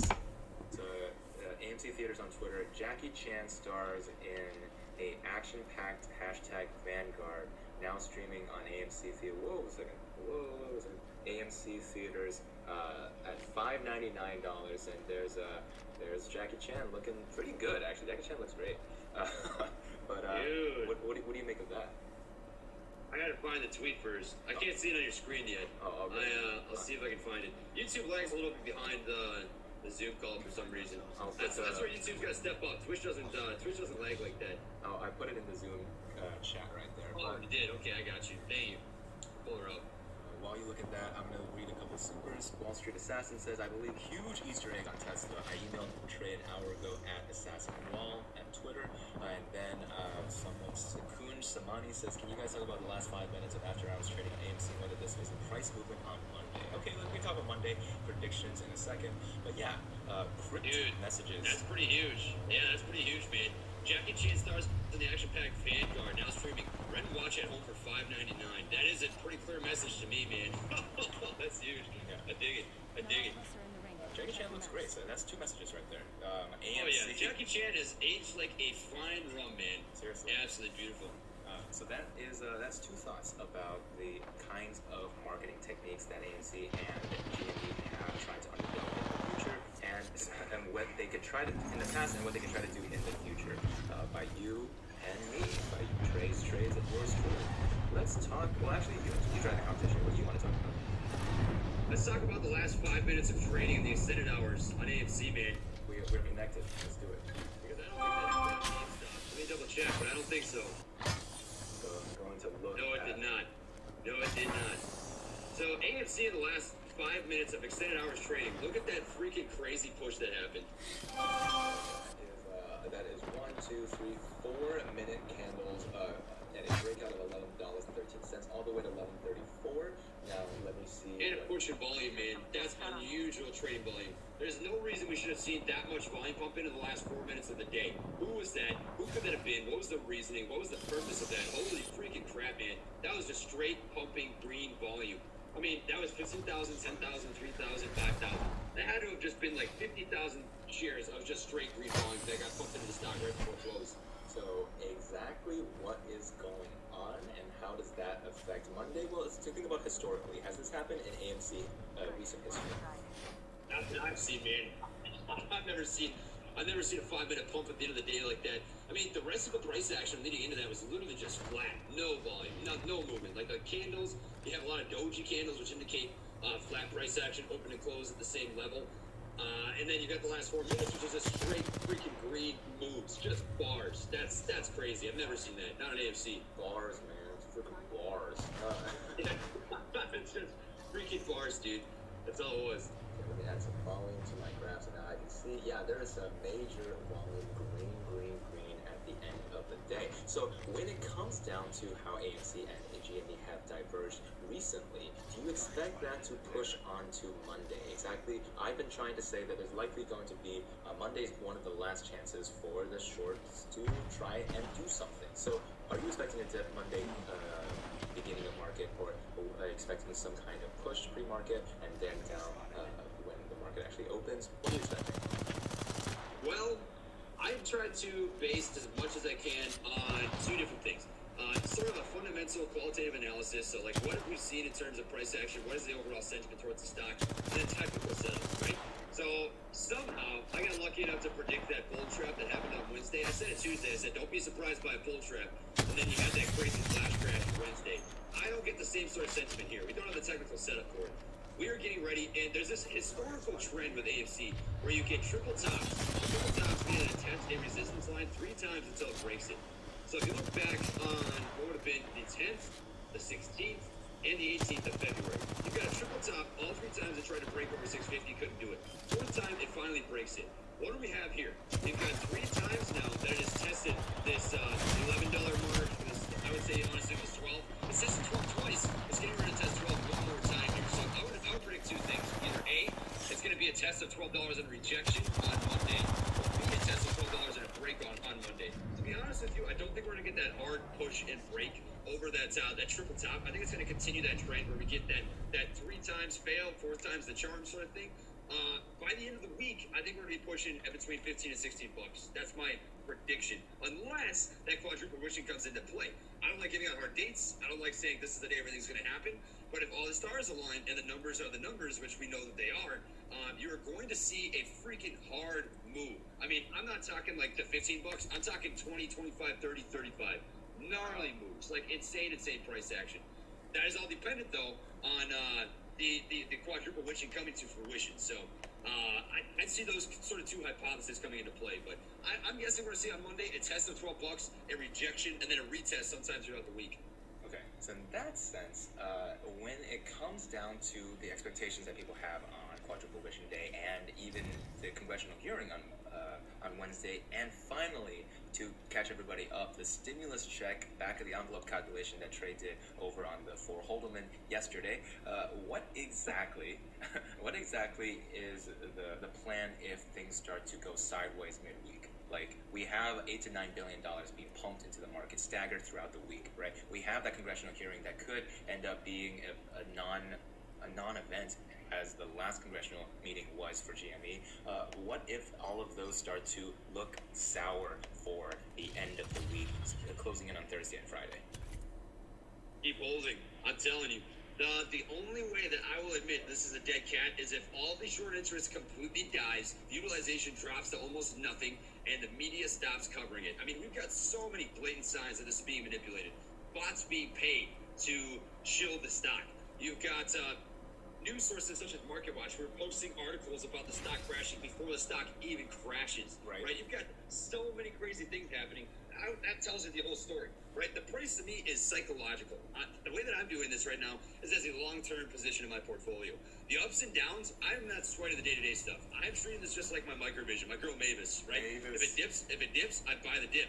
If it keeps ripping, I just watch it. I sit back and I go, look at that thing go. You know, but that's how you gotta play that, because if you set a hard date, you expect this to be a short-term play where okay, we think it's gonna squeeze on the 19th. Well, if you think it's gonna squeeze on the 19th and it doesn't, you are just gonna be let down over and over again. You gotta change your mindset, right? Rome wasn't built in a day. You're looking for a once-in-a-lifetime opportunity to change your portfolio and the way that your money will look forever. I mean, if this hits $600, I will be a $2 millionaire. That'd be nuts. And there are people out there that have $100,000, $200,000 in their portfolio. They would be tens millionaires, right? I mean, you get the idea. And that's just if it hits $600. And you can't expect to go from $11 to $600 to $1,000 to $2,000 in a day or 2 days. I mean, you've got to be patient. Patience. Warren Buffett says that wealth is transferred from the impatient to the patient. Yeah. Stay convicted, stay true to the research you've done, the due diligence, the numbers, stay convicted in your stocks. The price is psychological. If it dips, I'm just going to keep buying. There's no reason for me to believe that this is a dead cat, and I will tell people when I think it's a dead cat. So that's it. Mechanically, you have inspired. That was the inspirational leader feat that you just used. Thank you so much. Those of you who play D&D, you will understand. Trey is the Guerrilla Gang General, and if you guys have not yet subscribed to him and me to give you guys guidance throughout this tumultuous week of a lot of high expectations and possibly low turnout of those expectations, it is now your time. Go ahead and subscribe to this channel, like this video so that more apes can see Trey give his inspirational speech, and go ahead and click his name in the title to get you to his channel as well. This kind of answers Jay Civic's question of what happens if hedge funds try to pull some unethical moves, and can we still hold if we win? This is the message that me and Trey are trying to give you guys right now. Price is psychological, man. If the hedge funds pull funny tricks, that means they're still playing the game. The only way that they win, and people are so greedy. They play off of fear and greed. Hedge funds are people too, right? They want to win. They're prideful people. I guarantee it. That they would rather lose than admit defeat. That is how people are as a whole, and we're seeing it happen. If they didn't exit their short positions at $5, what makes you think they're going to do it now? They're going to keep fighting this battle until either they win or they lose. They're not giving up. Time that we were just like trading single digits, and we're just like, now it's double digits, and everyone's like, what's happening? It's not squeezing. It's crazy, man. It's crazy. It's crazy stuff. Honestly, that 10-day period where it was trading sideways was really I don't know about you, man, but I had a lot of people out there that were like, you were so wrong. You should just freaking give up. Why are you still making these videos? Like, you were screwing people out of their money. Just make your apology video. Say that you were wrong and move on and getting back into your stocks. And, dude, numbers are numbers. Numbers don't freaking lie. When men lie, women lie, numbers don't lie, man. Numbers don't lie. That's why data is king on this channel. That's why you're getting that quantitative and analytical perspective from King Trey and yours truly. Oh, Ralph Castaneda is in the chat again. What's up, Ravy? How you doing? Big How you doing, Ralph? Ralph, we gotta bring you onto the Traders podcast one of these days. People keep saying that you should hop on. I think you'd be a great smooth brain ape to have on the channel. So I've got my email on there if you want to shoot it to me. I'd love to have you on. Join the quadruple hodlman. A quadruple hodl move. Let's get this. There you go. Getting this break. So, what exactly is your? You talked about before that you had great plans for your attendees in the future and how you would invest them in the kinds of platforms that you would build, either businesses or nonprofits. But let's talk about what you did yesterday. You raised $12,000 for charity, and which charity was that? It is going towards veterans. So the bulk majority of that is going to be going towards the Wounded Warriors Project, which is a charity organization that takes care of veterans who may be living on the streets, who maybe just need some food in their stomach, who need to be pointed into the direction of some resources to help take care of them. I'm just trying to watch out for the little guy. It's all about the little guy helping out the little guy. I think that's the big issue that I have, and I always stay apolitical. So this is an apolitical perspective. I, as a person, like to watch out for other people, and I think that the top 1%, a big issue that I have with them is it's just the 1% feeding the 1%. Well, it's the 99, the little guy, right? We can help out the little guy if we come together, the apes together strong theory, right? And help out the little guy, and that's my perspective, man. I am in a situation, and I am so grateful and humbled, where I make 7 figures a year. I don't need that money, man. A year and a half ago, I was living in my freaking car. I was living in the back of my car, eating 50 pounds of bananas and ramen noodles. And for me to go from that to being able to just pay off my house and have a car and have no debt and to feed myself and take care of my family and still have stuff left over, what do I need that for? I don't need that for anything. I've got everything that I want in life. I just want to, I want to connect with people. I want to teach people about financial freedom because if I can do it as a smooth-brained ape, I tell you what, I'm not that smart. Other people can do it. So it's just about giving back to people and showing everybody that, hey, you can do this too, you know?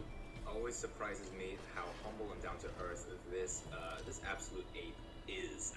It's crazy. Nah, man. I'm a simple weeb who likes animated stocks. That's all it is. And that's what we people, honestly, the next generation of these the big YouTubers, and honestly the next generation of the like super elite is going to be people that are down to earth like Trey. So keep it on. Just pick your place. Kachiga. I gotta watch that movie soon. You know what the name of that car? The car that says Kachiga. The red one, dude. What's his name? I can't remember. I cannot believe I don't know that. It's like my freaking catchphrase. Cars character. Well, the red one is Lightning McQueen. Yeah, it's Lightning McQueen. He's the one that does it. Okay. I was told that it was the green one because I think Lightning McQueen says Kachow. Oh, it might be. It might say Kachow. So where does Kachiga come from then? Is that from Cars? I think so, but it might be the green one or whatever other car. Yeah, I got you. Well, I thought it was funny, so that's why I said it. That's hilarious. Yeah, man. In that sense, we talk about movies. We got to talk about movies of what you're looking forward to. What are you looking forward to in terms of AMC? Have you watched an AMC movie recently? I'm going to watch Godzilla vs. Kong, man. I am pumped for that. I know how they're going to paint that narrative. I know that Godzilla's going to come out on top, and I tell you what, I'm going to leave a 1-star review. No, I'm kidding.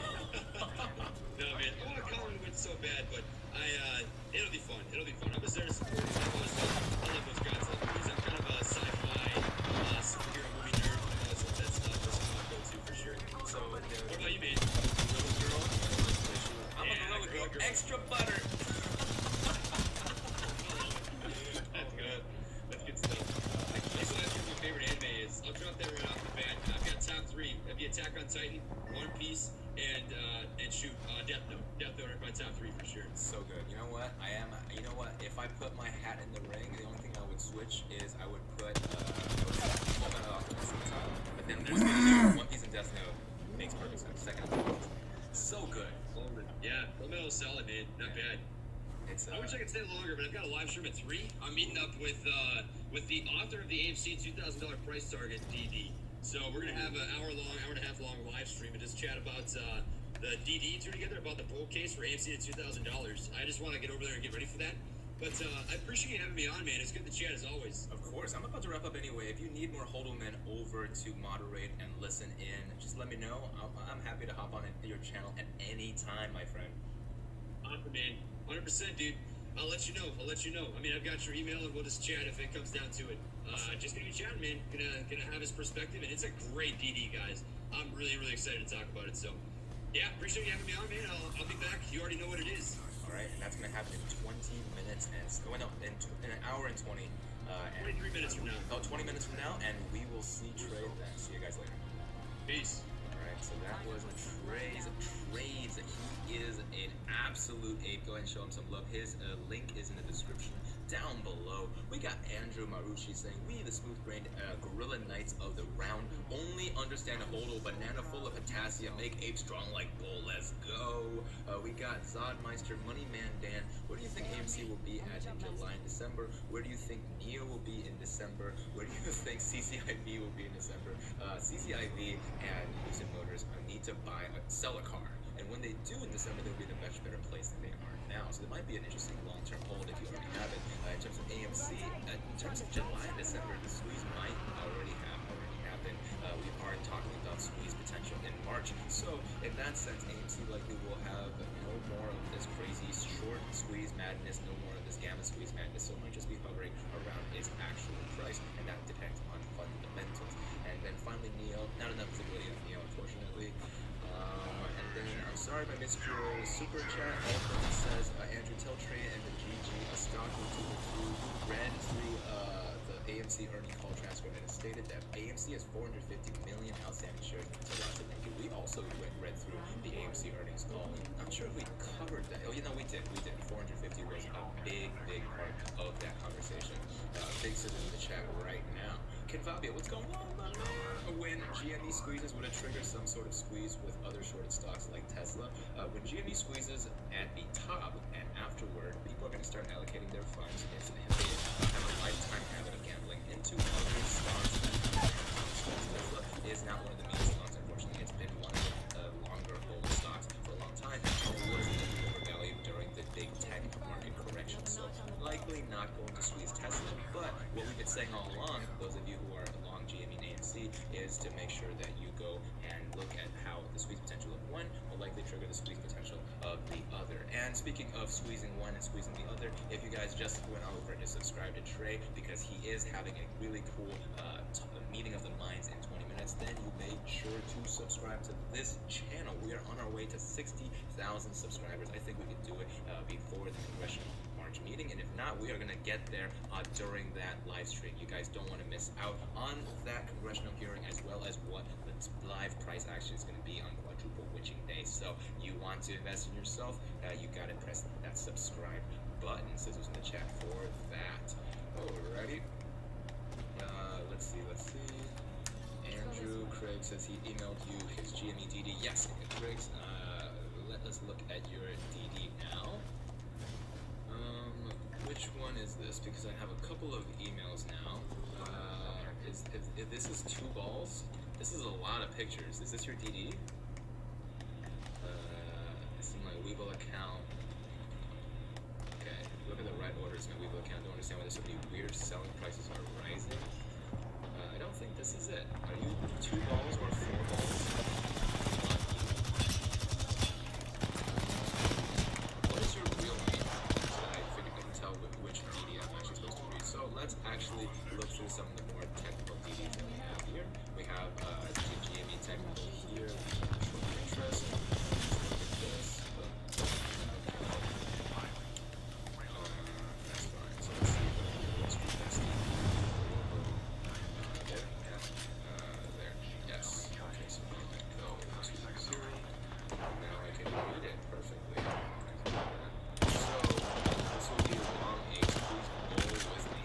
Same joke that I made. That's good. Like, people read the exact same jokes that we have here. So please bear with me. So this is some GME technicals that I want you guys to cover in just a second. We got Chili's in the chat here. We got people asking about maxes. We already have covered our max predictions, but if the gamma squeeze does happen, quadruple digits is the floor of GME. That is the truth. Bless you. Let's see. So we're looking at GME Technicals DD short interest. Technical breakdown on the 20-day chart. You can see that GME is going up in a stair-step pattern, which will obviously be extremely bullish. A stair-step pattern is where it rises up, consolidates lightly, and then uses the previous resistance as support for the next stair-step. We are currently in a consolidation phase of that stair-step. As you can see, the red lines that I circled are previously resistance but are now support. This is bullish. Next, probably one of my favorite things, the fact of the day, blah, blah, blah, blah. We had a strong support at 180, so right there. Okay, pen and tenor usually indicates that stock will continue to rise in this trend. This is extremely bullish, dare I say, apish. The orange line shows that pen and pattern that I'm talking about, and the 2 circles show the high and low of that pattern. Also looks like, oh, I can't see that. Yeah, so let's see. GME question, says Zachary Kimbrell. Not financial advice, do you think it's possible the next gamma squeeze could immediately trigger the short squeeze, and if so, could it 2x or 3x from here? Yes, the gamma squeeze triggering the short squeeze is the current prevailing theory. The current prevailing theory of what is going to happen with AMC and GME is the fact that a gamma squeeze is likely to cause a short squeeze. Let me actually make this bigger so you guys can see volume 2. Now I'm going to pull this bit. Let's see, TTM squeeze and MACD. This is important because we've covered this in the past. 2 of their favorite indicators are moving average, convergence inversion, and TTM squeeze. They don't want to explain them here because there are only so many chromosomes available to me each day. They essentially indicate momentum. On each chart, they combine the MACD lines with the TTM squeeze because they move similarly TTM is superior to MACD's histogram. Okay. As you can see on the 1-year chart, MACD is in a very bullish pattern right now. What I'm more excited about is the TTM squeeze, the colorful bars. In a TTM squeeze indicator, the light blue lines indicate that the price has extremely bullish momentum. It's in relation to Bollinger Bands and Keltner channels. When the bars turn dark blue, there's still bullish momentum, but it's fading. The red bars indicate bearish momentum, and the yellow bars indicate fading bearish momentum. Can I actually add TTM indicators to my chart? So we go to edit indicators, and then let's go. No.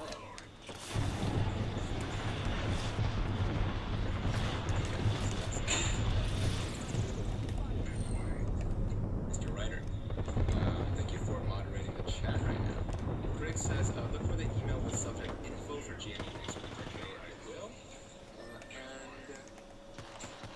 And train your 8 months to hold it 3K. Oh, Jamie, what's going on? Thank you for the super. Heard my name on playback. Go back to it after you're done. Thanks for all of your knowledge. Love 2 out of the 4. Holding there, keep the hold going. What's going on? Yes, you were shouted out. Thank you for the super earlier. Ooh, wait. 2 for meatball. Let's get one. Handcrafted bowl for a meatball. I'm actually going to start a poll right now, so this is what it's going to look like.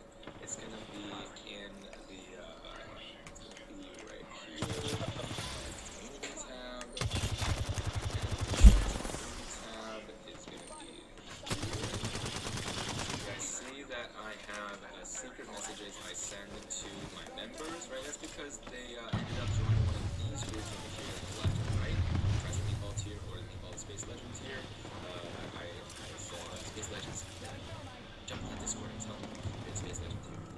Okay, I need to actually connect to Discord so later, but that's the so could I get a P box? Poll. Yes. I would send art slash and then yes, I would send postcards, fan mail,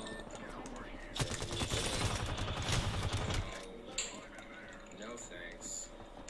I'll stick to ships and super chats. I think that's the only 2 options. Yes, kind of postcards, and then it's like art and crafts. What else is there that you need the PO box for? Let's see. Yeah, I don't want you guys to send anything else, I don't think, right? So there you go. The Z-Man, keep up the hard work, Andrew. Your power streams have been amazing. I appreciate that. Let's see. Jonathan Klein, haven't considered GME as shorting their own stock. Oh, interesting. Okay. Let's see.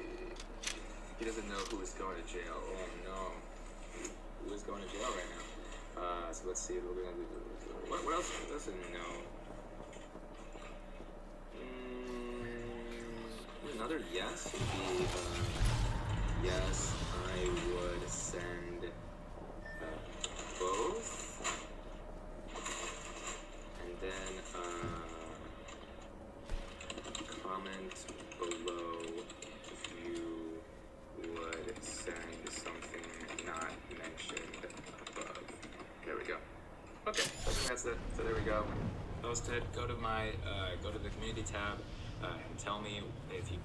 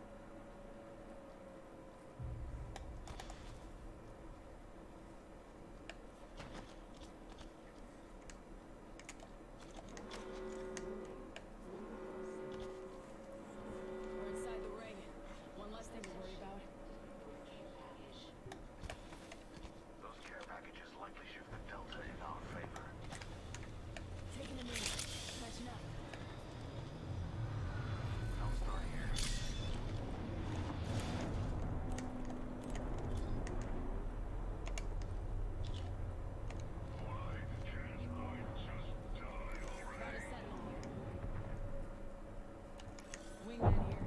Heavy ammo here. I can use that.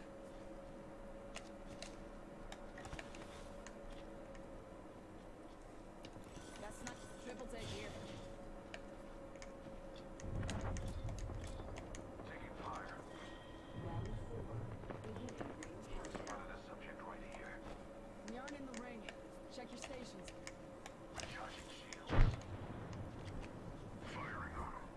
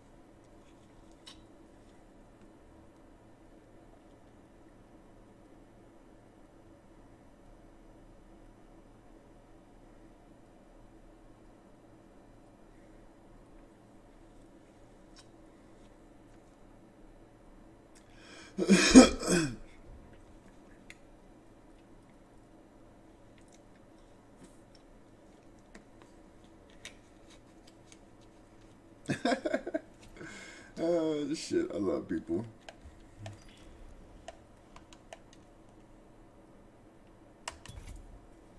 I had to get some kind of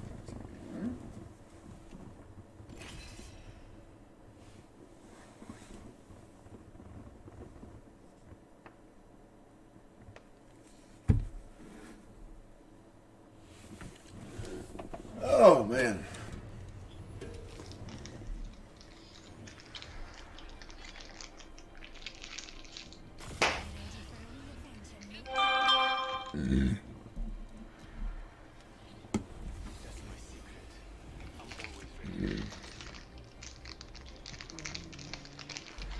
We have got the author of the AMC $2,000 price target. I don't understand why Kayla means lifeline if she doesn't even know how to use her. That's that awesome freaking DD. I could not find. I tell you what, we talked about this in the AMC Discord that I'm a part of, trying to find some sort of flaw with this, and I couldn't. And I just thought to myself, man, we've got to get this guy on this freaking Sheesh. Man, you got to introduce yourself. How are we doing today? Not too bad, man. It's just peachy, man. Just ready to go, and hopefully help people around with. Do you remember your first win? Fear, uncertainty, and doubt for those that don't know.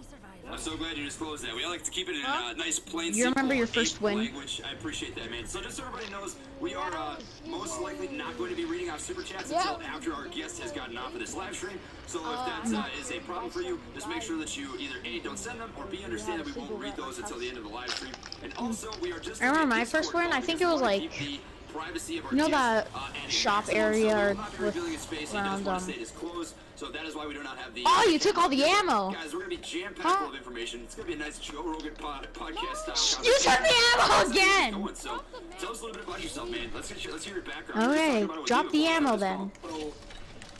Yeah, my background is in physics. I got a double degree in physics, master physics. I dropped it. There you go. Drop it. No. Well, I get. I was trying to make a large hedge fund. Do I care? Part of the intelligence I developed, but that didn't work out because, you know, GME and AMC kind of blew it. Yeah, right. But that's Yeah. I had the red skin. I enjoy. I really don't do know. like this. I had like this red skin with it, and it was like it was just red, except there's this thing in the shop to make it blue. No. Then people that, you know, that are Oh, so you got the blue? Yeah, no, I bought the blue one with Rock on, man. Apex That's sick. See, or Legend I can't believe tokens. you're 23 years old. Considering We the were fact talking that's about a this before. useless Same once age, you have the every one. 97 babies, the year of the ox. That is, Yo, could you let me up there? Too well for the Bulls. Nah, I'm good. Yeah. We've been getting crazy.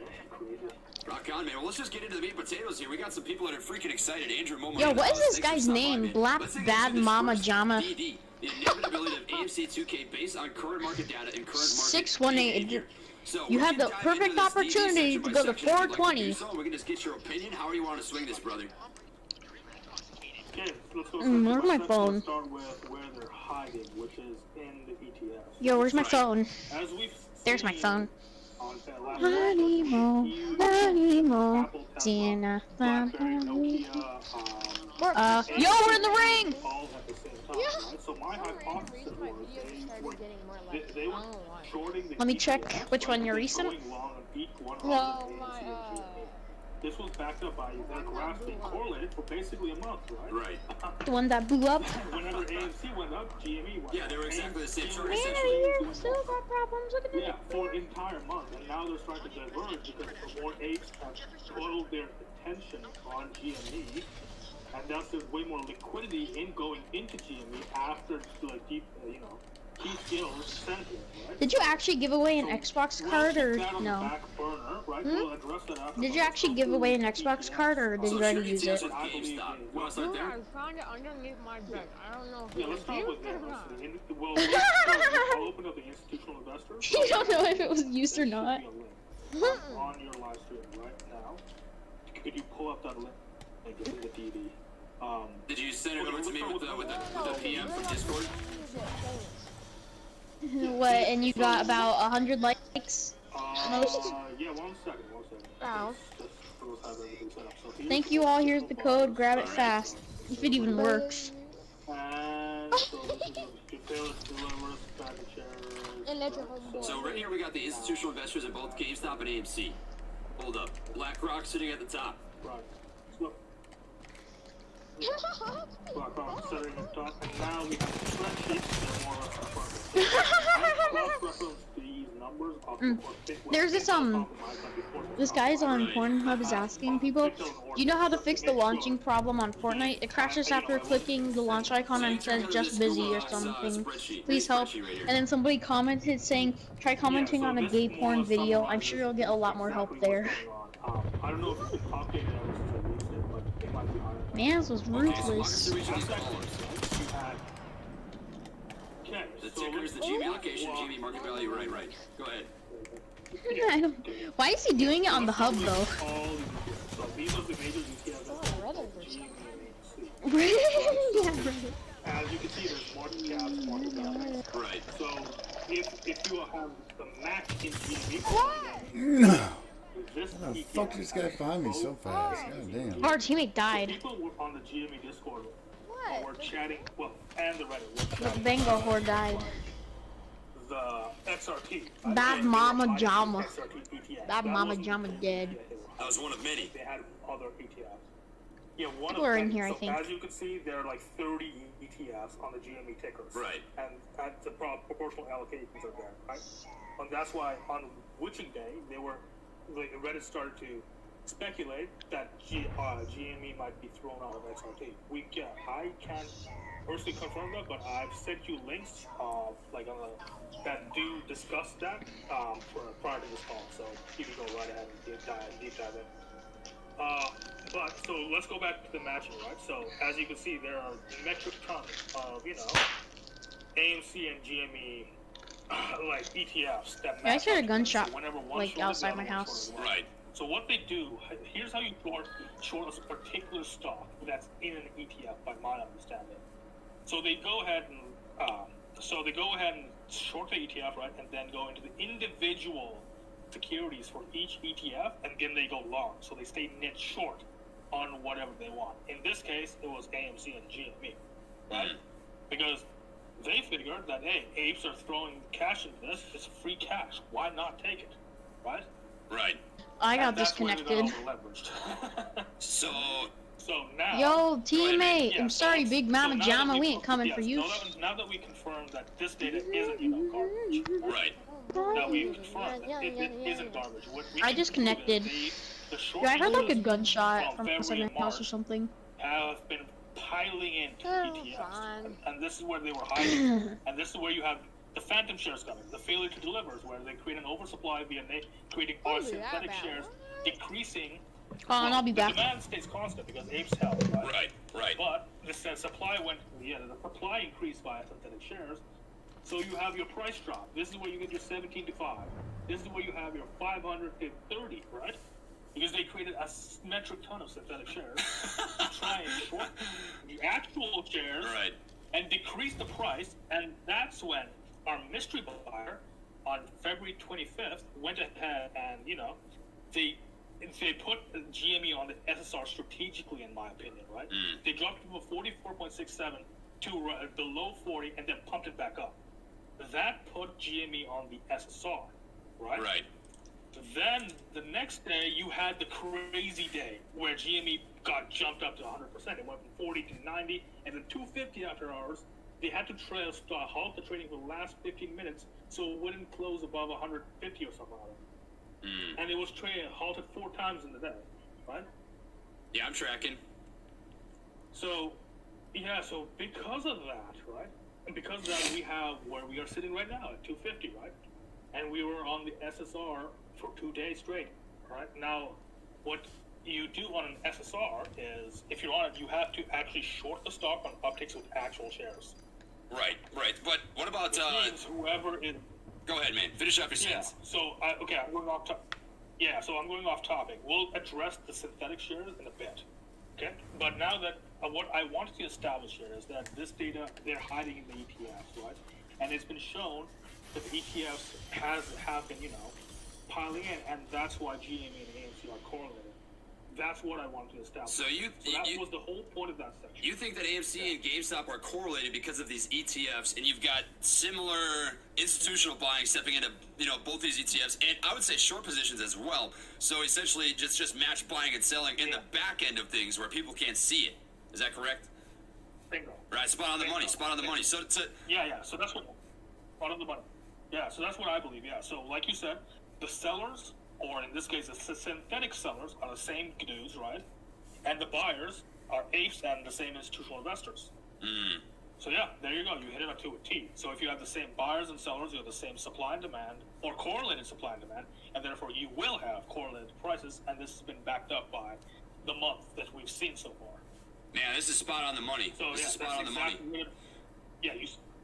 Yeah, spot on the money. You hit it correctly. So basically what he's saying, guys, is you've got GameStop and AMC, and we're only bringing up GameStop as a comparison, right? We're trying to tell you why these two stocks are trending together. We're not trying to be like, oh, AMC's dead, go to GameStop, whatever. We're just showing you that the institutional investors are kind of backdooring this. So you've got BlackRock, Vanguard, USB Asset. These are all the GameStop and AMC shares held by these companies, right, that are being backdoor bought into these ETFs, right? So long positions and short positions match up with both GameStop and AMC, which describes and explains why they both mirror each other in price action. However, I do think that it is worth talking about why they have differed now as of the last 1 or 2 weeks. Let's get into that, man.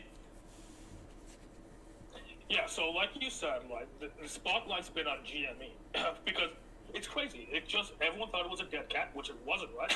These deals didn't buy, sell out, or any of them, right? It's not a dead cat. None of these are dead cats, right? These are very hot stocks. Yeah, so that's the thing.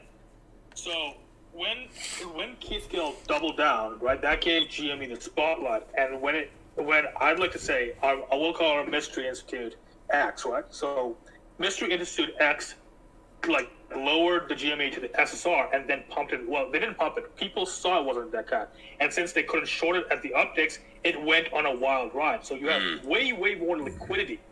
Right. Pumping into GME to get it to this massive, 40 to 250, right? And it was a 360 before that illegal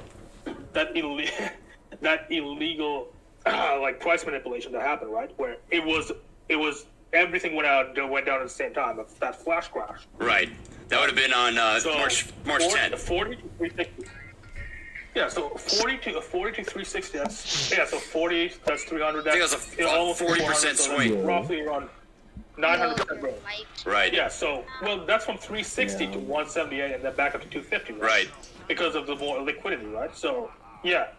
So I'm talking all the way back from February 25th, right, where it was like 30, sitting at a low of 38. Okay. So if you pump that up all the way to 360, that's 1,000% gain. That's crazy, right? People will want to buy the stock because it can get way high, right?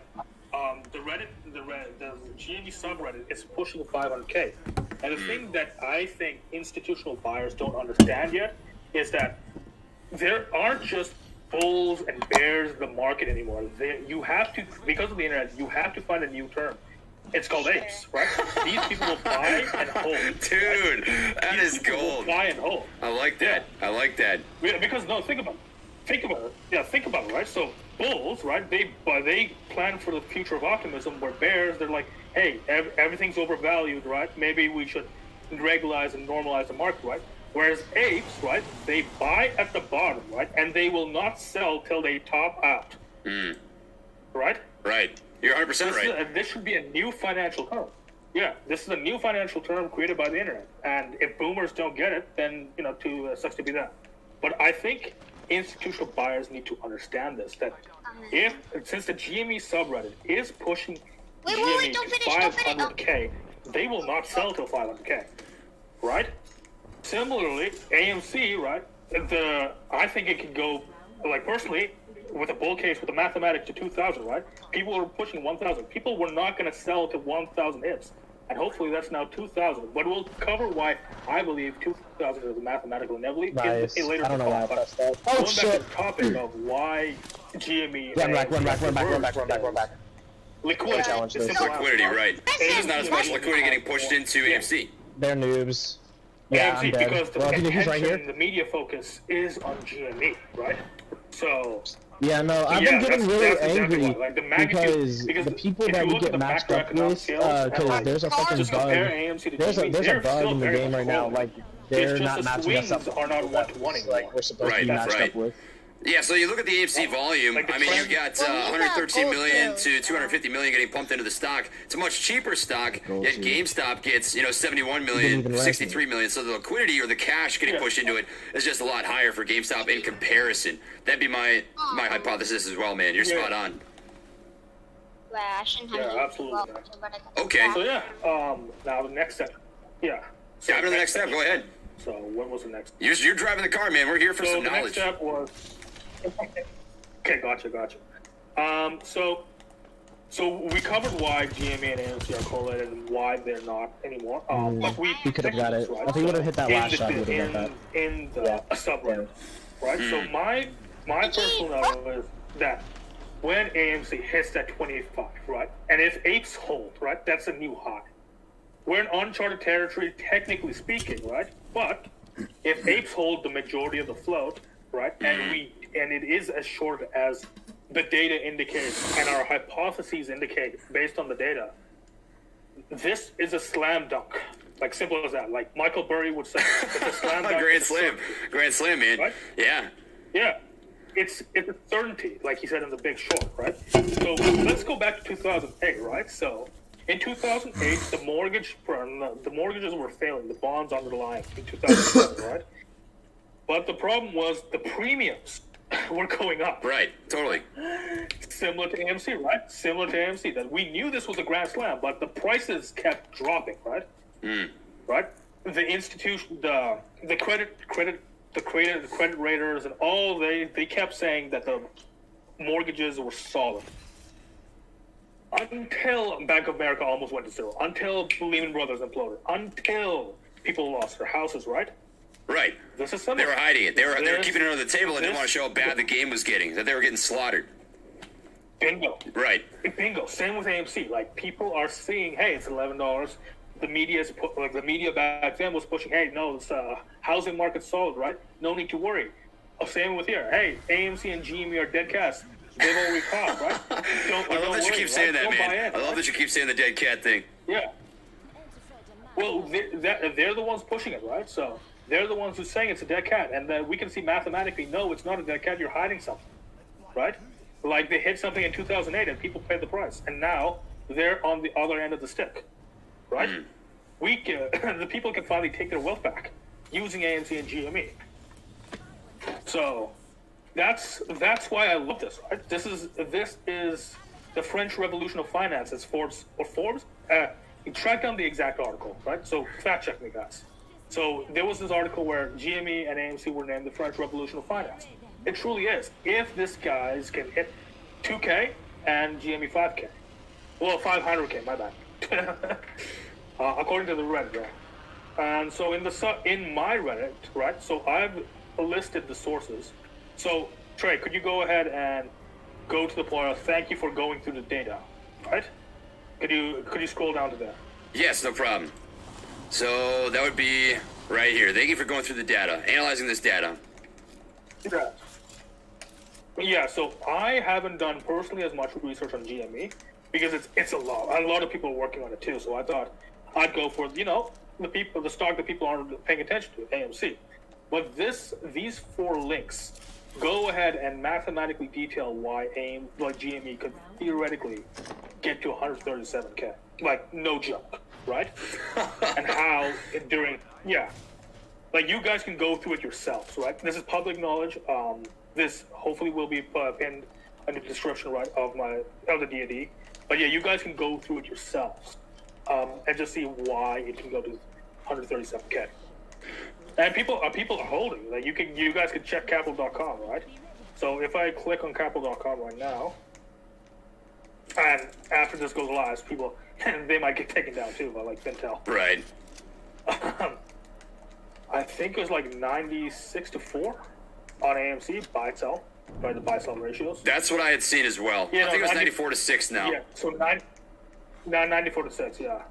And GME went up. It was 85-15. It's 86-14 now. People are holding, guys. People are holding. So regardless of what the media is saying, people are holding. People are not selling out.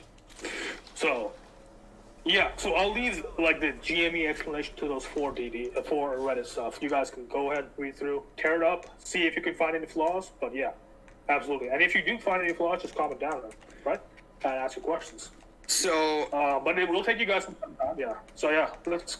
Yeah, you first, Matt. You first. You were saying? No, I was just gonna say, let's get into the numbers behind the 2K for AMC. Where did you come up with? Because from what we've had as a conversation, you said 2K is the floor for AMC, and you think that it can hit 10,000. Yeah. So let's go through those numbers. I think that a lot of people would benefit from the why. Why do we think it's going to be worth $2,000 at a minimum? Right.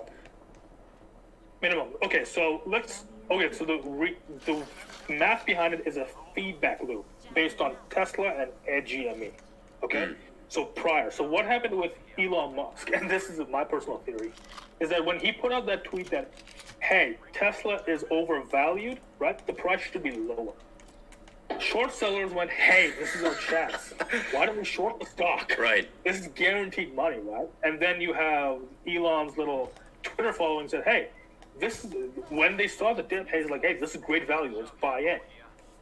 And that's when the Tesla gravy train started, right? Where it just shorts kept getting squeezed, more buying pressure came in, more people FOMO'd in, more FOMO was fear of missing out.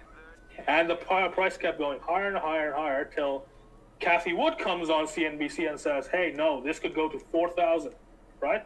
And pre-split, right, Tesla's valued around 4,000 to 5,000 now, right? They're the most valuable car maker, right?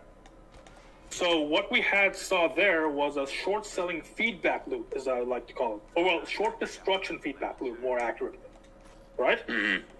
Whereas the price dipped and people kept buying the dip. So what we saw on AMC and GME is people who bought the dip at 550, people who bought the dip at GME through at 38, right? They're up, right? They're holding, and more people are coming in, creating more and more buying pressure. But unlike Tesla, we have the certain failure to deliver, short letter attacks, and phantom shares, as well as the ETFs, creating way more pressure on the short sell destruction here, right? So let's go through the feedback loop. So are you scroll down to the feedback loop? I'll scroll down to that now. Yeah, right here. Feedback loop for apes not interested in the math. Right, so, yeah, I think it's short and simple. So, it started at $8, right? Because that's when I was thinking, hey, this is like people are holding, people are not selling, right? So apes buy and hold, right? Hedgies hedgies went ahead and short. We have phantom shares try to drive the price down. We've seen that, right? They tried to get it down to 770, right? It didn't work. It closed around 10-ish last week, yeah. Right. The last couple weeks has gone from 5 to 8 to 8 to 11, from my understanding.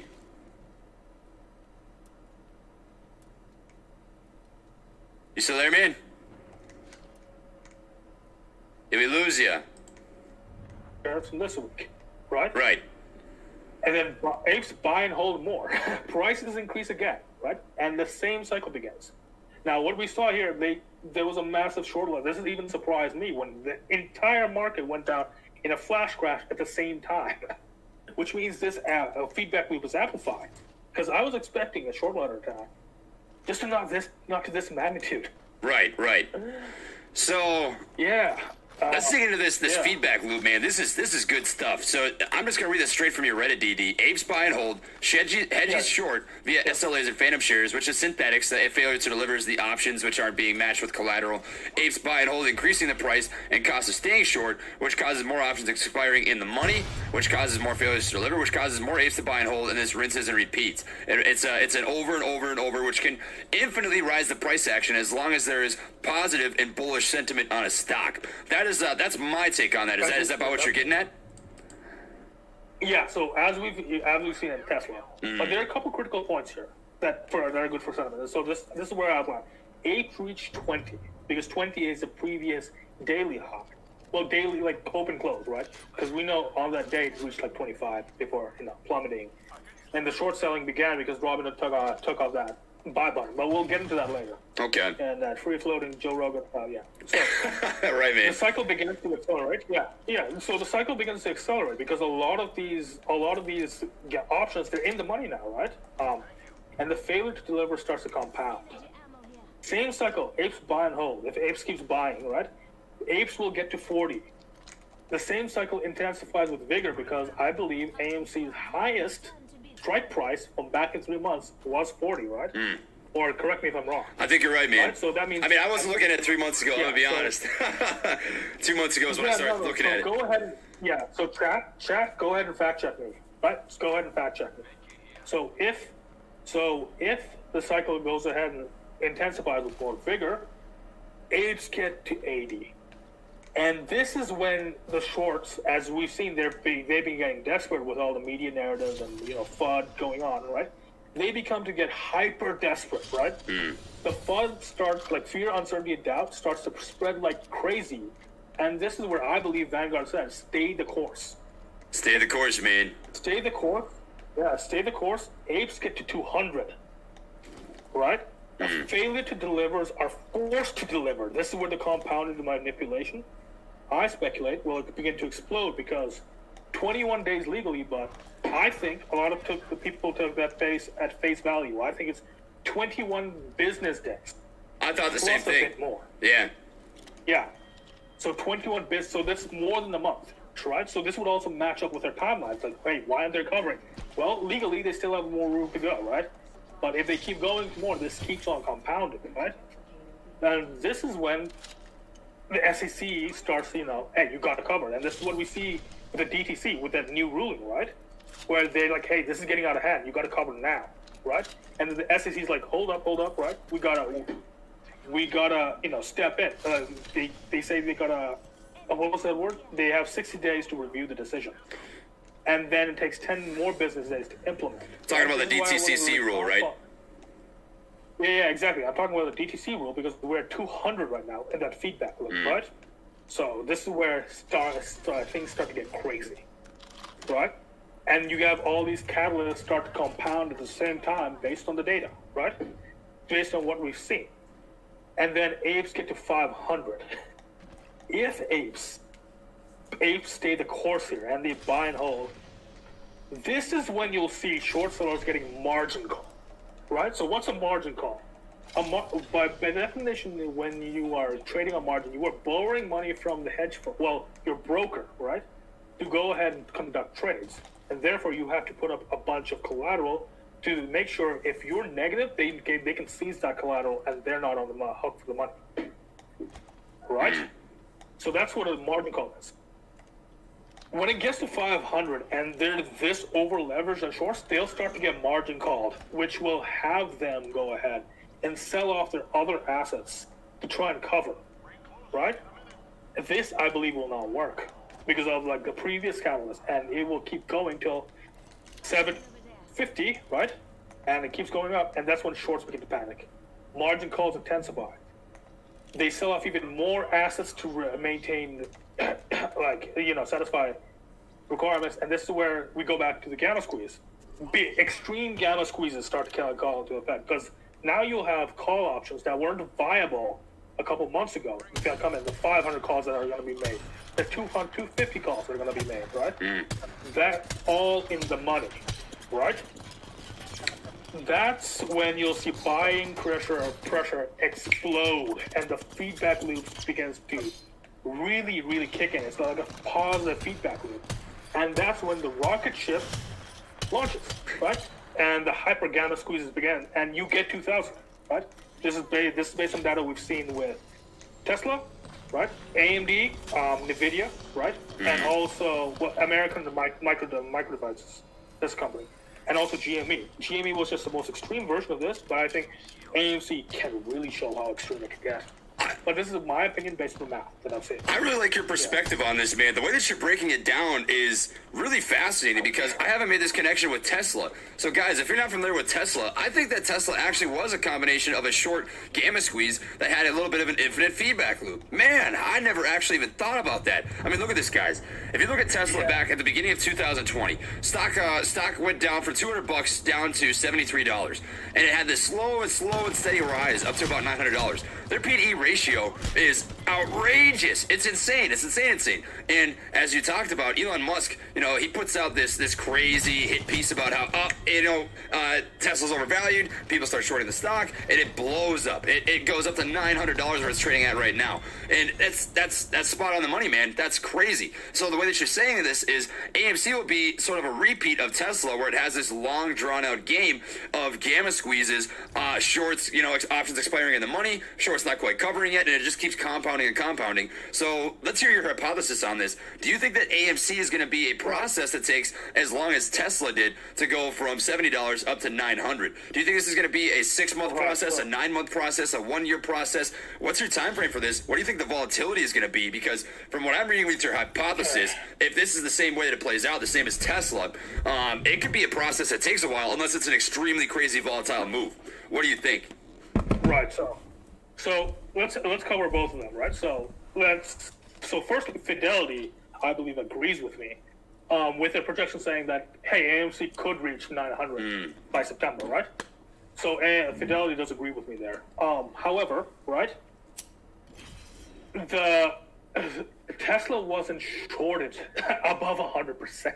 No. Right, man. Totally. Yeah, no.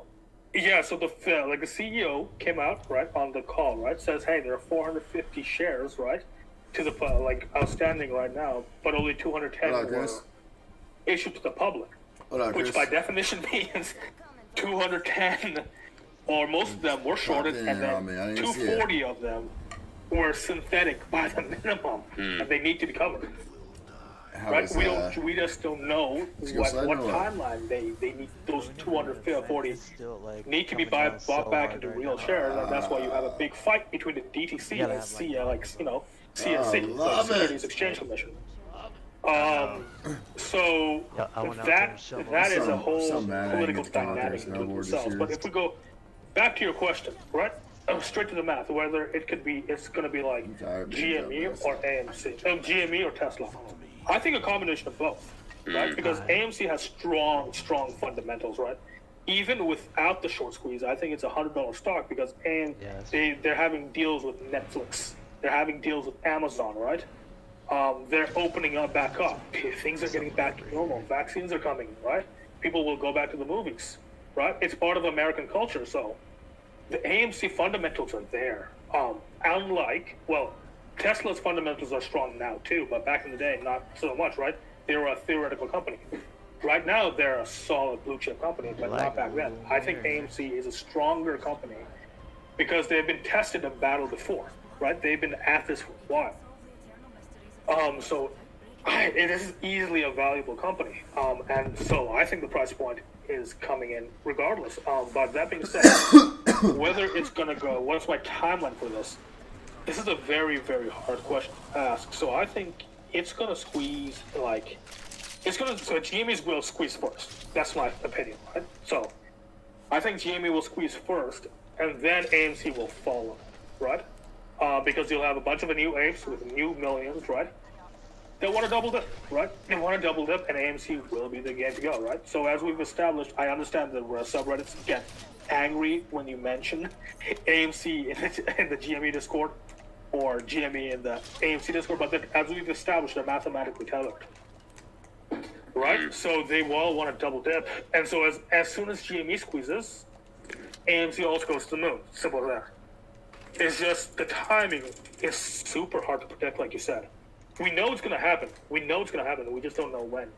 But if I were to be super conservative, I'd say 5 months max.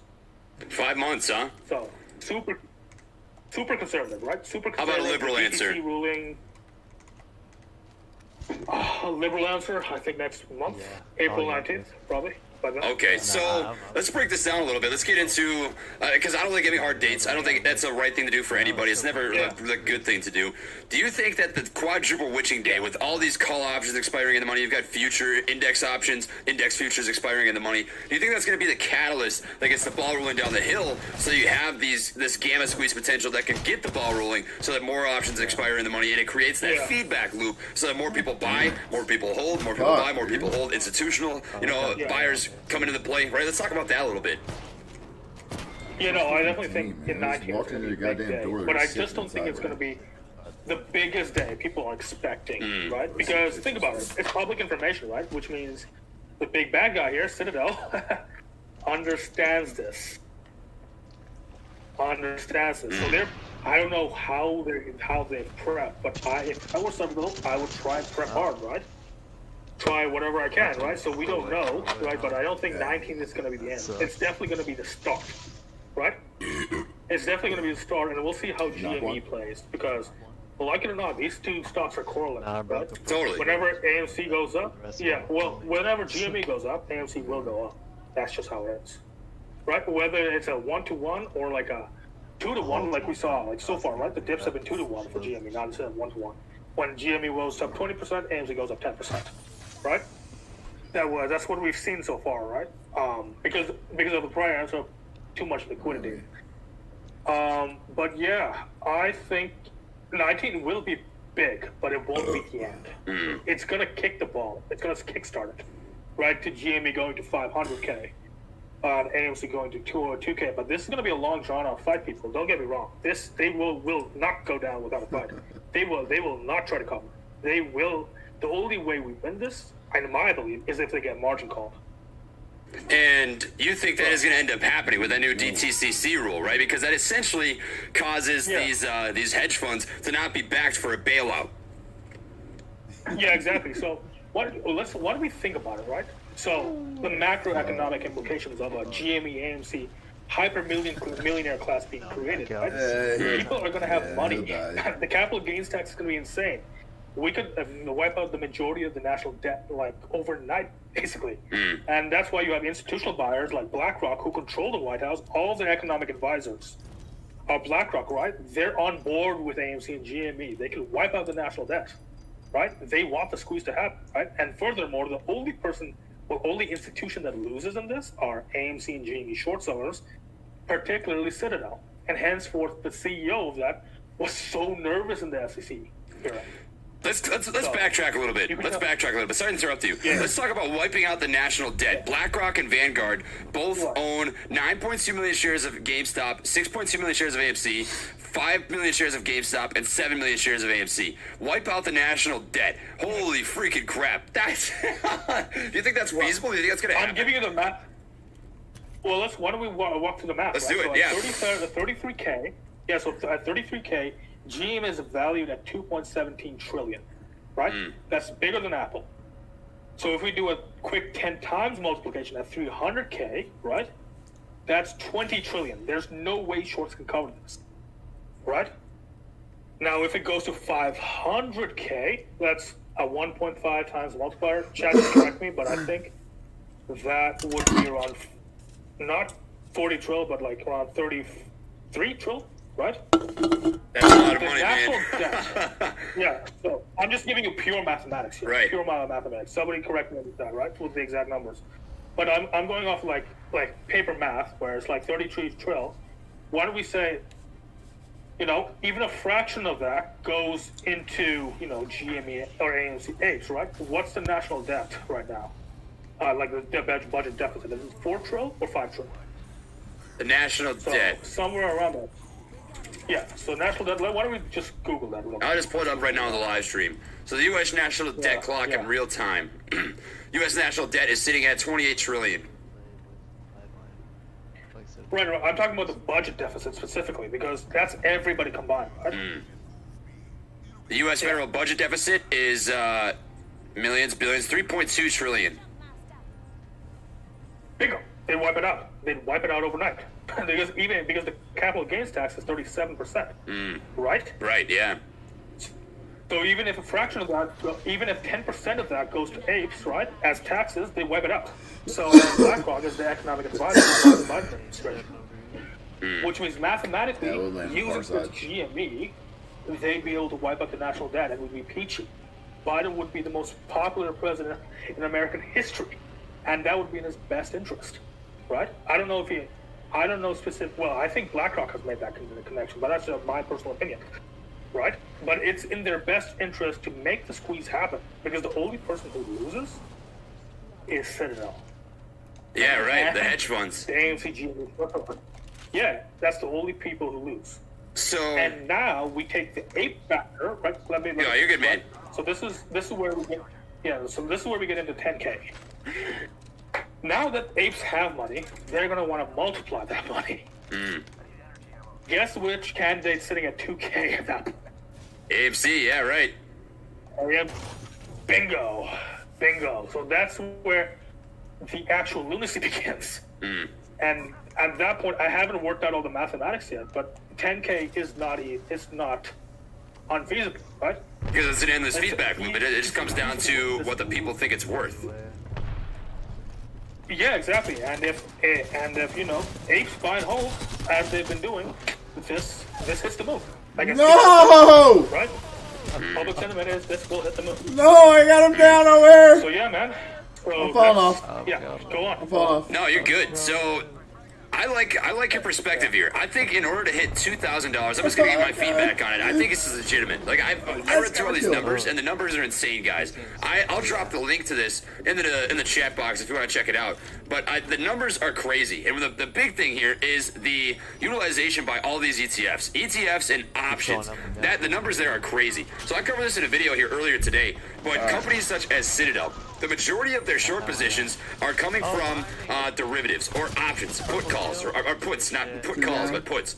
And I'd say 70% of those are coming from put options, and then they're backdooring as well with these ETFs, which is a lot of data that's not being shown. It's being skewed. So you take all this information and read through the data. I took about an hour to read through all this. It's insanity. It's absolutely crazy. With all this in the back of our mind, what our friend here is saying is that it is impossible for them to cover right now and do it in a way that wouldn't cause an ultra super ridiculous gamma/short squeeze that would push the stock up to infinite potential right now. So what's the way that we can draw this out is by getting into this endless feedback loop, right? So you've got apes buy, which pushes more in the money call options to expire in the money, right? Which causes more people to buy call options, which causes more people to buy and hold, and it's an endless feedback loop of gamma squeezes, which will eventually trigger the short squeeze to happen.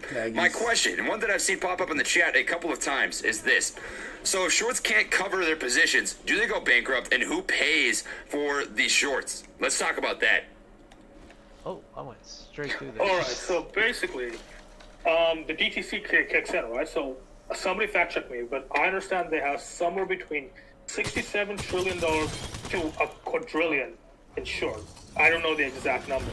I've been hearing 67 to a quadrillion thrown around. I haven't confirmed it myself, but feel free to correct me, Chad.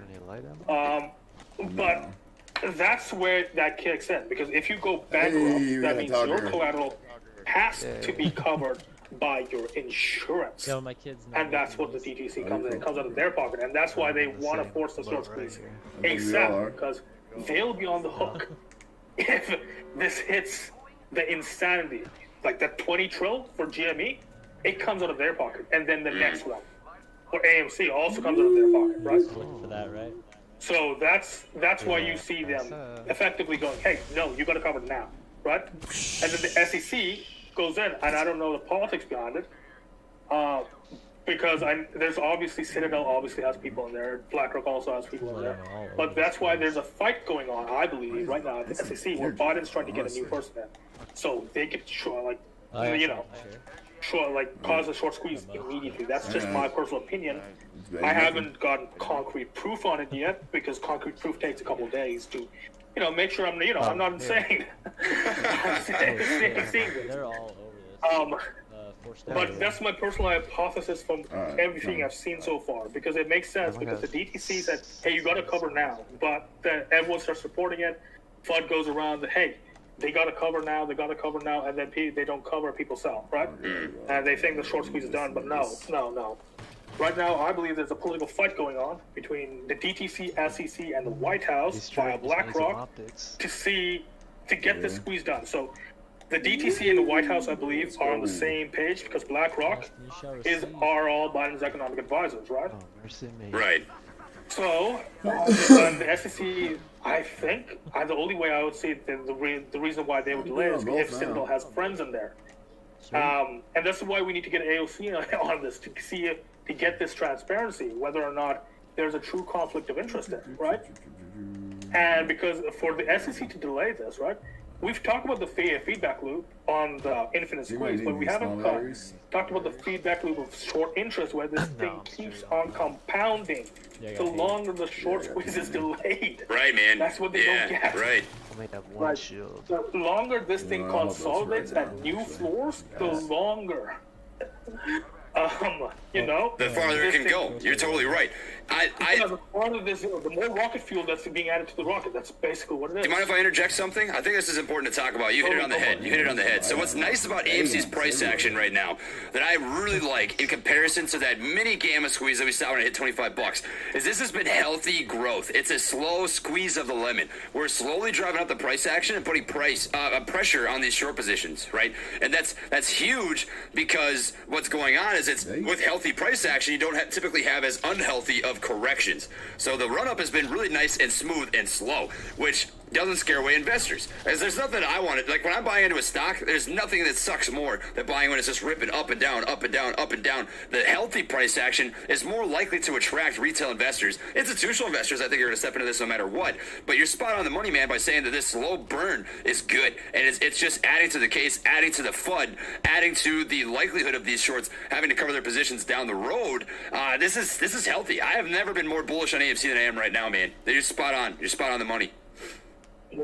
Yeah, people on me. But yeah, that's what I mean by there's so many factors going on. There's politics, there's economics, there's financials, there's backdoor dealings. Like there's so much, and apes control the price here. That's what's beautiful about this. Right? Apes set the price. Right. If apes want 2K, ape will get 2K. Guys, I think up here though. Okay. So yeah, and that's what I meant by this being just the floor. Right? This is the floor that I can prove. That's what I'm saying. 2K. Totally, man. This is what I can. Yeah, that's what I can mathematically prove. So I think an important thing to disclose when we talk about this is that we're not expecting this to hit $2,000 in a week. You're making this connection to Tesla, and I want to double down on that conviction. So what he's talking about Tesla is this. Tesla, once upon a time, Elon Musk put out a tweet saying, I don't understand why Tesla is worth so much money. Stock tanks. Hedge funds thought it was an opportunity to short the stock. And then you've got people like Kathy Woods and ARK Invest who went extremely bullish on Tesla, doubled down on their positions, drove it all the way up to where its peak was at $900, which caused this super ultra ridiculous gamma and short squeeze over the period of a couple of months, right? And that's what you're seeing as an opportunity or a theory with, I should say hypothesis with AMC is the same thing could theoretically happen, where you've got this ridiculously long gamma squeeze, insane trader sentiment, insane options that expire in the money because of all these outside factors coming from the ETFs, coming from the call options that expire in the money, coming from these backdoor naked shorts, these failure to delivers, right? This all these different compounding effects that can play into a drawn out experience. So from what I'm gathering, my hypothesis is AMC, if you really want to truly experience the true run up, the potential of the stock could take some time to play out. It could. I'm not saying it's going to take a year. I don't think that you are either, but I am saying that I wouldn't expect it to be done in a week. We need to play this week by week and watch the price action. You'll be able to feel it out from there. What are your thoughts on that, man? Let's go back to you. Oh shit. Okay, could you repeat that? I was just looking at the chat because I mentioned AOC and it's getting political. Guys, let's take politics out of this. The whole team? No, it's all good. This is just facts, right? That she's, yeah. So I was just looking right here at the chat, and they're saying, "Hey, AOC, this guy's lost his mind. Like, ignore the politics. Oh my God, she's just the one spreading the message here. The more publicity we get on this, the better. So ignore all the politics here, right? So we are just apes. We're just buying and holding. Mathematically, this is 2K, but that's just my opinion. Now, could you repeat your question real quick? Yeah, so it wasn't much of a question. I was more so connecting dots. I was saying that Tesla, you're comparing AMC's squeeze potential to Tesla, right? Because Tesla, when it squoze, it was a drawn-out period, right? You had this run up from what would have been about $70 up to $900, which was a combination of, I would say, call options that repeatedly got stuck in this feedback loop of expiring in the money, and then short positions that were established because Daddy Elon decided to badmouth his own company, and it got shorted by hedge funds. Who knows if that was legitimate, if it was planned? I don't really know. I don't think anybody can tell you that. However, that's kind of the connection we're making, is that AMC could do the same thing. The con here, what's the con? AMC is now worth the same as Tesla is, right? So people were, hypothetically speaking, investing in Tesla for the future prospect of value. However, AMC's future prospect of value, the sentiment towards the stock is decided by the people who are purchasing it. So that's where you can make this connection, because Tesla, people bought into Tesla because they think XYZ is the reason why it's worth this much money. People buying into AMC because they think XYZ is why it's worth this much money, right? They don't need to be connected. They don't need to be the same prospects. It's not about qualitative analysis or quantitative per se, but more so qualitative, right? Who's buying it? Why are they buying it? We want to think about those psychological factors and how long this could drag out. So I wanted to connect those dots, man, because I thought that was an important point that you made to give a different timeline for people. One last thing, if you guys would not mind dropping a like on the video, this helps the YouTube algorithm, it helps get this live stream into the eyes of different people so they can see it. I'll tell you what, we get this to 3K, we will put down a crack of the Kraken, take a little cheers and a toast to our friend here and every gorilla in the chat that is watching this right now. Drop some gorillas in the chat. Absolutely appreciate everybody here. Back to you, my man, r/UMU68. Right, so let's go ahead and address the Tesla point. Like you said, people were investing in long-term future prospects. Tesla, and people might not do that with AMC because they believe it's a dead cat. I don't think so, no. I think that AMC is embedded into American culture, right? And when it was a 550, right, people were speculating it might be bought up by Netflix or Amazon. And I have a DD on this coming up. I'm just working through all the math on this one. Yeah. It's just okay. So let's walk through the Netflix, right? So Netflix is a movie, entertainment production superstar right now, right? So if they were to get a hold of AMC, right, it would be a huge value added for them, right? Mm-hmm. Right. So so they would have the largest American theater chain for distribution for their movies. AMC shareholders in that hypothetical case would be rewarded handsomely, right? And they're best. I still like this angle down here, right? And that's I'm going to work on a DD on this one. And same with Amazon. So with Amazon, we've seen this before. They've taken out Whole Foods, right? Prior to the Amazon deal, Whole Foods was struggling, right? They were losing market share. They were regional, not national, right? And they didn't have access to data, right? Amazon came in, swooped in, they compensated the shareholders with immense value, right? Right here. And the Amazon institutional buyers have already bought into AMC, if I recall, on Market Beat or Market Watch. It's either one of the two. You can just go ahead and fact check. I've seen that as well. I've shared it on my Twitter. So I'll have the DD coming up in a couple days. Just going back to your point on what is the value of Amazon AMC and why should people buy in, right? So and then going back to Whole Foods, right? So what we saw with Whole Foods is they went through a little mini financial revolution where they were able to get back market share. They put everybody else that was competing against them, right, in the doghouse financially, right? Oh, no. And they got access to the internet and Amazon's customer base, which is basically unlimited liquidity to them, right? So they have insane liquidity to experiment with what they can and can't do.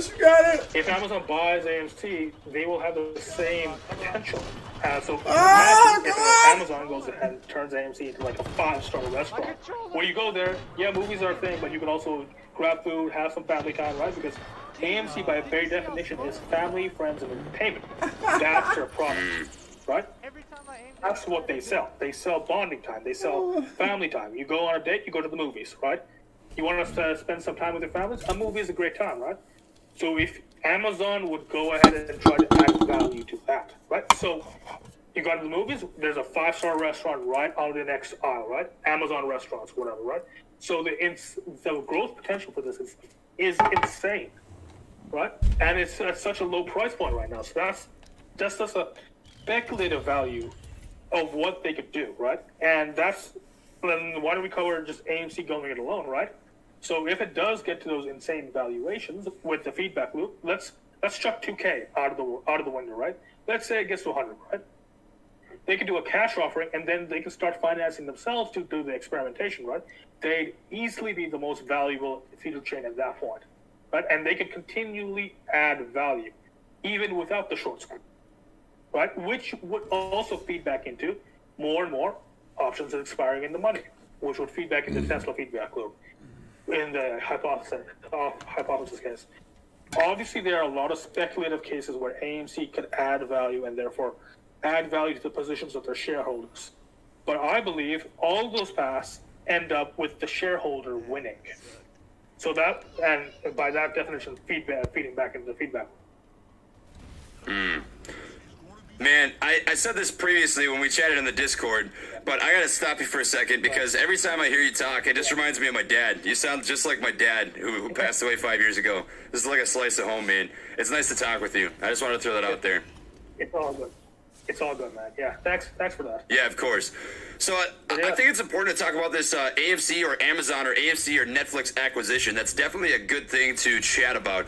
Which do you think is more likely? I'll tell you what I think. I think that the Amazon acquisition is more likely based on the institutional investors that bought into both AMC and Amazon on February 12th and the 13th. You had 5 companies that bought in on the exact same date. I've got this somewhere on my Twitter where I have a screenshot of both of these both of the companies who were purchased by specific institutional buyers, and I think that's interesting. So what's your take?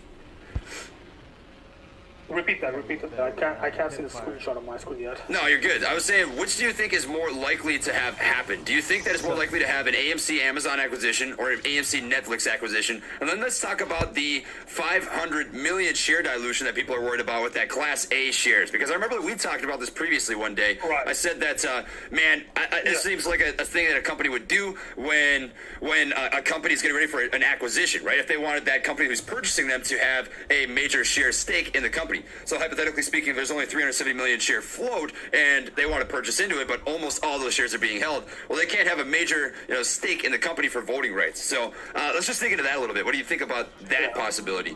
And I'll see if I can find that that deal on my Twitter. Yeah. So based on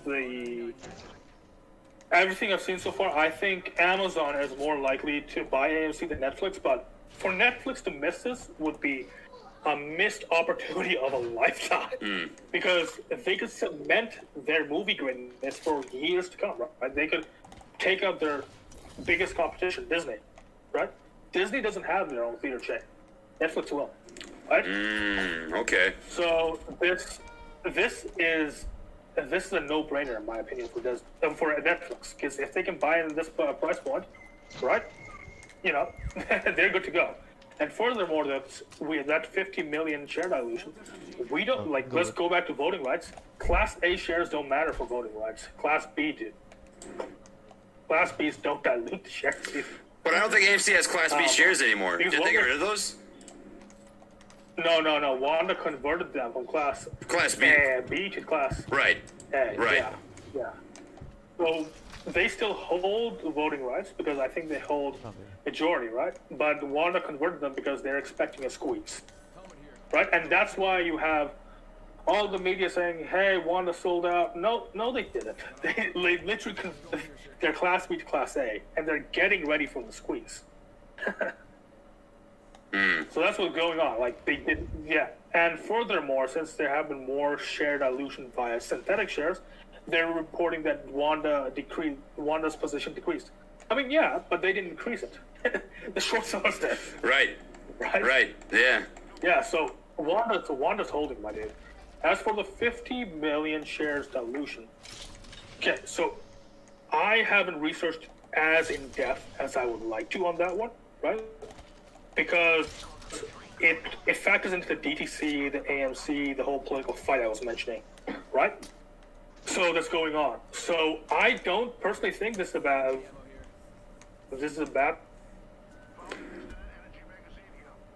I think you cut out, man. You want to say it again? This is going to be. I think we're losing you. I think your internet cut out. You want to say it again? Those 50 million shares are going to be. So those 50 million shares, if they do appear. Okay, testing. You're good now. Testing. You're good. Okay, gotcha. So basically, right, so what I was saying is I think those 50 million shares in the legality, the media's been reporting 50 mil, but we don't know whether it's Class B or Class A yet. The 500 mil? If it's Class B, then your hypothesis for, 50 mil. Okay, got you. My bad on that, guys. Yeah, 50 mil. Those 50 mil shares, right, that AMC's talking about, I don't think they're there to dilute the Class A stock. I think they're there to give voting power to an institutional buyer, like you said. Right? So, and even then, the board still has to go ahead, so they could just go ahead and count the shares, force the squeeze, and not add anything after. Right? That's why I encourage people to go through the legal document. Not believe anything on the media, not to believe anything on Twitter. Go through the document yourselves or have your lawyer go through it, so they can make good sense of it. That makes total sense, man. I think that's a definitely important thing to talk about is why would the company do that, right? So people just automatically jump to the worst case scenario here. Oh, man, they're going to be diluting the shares, which obviously doesn't make sense unless they have a plan for it. Why would they be doing that? That's the question. You always want to ask why when you see something, because it's in their best interest to help the company. They're not trying to bankrupt the company. There's got to be a reason for why they would want to do that. And I actually think it's really interesting what you talked about with that Netflix situation, because Disney, maybe not so much in the sense of taking over the monopoly of Disney, but I would say the streaming of Disney, right?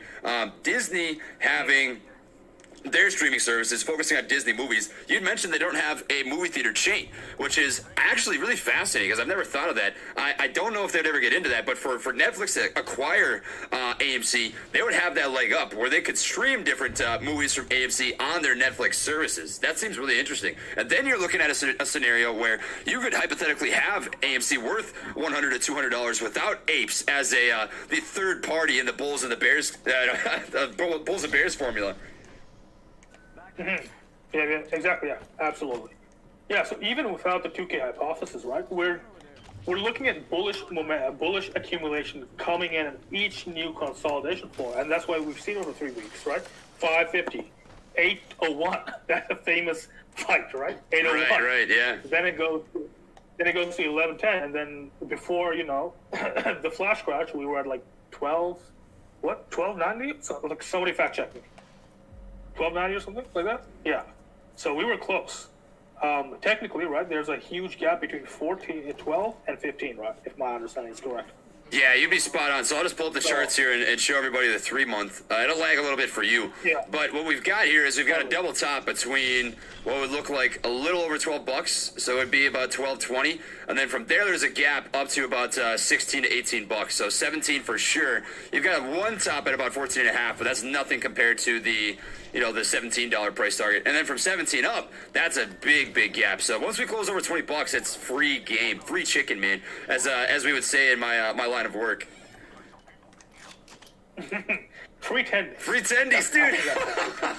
That's good. That's good. I like that. Good correction. But yeah, that's basically my opinions, man. Why don't we go with the free flow, man? Free flowing convo, Joe Rogan style. Yeah, there we go, man. Okay, so moving from here, let's go into I put out a video on this just a little while ago. I want to talk about the Citadel situation. So we briefly touched on this a little while ago. It's this DD that was posted saying Citadel has no clothes. So before we get into this, I want to just touch on, any last things that you have to say regarding the 2K price target. Is there any last things that you have in that DD that you'd like to touch on? Any last words on that? You feel free to go with whatever you have left to say about that. Right. So the last thing I would say about that is it's the core hypothesis of the thesis, right? The core assumption it's making is that apes buy and hold, right? So it's really up to the people here.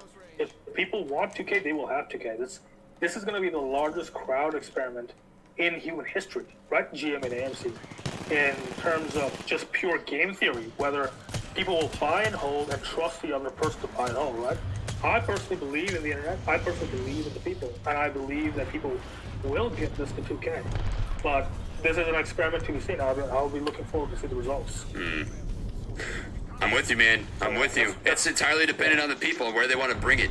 I think the last thing that I think everybody's worried about is the paper hands, the quote-unquote paper hands. What's going to happen if we have people that sell out on the way up to $100, right? And let's just hypothetically say it is going to hit $2,000.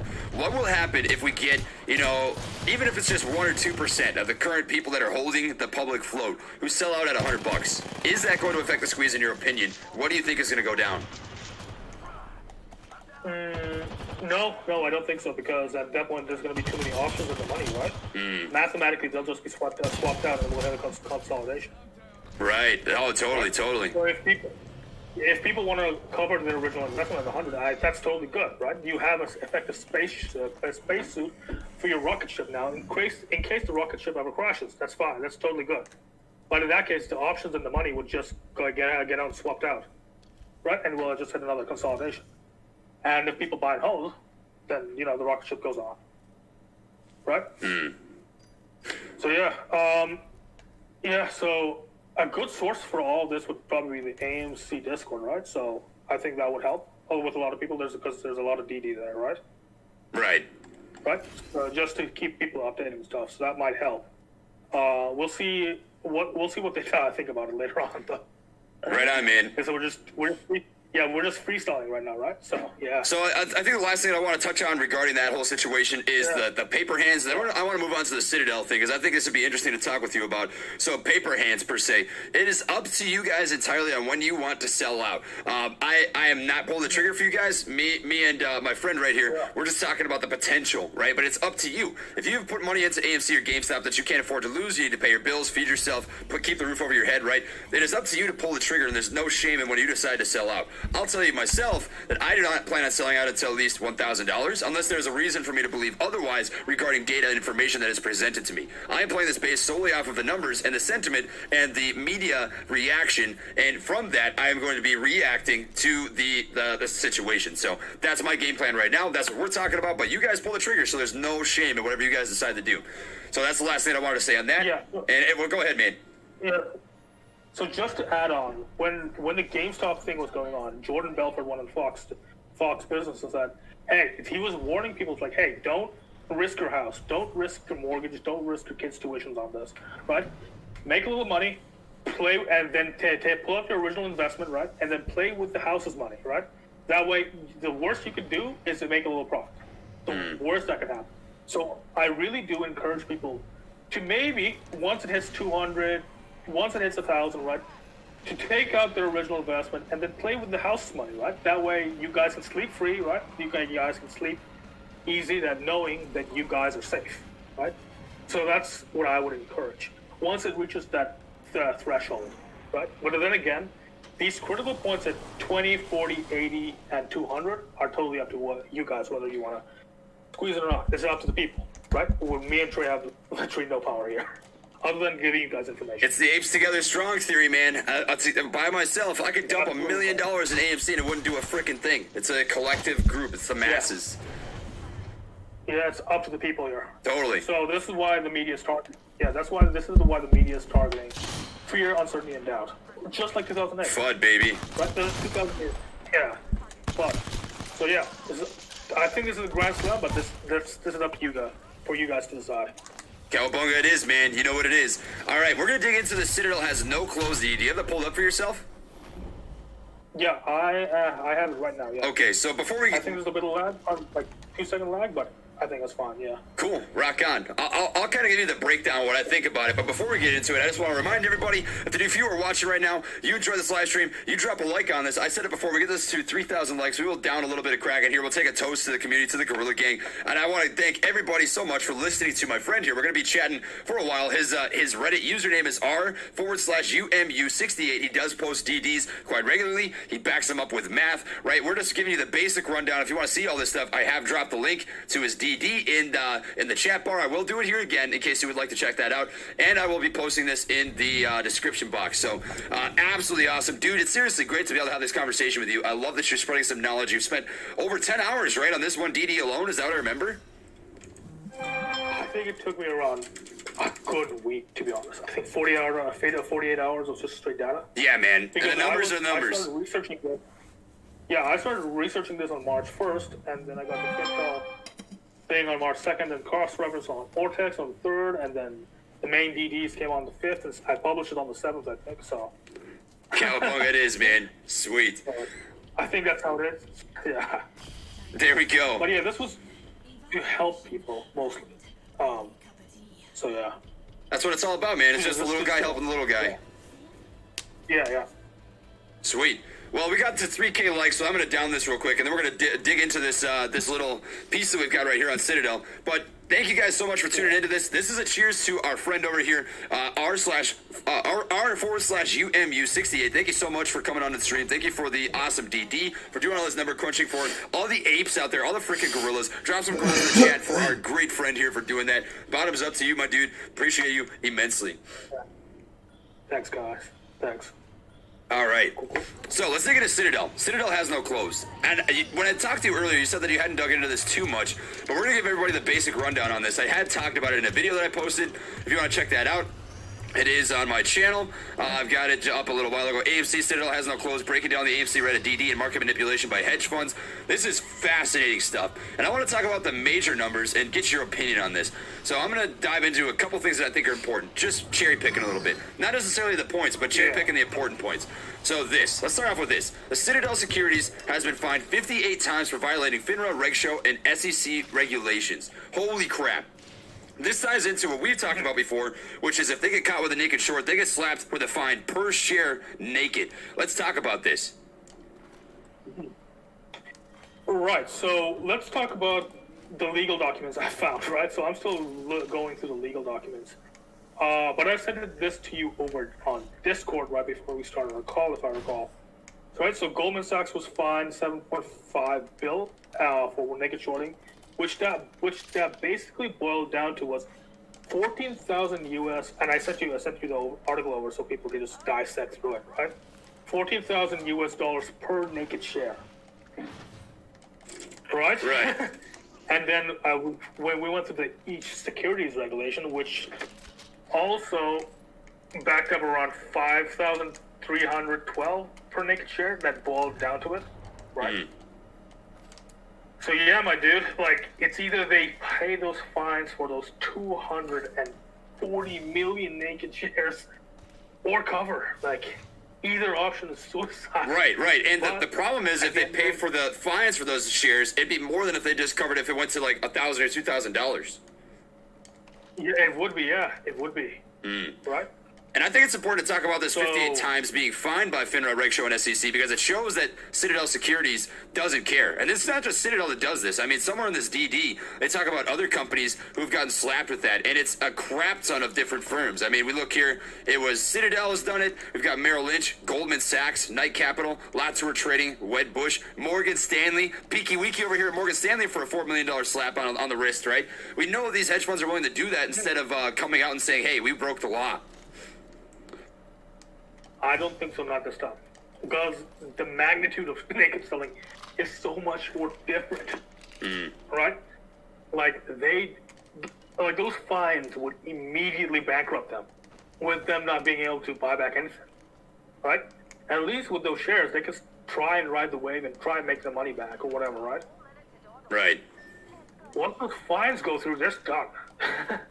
They're done. There's no way they can come out of this. Due to the fines, right? Totally. So, I've sent you guys the legal documents, right? You guys should definitely. Well, I sent Trey them, right? You guys should definitely. If we could get like legal here, right? He's like a legal YouTuber, right? What's his name? I like to follow that. Really. Yeah, legal. I'll send you the details. I'll send you the. Yeah, send it to me real quick. Legal Eagle, huh? Yeah, so he does a lot of. Oh, this would be huge.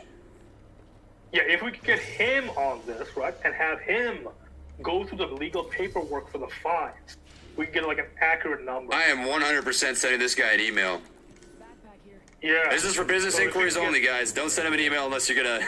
Don't blow him up. Don't blow him up. This is regular information. I'm not exposing anything, but don't send this guy an email unless you are going to email him for business only. Yeah. So if he can get on this, right, and he can dissect this legally, right? So no Twitter rumors, no Reddit rumors, no thought, right? It's just the pure law and just, the pure legal document and the pure number for the fines. I think we can clarify whether them covering per naked share would be more expensive than just, giving us our tendies, right? So, yeah. Good point, man. I'm glad you brought that up. That's definitely a good thing that we could bring to the table. I think it'd be interesting to talk with somebody that knows good legal jargon. So I am definitely going to shoot this guy an email and see if we can make something happen. I've got it. I've got his email on another channel, or I should say a tab over here on my internet browser. So that is great. I'm glad that I'm gonna throw him a sub, man. All about supporting people, dude. Good stuff. Yeah. Okay, good to know. That's fine. So coming back into this, Citadel has no clothes. So that was huge. The 58 times that they got fined, absolutely massive. Next thing that I want to talk about is options, right? So options are a huge way that Citadel has been shorting stocks. So to know how much they're shorting and put it in a huge perspective, we need to look at how much they've gone short on positions. So to start off with, right, if we just scroll up and look at what they have done so far. In 2000, what is the year on this? It usually says 2019, they were short $25.2 billion. Well, in 2020, they were short $57.5 billion. Security sold, not yet purchased at fair value, is fancy jargon for sold short. However, what's something that's interesting is out of that $57.5 billion sold short, how much of it was in derivative liabilities or options? $32 billion. That's insane. That's insanely high. $32 billion is like 70% of the total short positions that they hold. And if you think about how freaking crazy that is, think about this, man. Would you, in all your days, have 70% of your portfolio be a call or put option? I'll tell you, I wouldn't personally. No, that's insanely risky. And this is where like Jake Tran goes, where these hedge funds, they don't really try and predict the market anymore. They try and engineer it, right? They really because think about it, right? Hedge funds are only available to accredited investors, which means basically you have to have more than $100 million to invest in these guys, right? So if you have more than $100 million, you want to know your investment's secure. So what hedge funds do, and this is what Jordan Belfort was talking about on Fox News, right? Whereas they go out they do private investigations. They really try and tag companies, try to drive them into the ground by short selling them, right? And then making those profits back, right? This was happening on GME, but people caught on to it. Okay. And here's where we are. So, yeah, that's how it is, man. That's my take on it, based on what I've heard from Jordan Belfort and stuff. Dude, you're spot on, man. This is crazy. This is some crazy numbers. I think the biggest takeaway from the Citadel has no close thing, which is huge, is the amount of money they have in put options on this, or options in general. We don't know exactly how their split is. They could be going long on certain positions, short on certain positions. We don't know. But how much they're going short, how many fines that they've had, how many breaking of the regulations that they've had, 58 regulatory events, which is insane, and the fact that they've doubled down 127% of their total short positions from the year over year, which was their previous year. So 2020 was nuts, and I'm really interested to see what their losses were that were accrued in 2021. That's nuts. And this actually brings me to my next point. I think some people are a little bit worried about this, and I want to hear your opinion. Is what if you have short positions out there? Let's say that somebody went 1 million shares short, and they went short at $5. They kept that in their position. They went short again at $6. They went short again at $7. Again at $8. And they just realized that this is a futile cause. And instead they choose to go long. They decide to go long. And by doing so, they purchase call options that would make them go from short to long in their positions. And people are worried this is a way that people could be covering their short positions, which would wreck the chance of a squeeze per se. What's your take on that? What do you think that the actual chances of that are? Would that actually kill a short squeeze? Do you think it's actually happening? Okay, so let's break that down. Let's go with call options. As we've established before, the call options add buying volume, right? Which would drive up the price even higher. But then technically they would have their margin calls. They would have effectively hedged their bets, but they'd still be net short. Which means if they go ahead and try and sell that asset off, which they would, right, to drive the price down, this is where we get those insane sell walls, right? Right. They would still stay net short, and if the price increases higher, they're even more in the they dug themselves deeper into the ground because they've consolidated a new floor. And if they keep going long on this, right, the short positions that they've taken out after, because I'm assuming at 12 they take another short position, right, and then at 11 people are worried they can take a long one. Those short positions are still there, and they're over leveraged. They're still in the deep, and this is why I said at $200, right? This is where stuff starts to get insane, because I believe that's a trigger point, right? Right now we're at $11. We're only seeing FUD that people are telling them to sell, right? If they were going long, they wouldn't try and convince apes to sell. Fuck, I fell. They still think they can drive the stock down, which I don't think is possible at this point, right? And if they go long on this, they add more buying pressure, which adds new floors, which adds even more people have confidence in the stock, and the feedback loop begins, right? Right. So either way, if they go long, right? Either if they can go long and have more buying pressure, which would keep them even deeper on the hole, or they can double down on their shorts, which is. Yeah, you see that guy right there. So either options are bad here. I don't think people should, really hesitate, like, be worried that. Well, I understand why people worry, right? Because fear, uncertainty, doubt. Can these guys get out of it, right?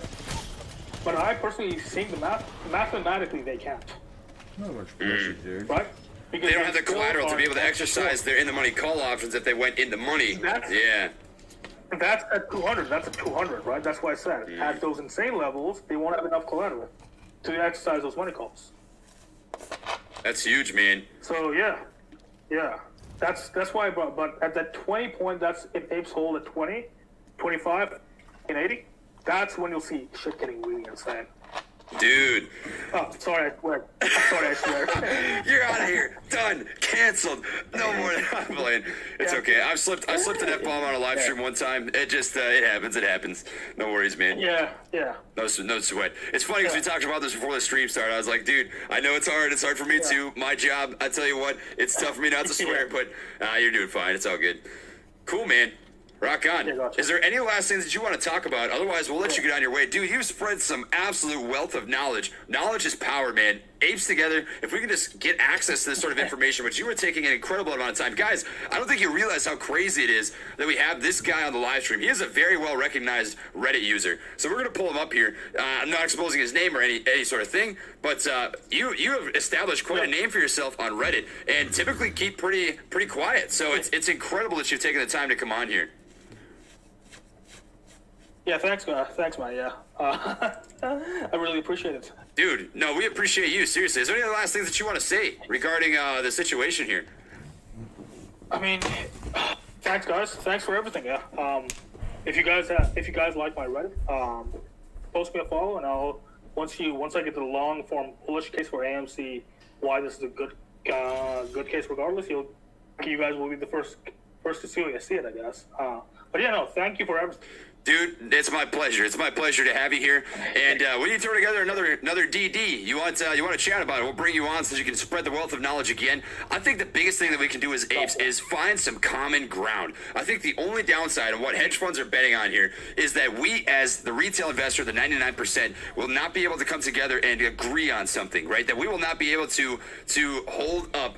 People are telling me that I misspelled your name, so it's R/U. Anyways, that we won't be able to agree on a common ground, right? And as apes, the thing that we can do the most is just come together and spread information and do the best that we can to show the knowledge, to show the numbers, how the numbers add up, the overall data, and you are doing the world a huge favor, man. I would say the United States and America, but it's the world, man. It's the entire world. You're doing the world a favor, and we appreciate you immensely. Thank you. For sure, brother. Well, it has been an absolute blast to have you on here. We'll let you get on with your day, and like I said, it was awesome to have you on. Everybody appreciates you immensely, and it's been a blast, man. We'll bring you back again for sure. Totally. I'll look forward to it, man. All right, dude. Take it easy, Stan Proud. It was great to have you here. Okay, you too. See you. Peace. Okay, peace.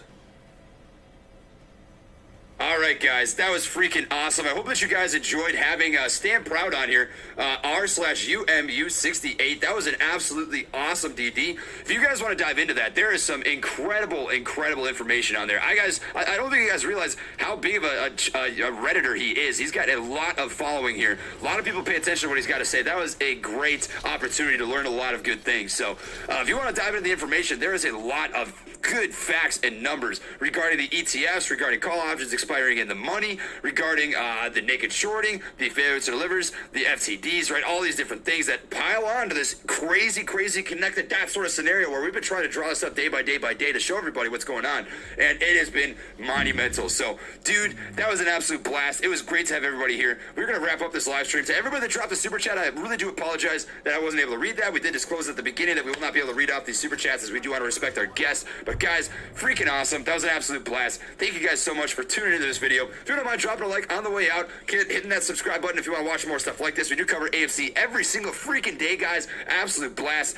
We will be doing that. So take it easy, my friends, my fellow apes. You already know what it is. You already know what it is. The George W will be coming. We'll be cooking those tendies. We'll be eating those tendies. And the hedgies will not be stealing our tendies anytime soon. So I'm going to keep holding on. You guys keep hodling on if you'd like to. I'll catch you on the next one. Not a dead cat, baby. Not a dead cat. And peace.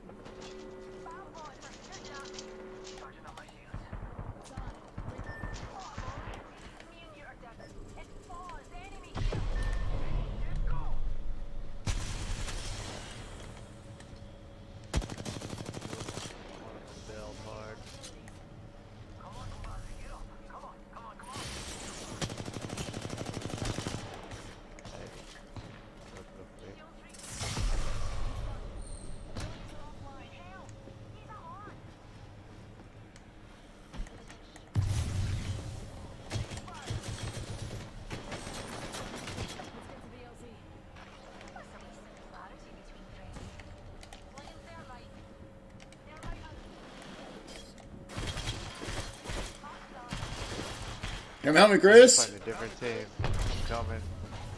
You got a different team, and I got. No.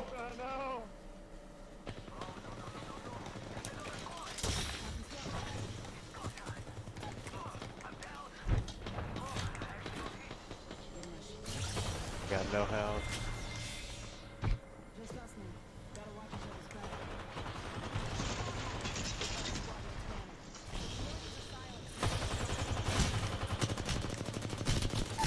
Nice one shot. He's dropped. Got one. This guy's one shot up here on me. Alright, come. No, no guy. Shit. I just killed a different team. Fuck! Right next to me, too. Yeah, it's like four fucking teams right there.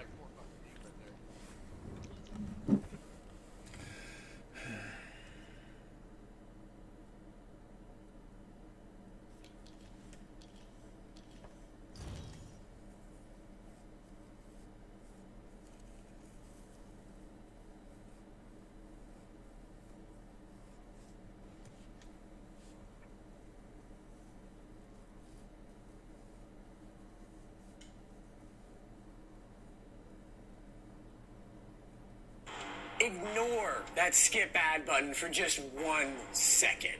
I think I have something you'll want to see. Hi, Luke Lango here. Okay, first thing bothers me a little bit. Why is the car already on? The thing, and you might not know this about electric vehicles, but when I go to get in my Tesla sometimes, and it's been sitting there for a day, it's slow to start. Like, I get it, maybe they're doing it for the video or whatever, but I want the full experience, okay? I want the whole experience. Let's keep going.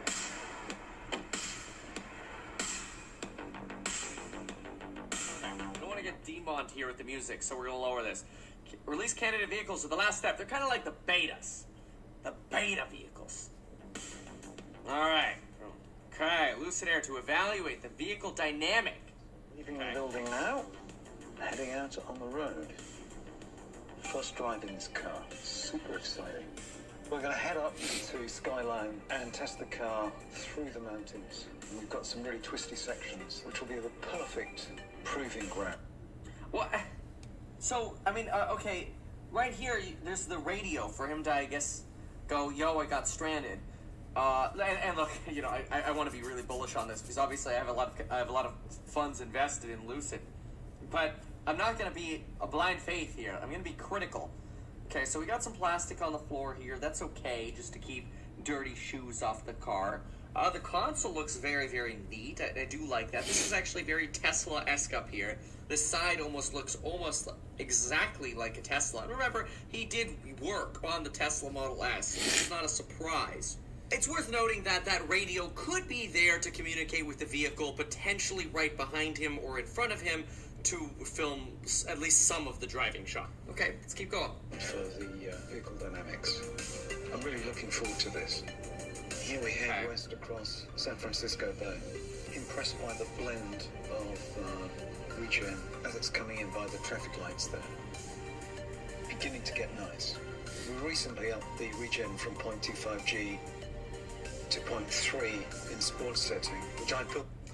They got really good audio on this guy because there's a lot of glass in this car, and they really perfected the audio here. They were able to remove that street noise really well with whatever lapel mic he's got here. Personally, I've never been able to accomplish that good of audio with a lapel mic in a car.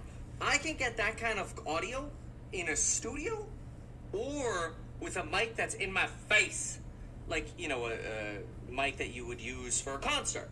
That would work. And I've done it before on the channel. But otherwise, I wonder if this was like overdubbed later because the audio just ended up sucking. I don't know. Maybe they got this to work. Maybe I'm being too skeptical on that.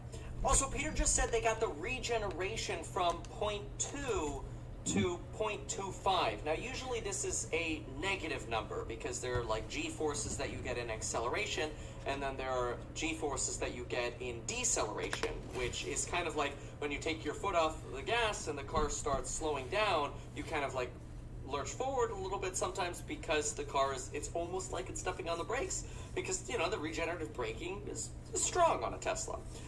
Well, so a Tesla, a Model S and X, I believe their deceleration G-force in standard regenerative braking is somewhere around 0.19, so negative 0.19 for decelerating. Just mentioned in sport mode.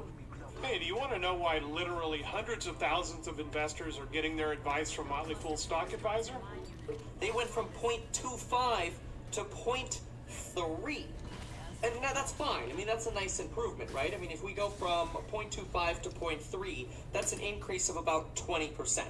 But what's also interesting is if we compare 0.25, 0.3, which is where the Lucid CEO is saying they are in sport mode, to the Tesla standard of 0.19, that has about, oh my gosh, 58% more deceleration G-force than the Tesla, which potentially implies, and I think it does, that they're trying to capture way more energy as fast as possible out of deceleration. Because the more of a sudden G-force deceleration you have, the more I like to always think of electricity as cranking a motor, which is kind of what you're doing, cranking the motor, and that creates energy to recharge the battery. But anyway, the harder you crank that, and the faster you turn it, the more battery you regen. Now, I'm way oversimplifying. I'm not a mechanical or electrical engineer. I'm an idiot on YouTube, okay? But that's big. maybe this is where they're getting that 500+ mile range from. It's just every little area they can get more range. We're doing that, we're doing that, we're doing that, we're doing that. He said this on sport mode, which is an important thing that he said, because you don't want to feel like, okay, I'm getting a luxury car, and I'm gonna, you know, every time I take my foot off the gas, we're gonna go, oh, okay. Alright, so by the way, remember, this right here expires in 3 days. Check it out, link down below. Amazing programs with stock buy and sell alerts in the stock course and the private live streams in all of the courses with those lectures that give you lifetime access to them and all future updates.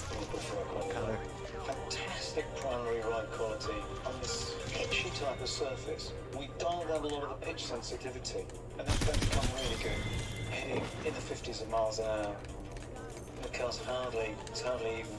It's at a trot, not a canter. Super isolated ride quality. I wanted this vault-like experience from an electric car that no one's really perfected yet. And this is the basis for it. The reason your hair is thinning has been your shampoo? No matter what hair growth products you use, your thinning hair isn't improving. Think it's down to your genes. The real problem might be something else. The truth is, even if you wash your hair every day, this is what your scalp looks like. And here's some data about men's scalps. More than 90% of men have an unclean scalp, no matter what kind of hair loss treatment you use. Shattering performance, compact and agile. This guy is so good at selling. It drives me nuts. You listen to him, and it's like he just melts you. I don't get it. It's so good. As much as sports cars and sedan.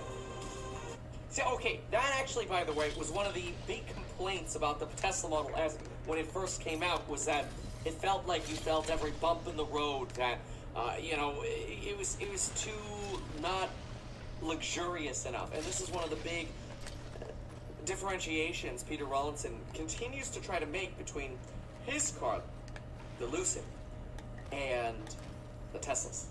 Terribly testing surfaces here, great single wheel inputs, great body control, and you get this left-right jitter input that can really create shake. We've got exceptional body stiffness. It's really nice. Really pleased with that. One of the things he's touching on here is also how in these electric cars, the motors can respond so quickly to changes in dynamics and road conditions that you actually have far superior traction control in an electric vehicle than you do in a gas-powered vehicle, because of the delay in a gas-powered vehicle and the fact that gas-powered vehicles aren't controlling necessarily individual wheels, or independently, I should say. Alright, let's keep going. Just a little bit of judder on the hill hole. We need to work on the software, just on that modulation of the torque. That's the point. We can improve on that. I like how they're really like painting, like you gotta say something bad about the car, because people like, it can't be perfect. I mean, it's a test vehicle, right? We want to see how you're the guy who gets behind and gets, guys, fix this. This could be better. You know, like the Steve Jobs guy, like, guys, this is may do it again. Start over. Out into driver's country. We're going past the iconic Bucks Cafe.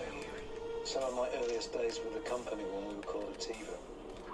Around meeting folk at Bucks, interviewing some of the early candidates who were about to join our team. This music is so gonna demonetize us. Oh well, it's worth it. Is that how you park? Please don't tell me the self-driving parked it that way. Oh wait. Do you miss that thrill of a slot machine? The colors got you in the quarantine. Well, listen to me here, got the thing you need. It's an app that's free. It's called Lightning Link. We haven't heard anything on the self-driving yet. You're pissing me off.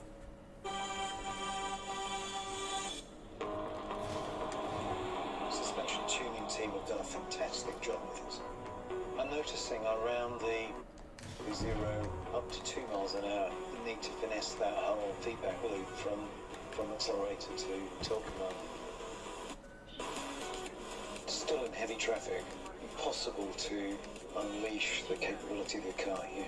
But it's nice and taut, experiencing a whole range of different surfaces.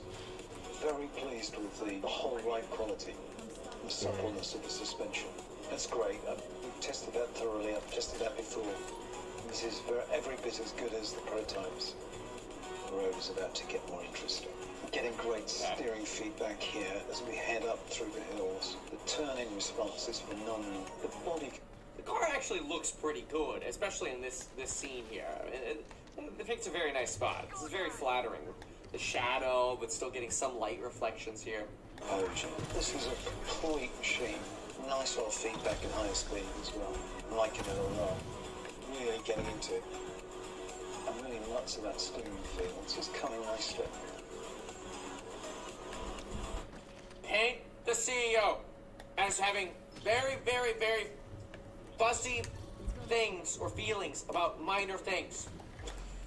And that will make people like him more. How could you not like him, though? He's great. It's unlike any other car I've ever driven. It really is. It's taking it to a whole nother level.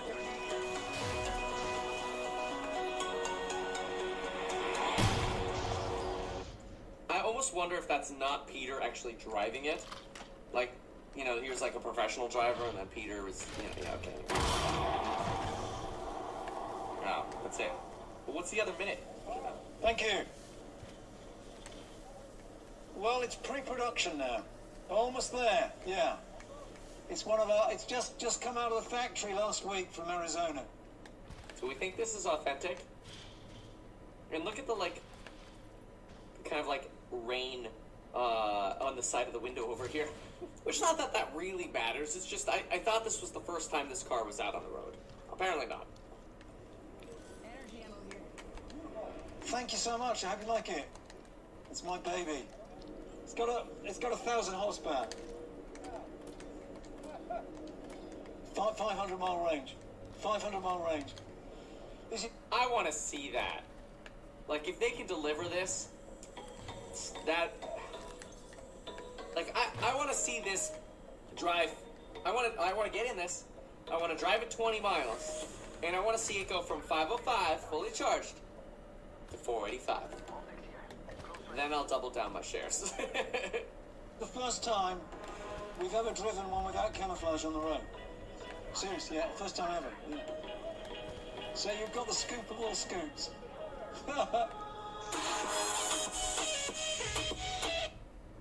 Every love story is beautiful, but ours is.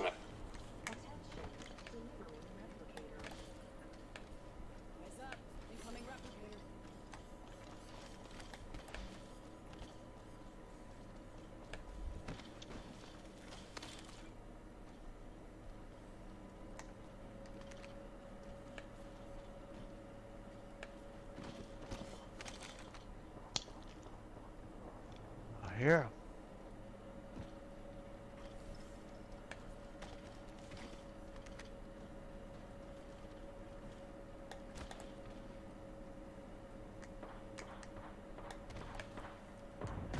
Oh yeah. I saw someone, and I don't think they're selling cookies. Must go faster. I paid in the blues. Heads up, dropping the plane.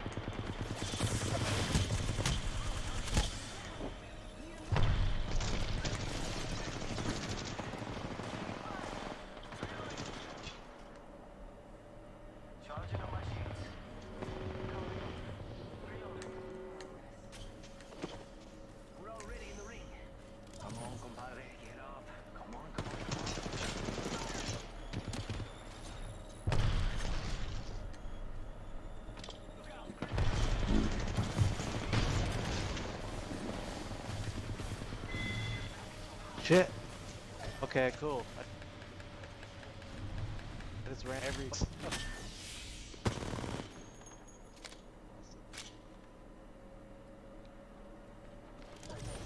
Don't, bro, they're coming. Don't even worry about it. They had about 15 thermites. Team behind.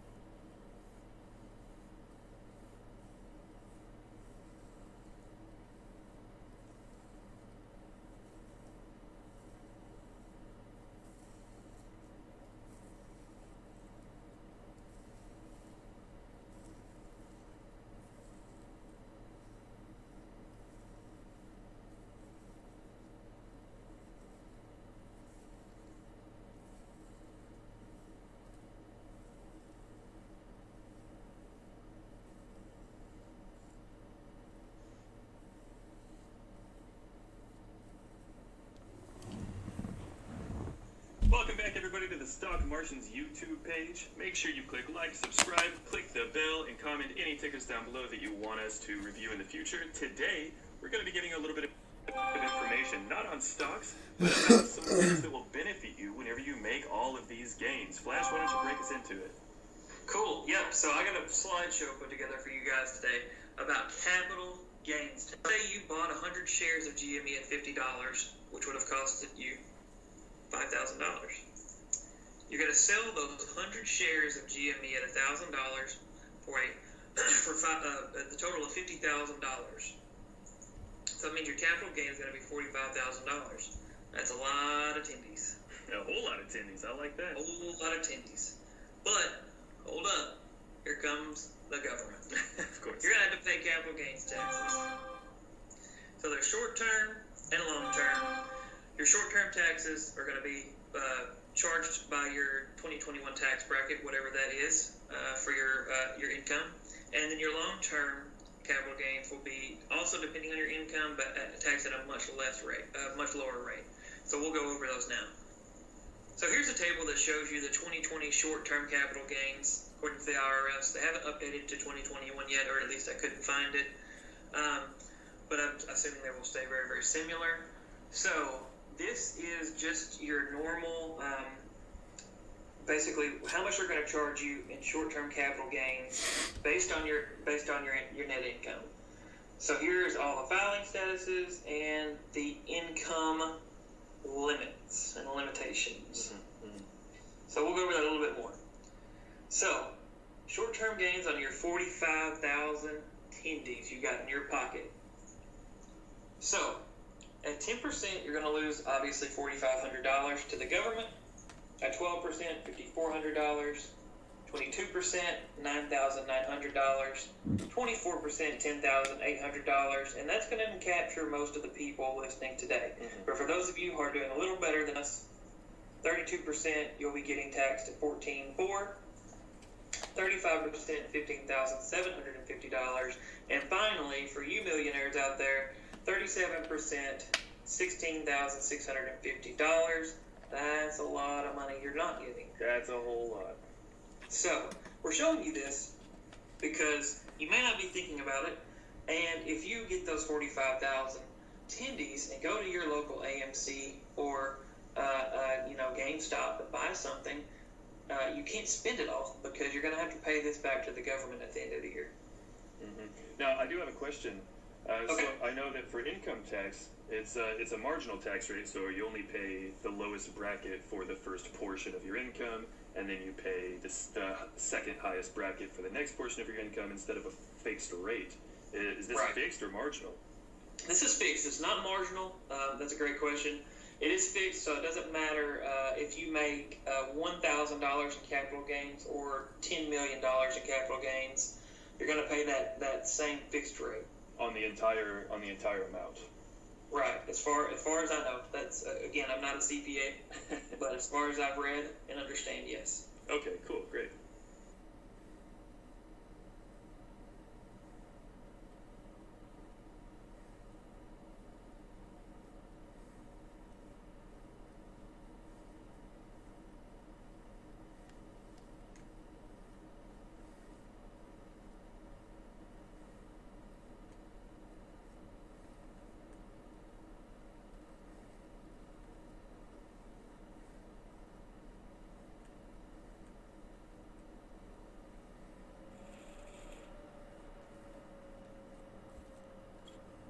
Yo, we're back.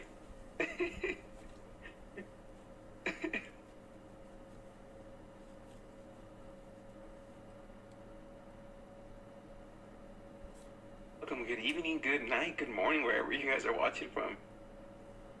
Travis says it needs to be Monday, guys. Yeah, I agree. The time goes by fast.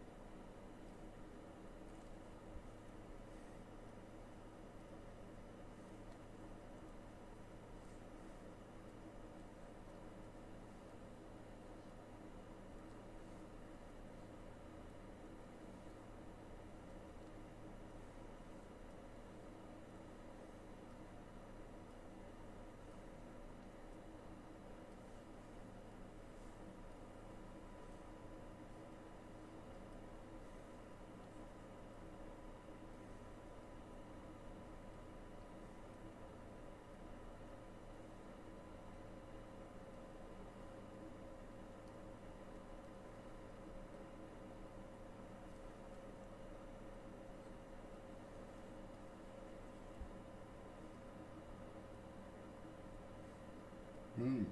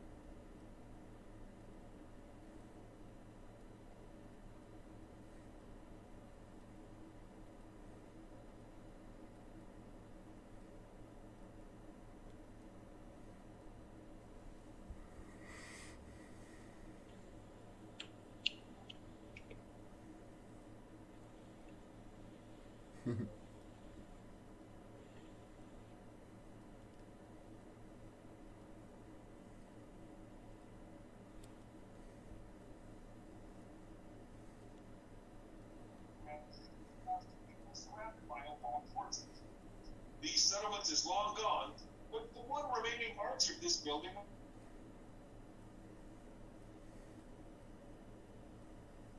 Tuyo, tú, eres, mándame un pase, cole. Un pase élite. Allá en Colombia.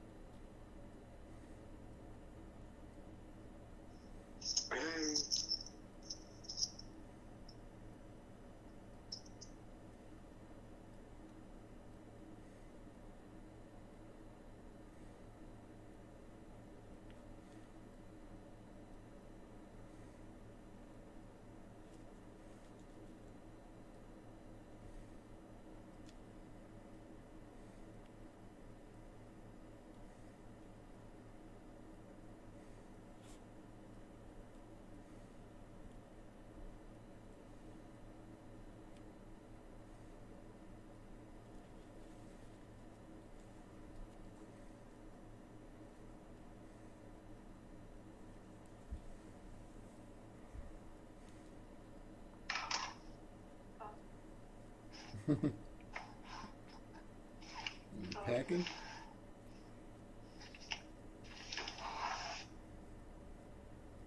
No. Hello.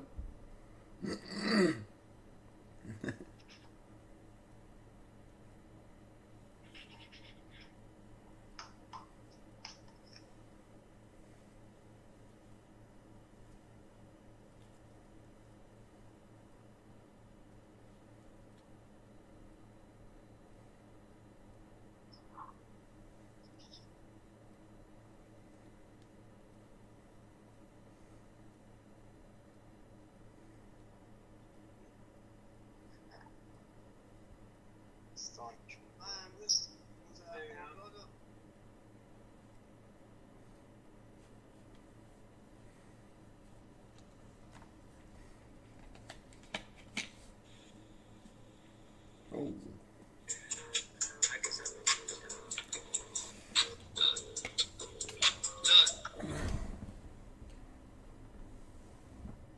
Oh.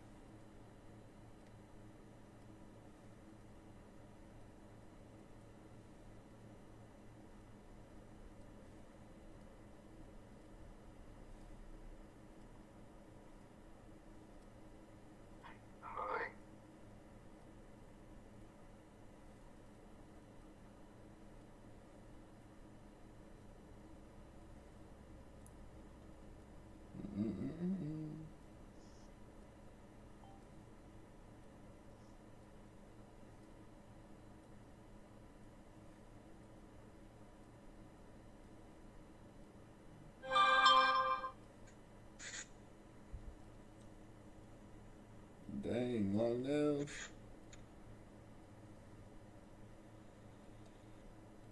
Hello.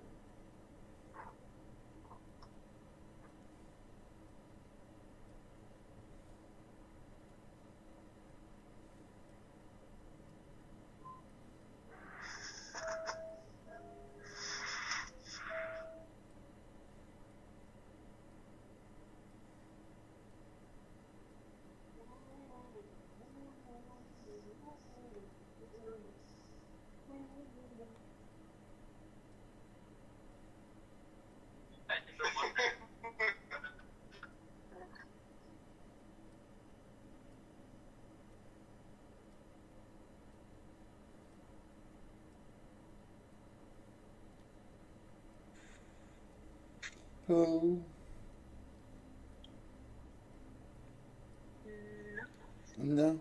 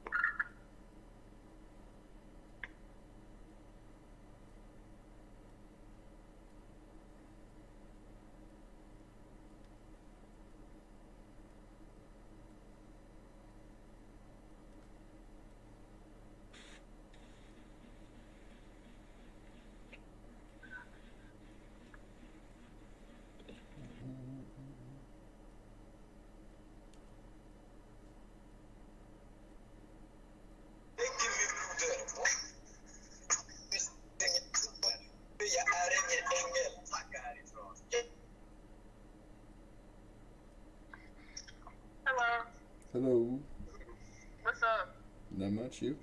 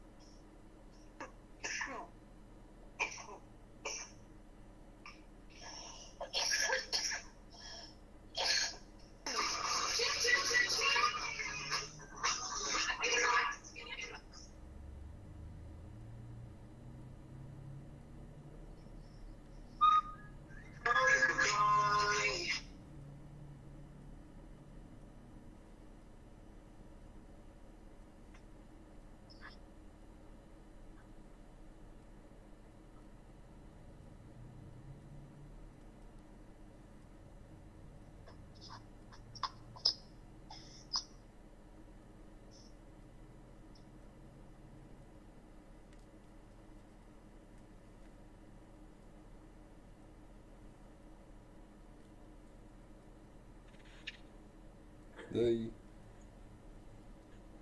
Hi. How you doing?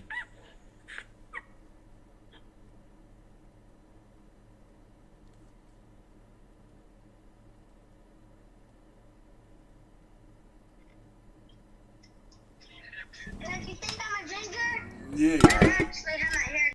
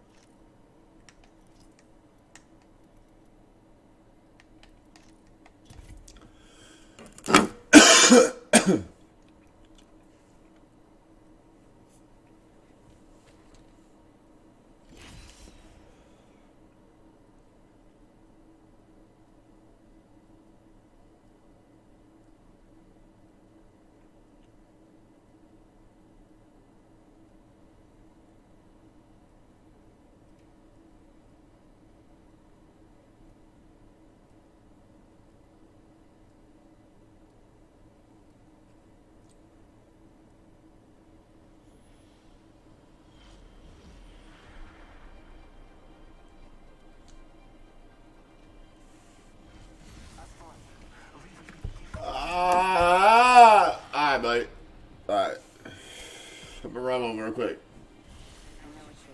Hey, you been checking them leagues out, boy? But watch out! It shows me up like top tier, boy. I'm top tier in our club. You can't hang with me.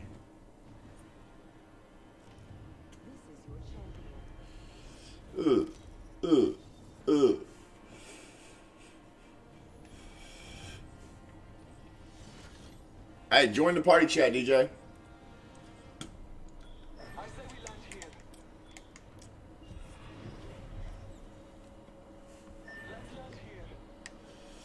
Hell no, I won't go. Let's land here. This might be a good place to land. Here we go. Ready up. This guy sucks.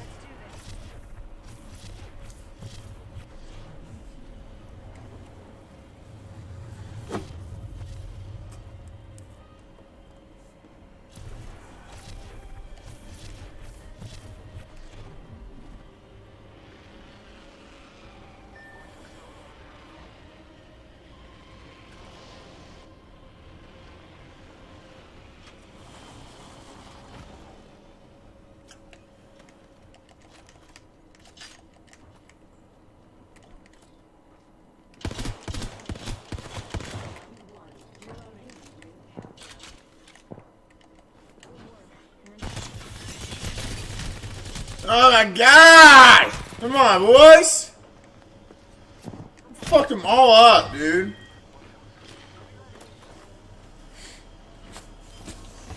Bullshit, man. Fuck straight to the dome. Look at these pussies.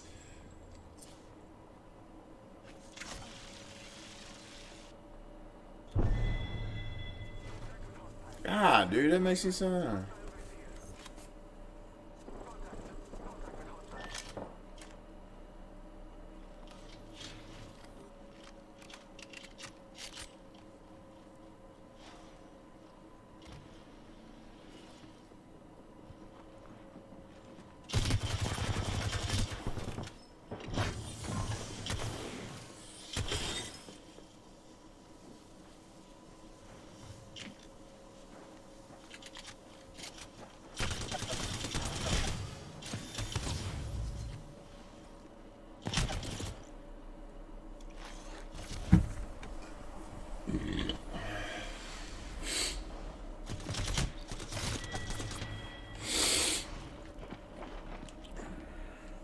Thank gosh.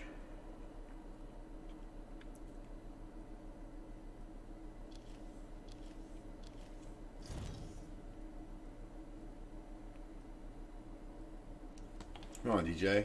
Hop in the party, son. You're getting the after party. I only need like a couple more 100 points to get ranked up.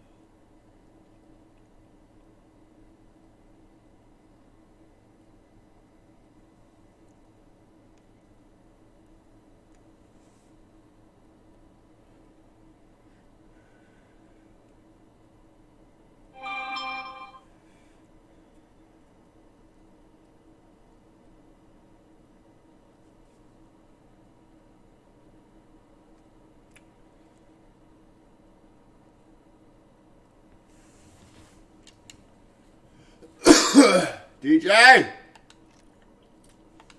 Yeah, I'm playing another one then. I thought she was coming out.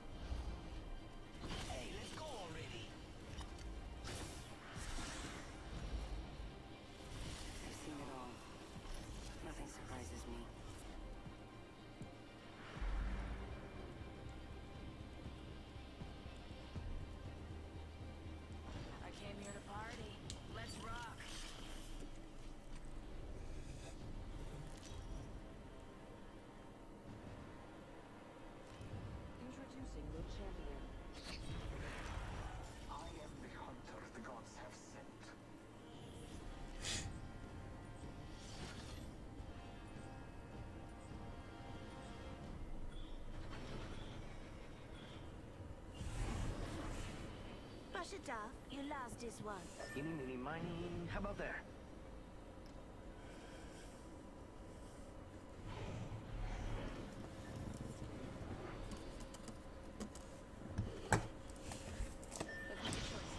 Land here.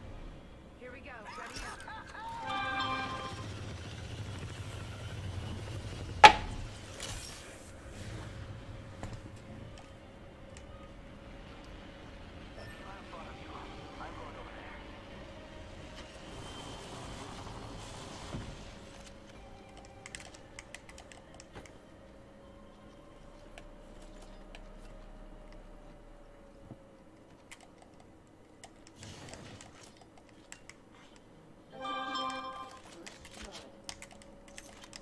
First blood. Gotta be someone. Glad it's not one of us. Yo. We're inside the ring. One less thing to worry about. What's up? What up, brother? How you doing, man? Yeah, how you doing?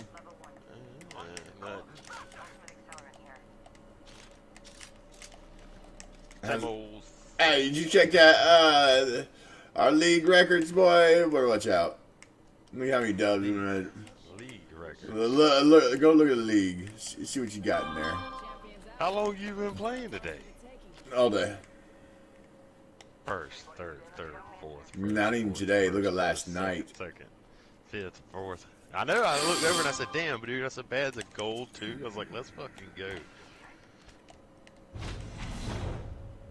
I murdered it. Dude, I had one game with 2,100 damage. We're getting you to plat tonight. That's my goal. Yeah, I'll be plat here in a second. My goal is diamond, and I'm still trying. I'm at plat 2. I touched plat 1 the other day. I just got a problem with my remote fucking up. You can buy you a new one, man. I ain't got it right now. I'm invested too much. Oh. I really am. I'm invested way too much. Yeah. Get a big go home, right?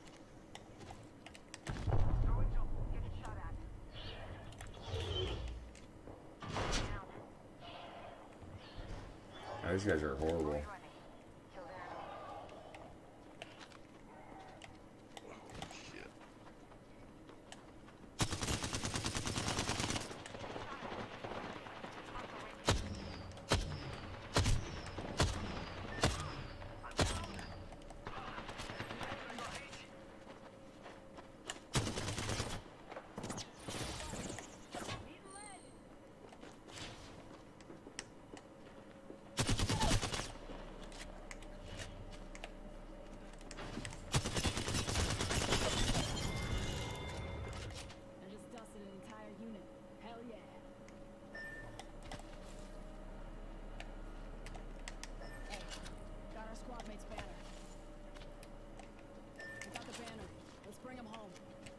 I just swiped the squad, son.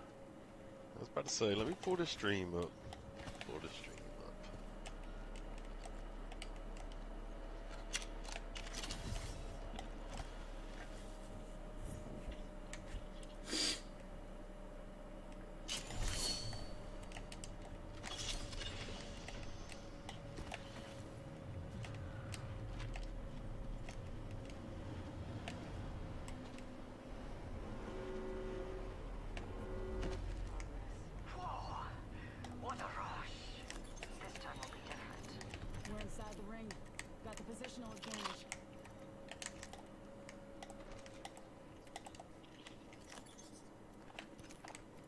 you a helmet. Yeah, no.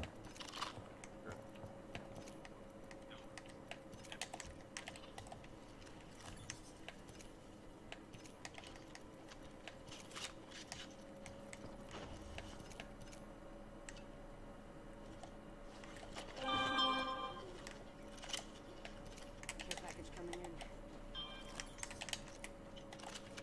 R301 here.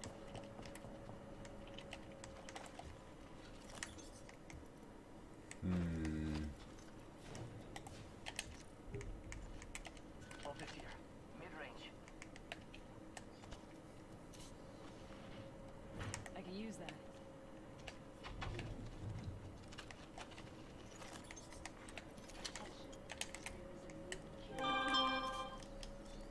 New kill leader. Not for long, pal.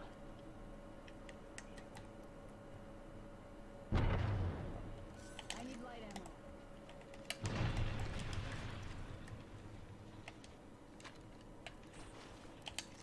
Gotta hop up here. Skull piercer. How you ping this shit?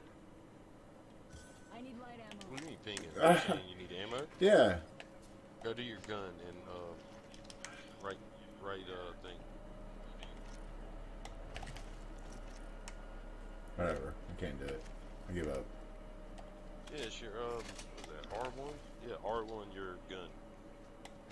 You hit start. Looking for sniper ammo. Gotcha. Listen up. Got sniper ammo here. I didn't know how to do that ever.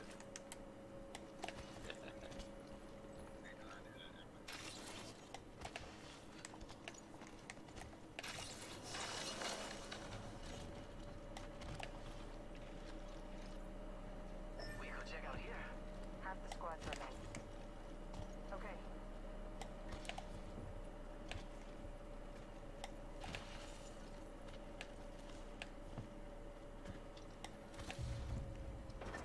Got company. They're not here to sell me chickens. We'll take care.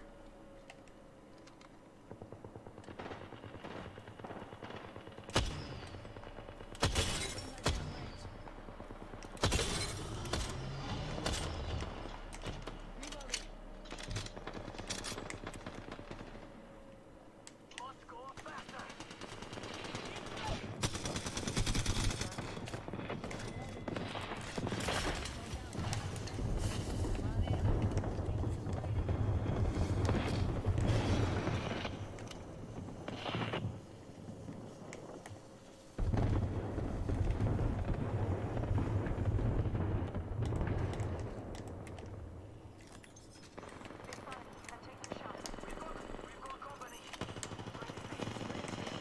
When you need a quick patch up.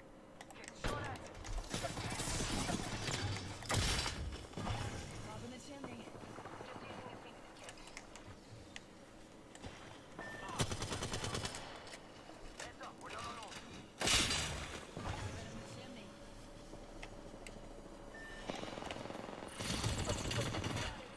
Just us now. Gotta watch each other's back.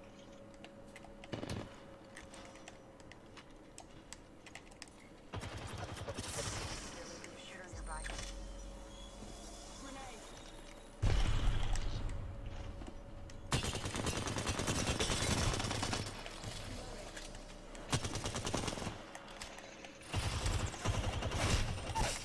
God dang. Wait, come on, teammate. Damn. Hey, did you had that motherfucker one shot? No, no.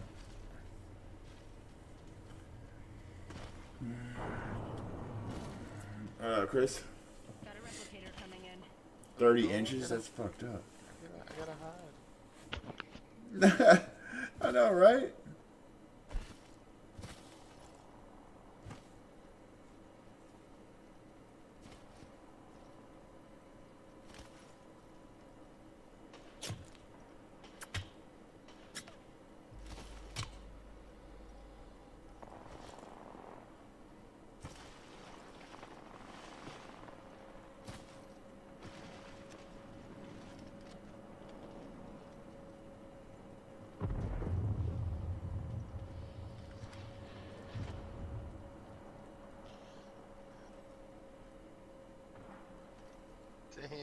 didn't even go back for it. Nah, I know, dude, right? What the fuck?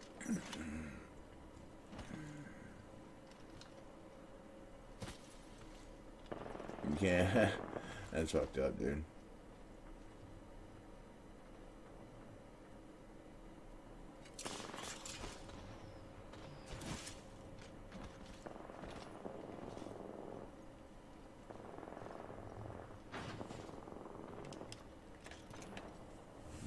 Fuck that bitch, dude.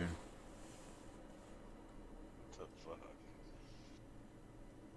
You gotta love players like that, dude.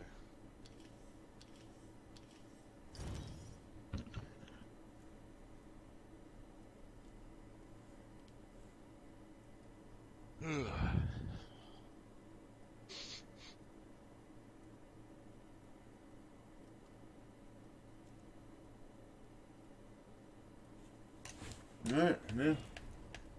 Suck dick. Alright, let me get you a win. Mm-hmm. I've been doing randos all fucking day. I know, man. I know.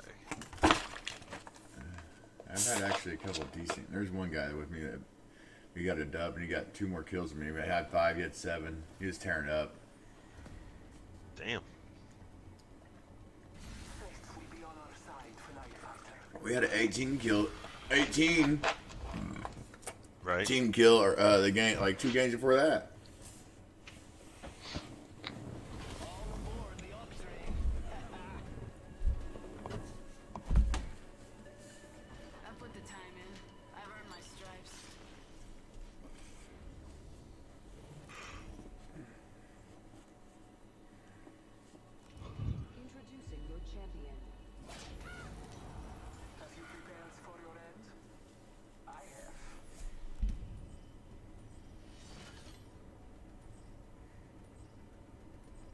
You're just a messenger. I get that. 그래도 넌 죽었어. You better not romp with me. Quit your whinging and fight. Quit your whinging.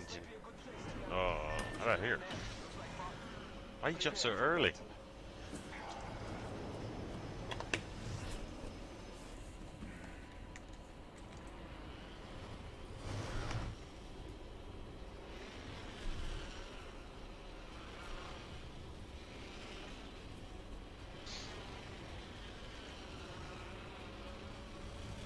Going here, bad? Yeah.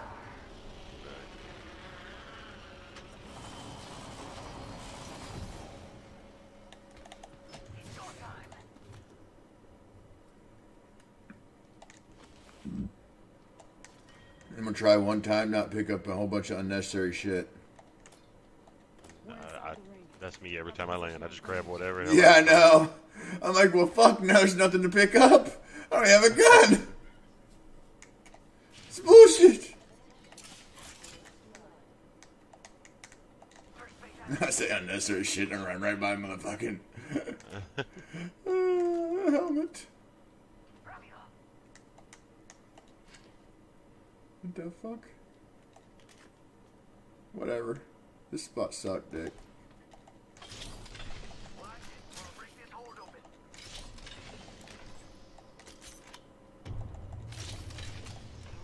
Please tell me there's something good in there.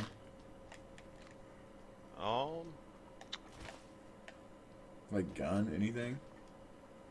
I mean, yeah, you got some guns, but you need a light mag?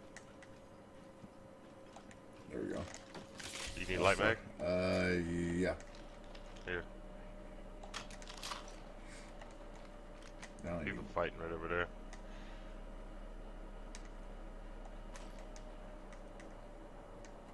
People fighting right here above me too. Alright, I'm down. Whenever you are. I mean, I don't have a helmet. I need a helmet. Helmet here, level 1. Let's Mind go. those headshots. But you ain't getting out of here. Let's go. Someone's jumped down.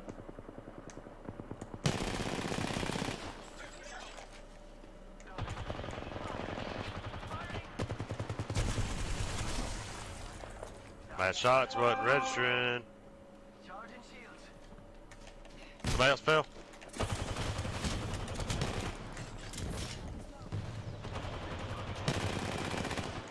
knocked.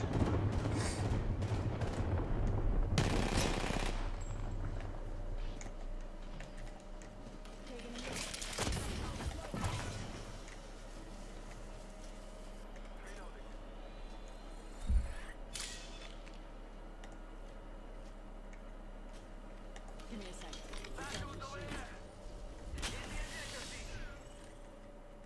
Let's go.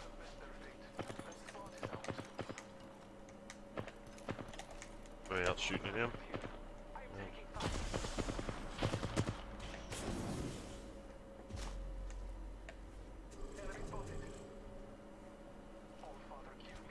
Dad, what are you doing? You about to push up or what? I'm looking where Mr. Ford is. Oh, he just fell on us. Oh, he just got fucked.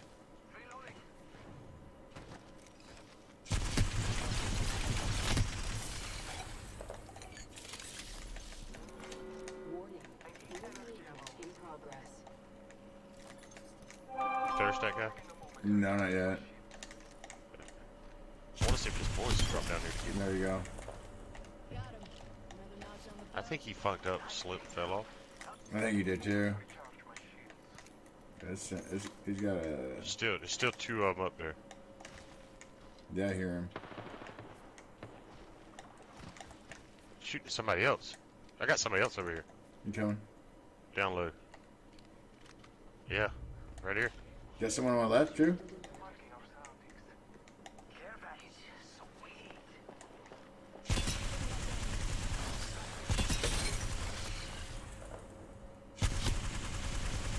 Oh, he's busted. She's fucked up too.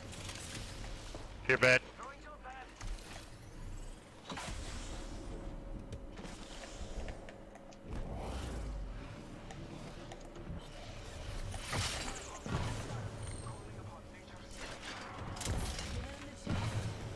She's right in that crack.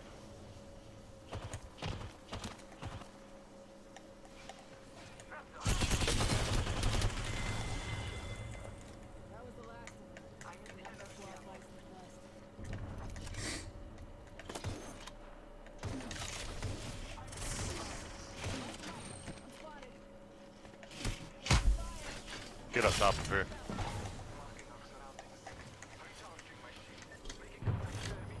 I was about to say, I hear somebody.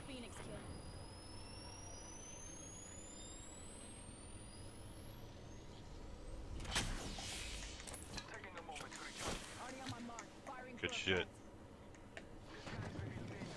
Push over here.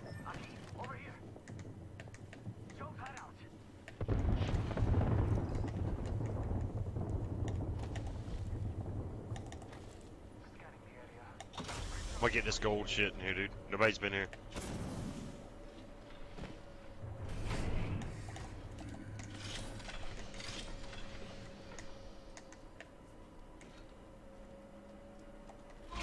Gold 30-30. Gold Mozu.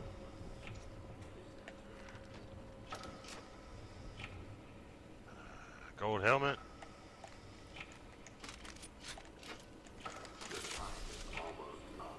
Yeah, I want the 30-30 so bad, but I want. Yeah, I'll take 30-30. I need heavy ammo. Yeah, I need shoddy. I need a backpack, dude. Do you see a backpack anywhere? No. I'm dropping energy. Alright, I'm gonna go find me a backpack. Did you get that 30-30? Yeah. Let's go, dude. Dude, I just dropped a shit ton of energy. Energy ammo here. Energy ammo here. I need a turbocharger. Attention. There is a new kill leader.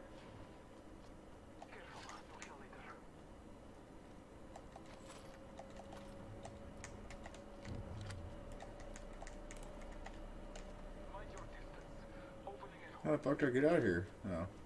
This way.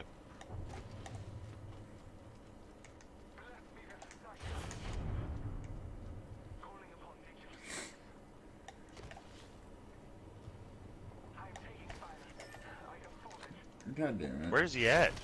I don't know, man. Dude, he's way the fuck over there, dude. Like, Gotta watch each other's back. why didn't he come over here?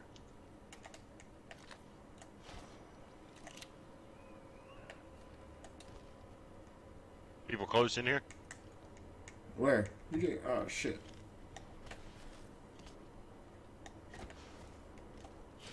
I think they're in here.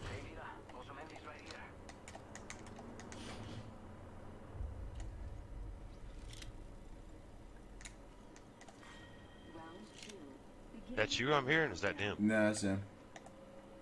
Are they in that building I marked? None to our left, it sounds like. Look over here. Let's check out this area. Right here? And they're not here to sell me chickens. Yo, replicators coming in for a landing.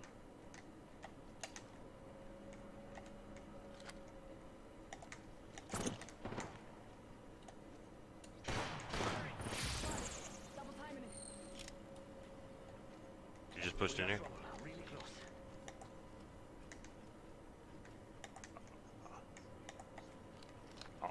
I'm kind of There's a backpack right here. Backpack here. Yeah, I found one. Half toast, half to roast. You wanna push to the left over here? Let's check out this Yeah. Ooh, that's gonna kick. Taking fire.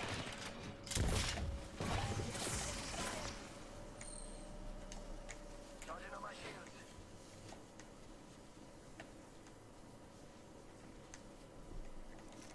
Give my shields a recharge.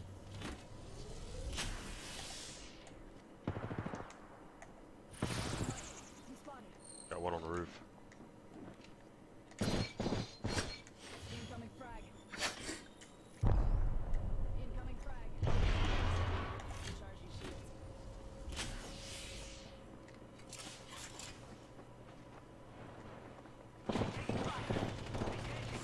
One shot.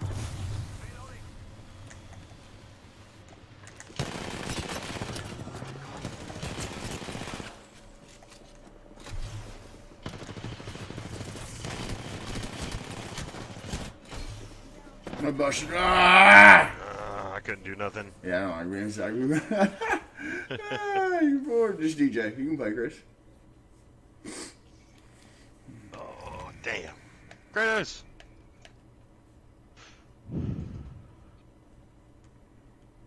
That wasn't a bad first game, though. No, we'll have to get out of the party chat for Chris. Alright.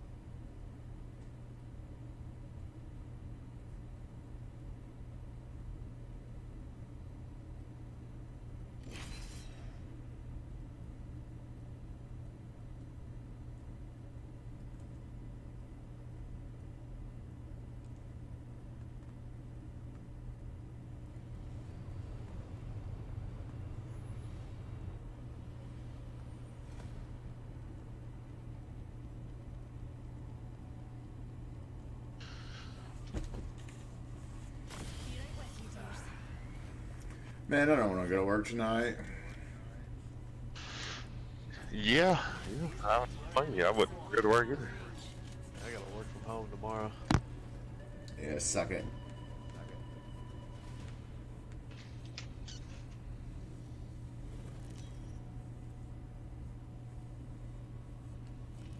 This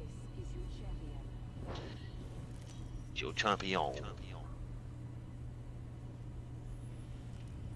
Oh. I'm the jump master. Ready up.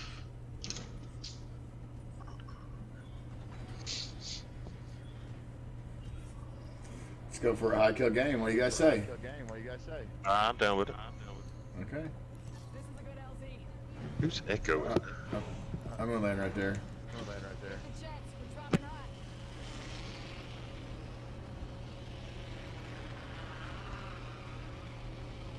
These back little builds and run in. You know what I'm saying? Each one of us can take one of these.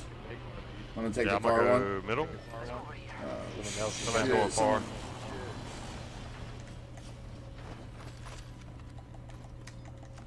No gun. No gun. Oh.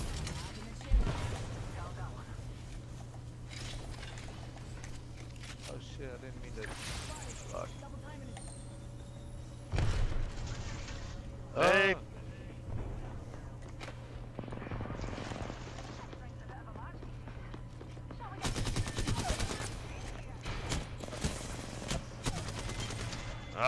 I'm trying to get out the door.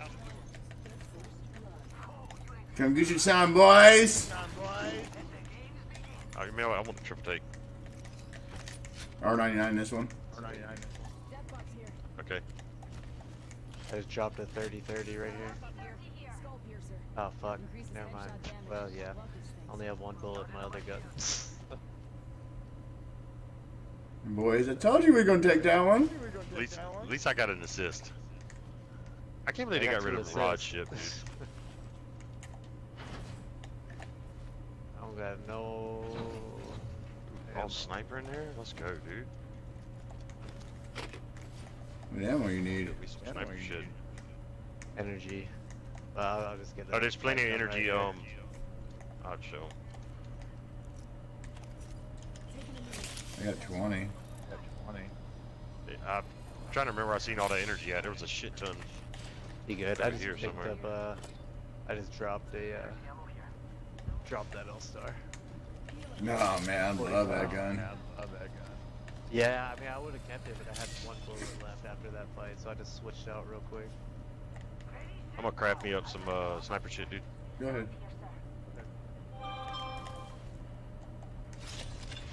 Need all the grenades you guys find.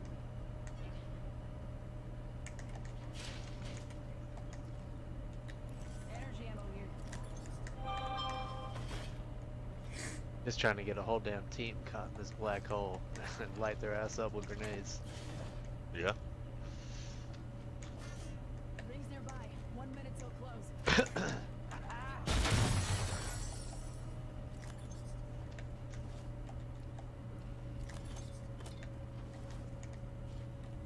Shield battery here.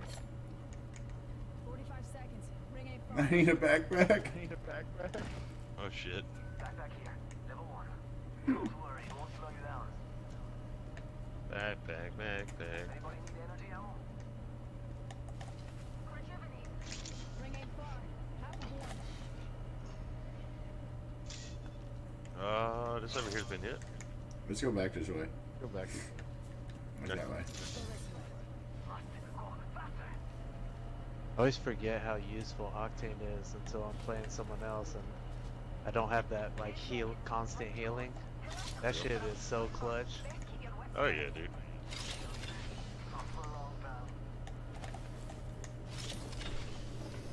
Ooh.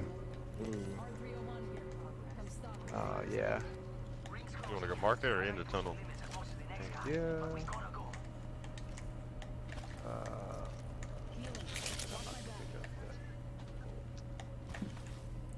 Need light ammo. Here. Here. Half the squads are left. Let's check out this area. Take that. Yeah. Ooh, why am I lagging?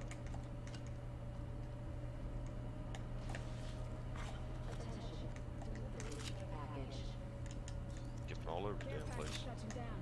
They usually carry rare platforms. Oh, mercy me. Here we go.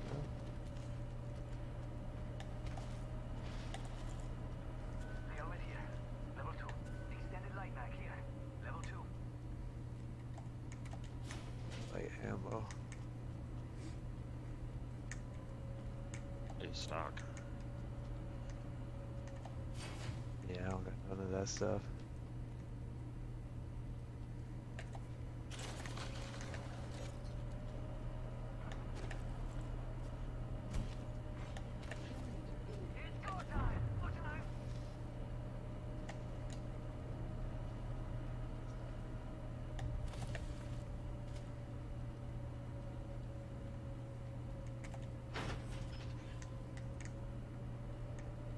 Bad, I got blue armor over here.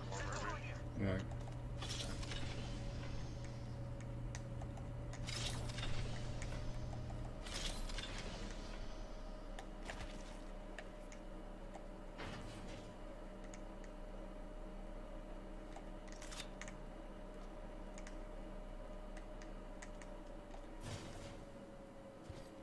It's right over here on this balcony. What do you think is over here?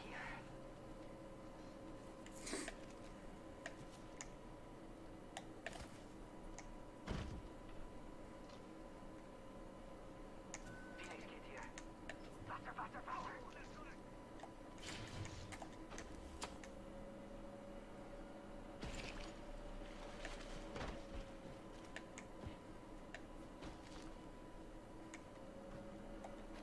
You got heals bad? No, I just got big heals and not small. Here, where you at? Yeah, I got it. Let's go over here. Syringe here.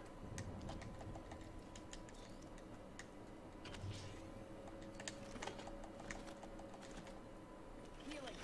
Watch my back. Watch your kneecaps. Gonna blow up this hole.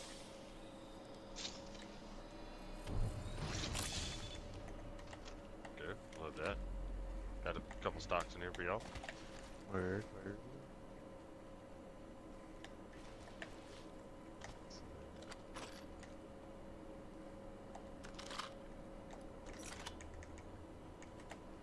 Oh fuck yeah. Good to go. Hit the ejector seat.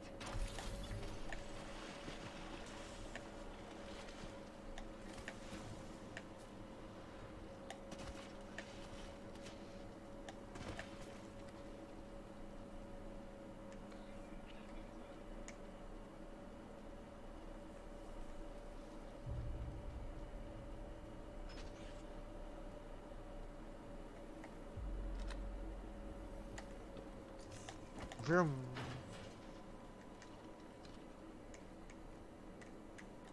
Gotta hop up here. And the receiver. I know I gotta go for his care pack.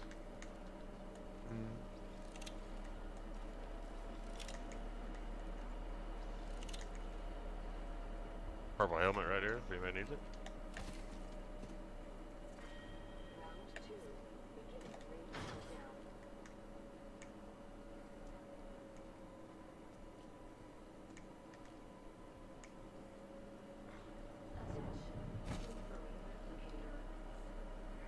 Replicators on the way, amigos. Ha! Hitting the eject button. Watch it. Gonna break this code open.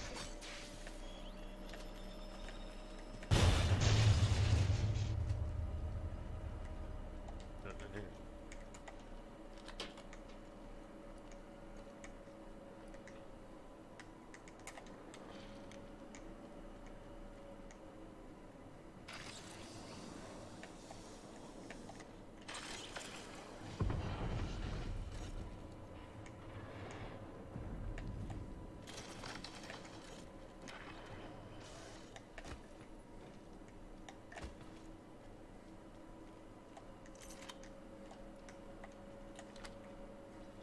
Standard stock here. Level 3.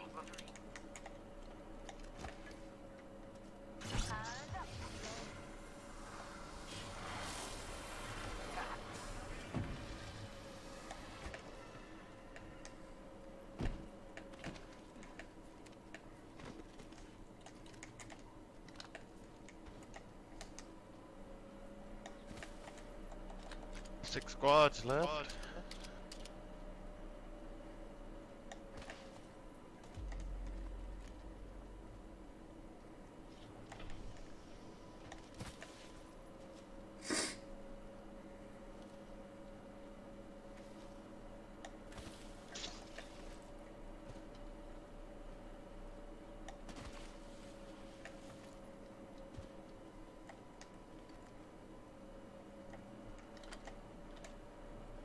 They fight way over there, huh? Yes, I'm running to it. It's the only thing I heard. One thing I heard. Jump pad out right there. There's a beautiful jump pad just sitting here.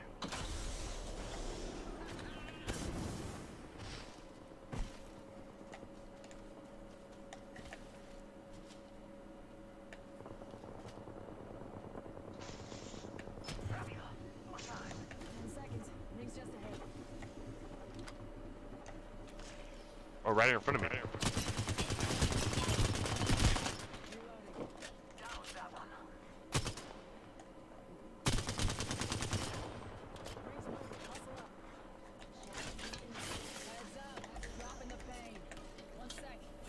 They gotta come through this cut.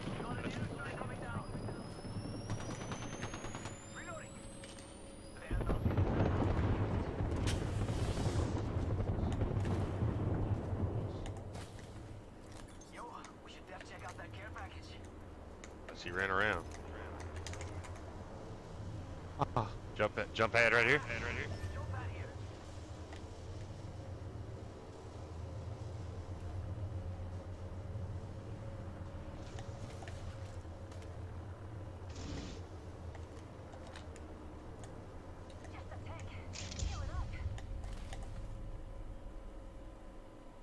Fucks, I can't see in the fucking storm.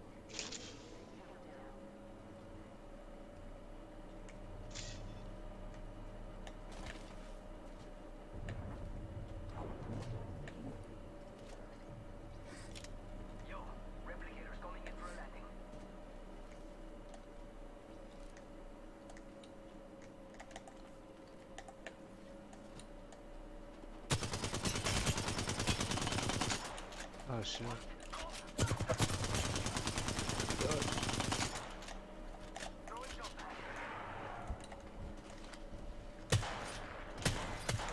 Now you mother trucker. Dude, that was in the air snipe right then. Like I should send you that because that was beautiful. I can cut up to y'all fast enough to get a kill yet. Bad you didn't get the shield.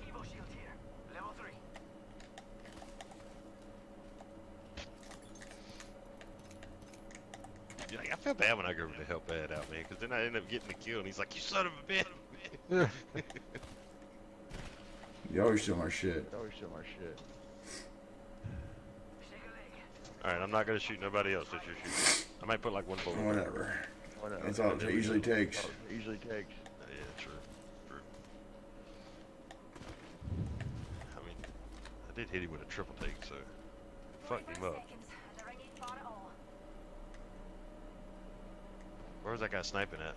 Oh, I see him. He's right here. Crack. I'm shooting a 30-30 with the two times on it. Yeah,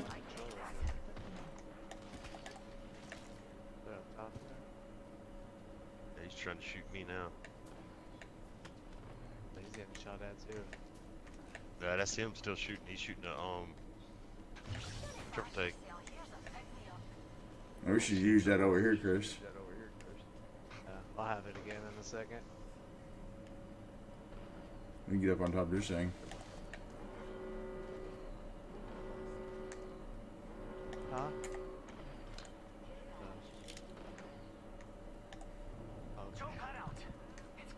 Alright, where we going? Up top. Let's check out this area. I'll be back up here. Alright, boys, they're right here now. Yeah.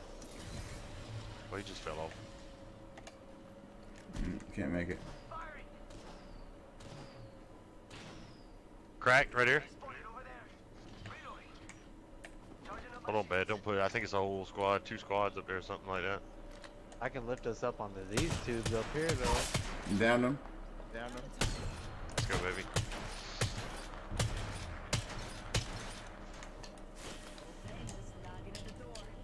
Good shit.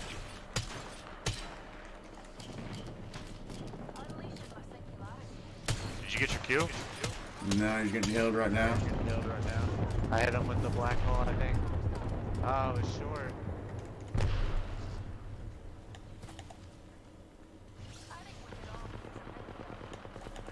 Fuck. Oh.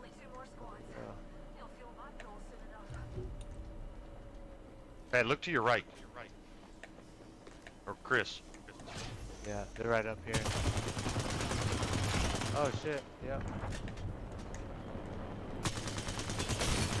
Gotta heal up real quick. Down one. Fuck, I wanna get up there.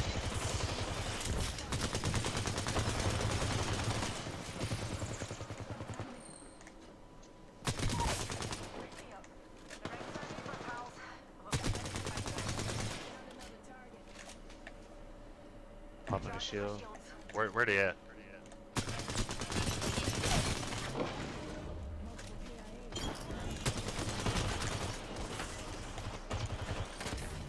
sniped that from somewhere else.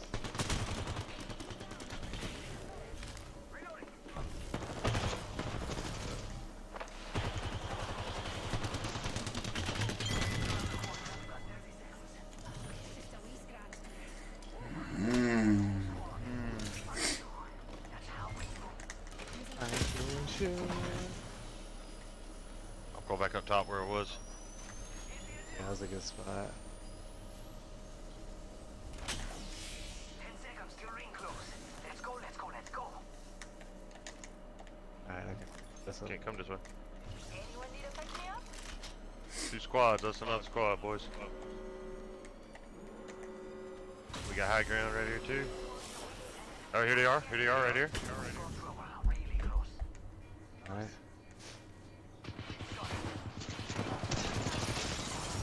Good Whoa, shit. let's go! That's my 1 kill of the game. Let's fucking go, man.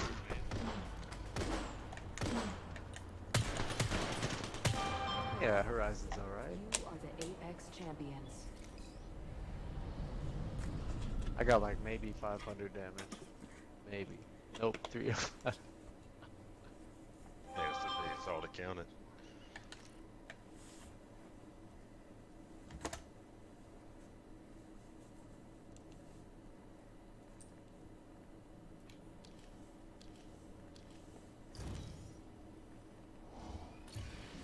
I ranked up.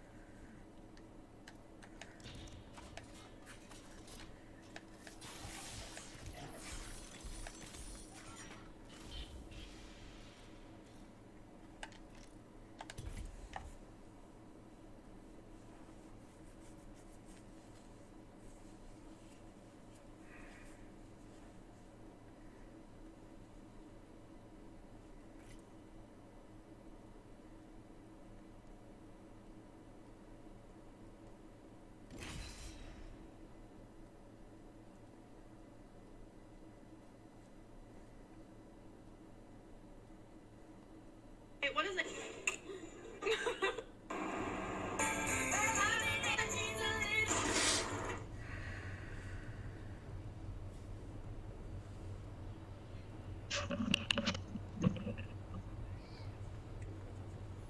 Hey, can you hear me? Yeah. Let's go, dude. Man, you get all quiet on me at the end, man. I see you there. I know. I'm gonna try and get them all for myself. It's like, I ain't gonna say shit. I'm just gonna sit here and fight the whole squad by myself. I almost had him too. Yeah, you did, dude. That lifeline, I cracked her, and then I lost her into your smoke. I know. I was like, oh no, these guys can't see her. She slid right by me and started lighting fucking Chris up, and I was like, oh. I was like, no. I was like, no, I fucked him. Nothing phases me. I'm the jump master. Ready up. Dude, I'm 5 points away from plat 1 now. Fuck. Hell yeah. Dropping hot. You live in South Carolina? Yeah. Where did you say you were? Oh, yeah, but... Moving out to North Carolina this summer. Oh, hell yeah, what parts? Around Run my backside. Okay.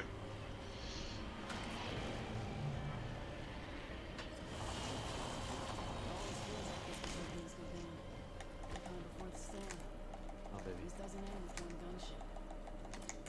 I mean, can I pick this shit up, please? Is there not one gun? Not okay. Not one gun. Not okay.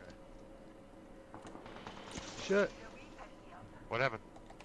So he made it to the middle area, and I used my little jumpy thing to get over. I don't got no shield. There's a shield. I got Oh, 70? Oh, 70. 44? Dude's fucking done for.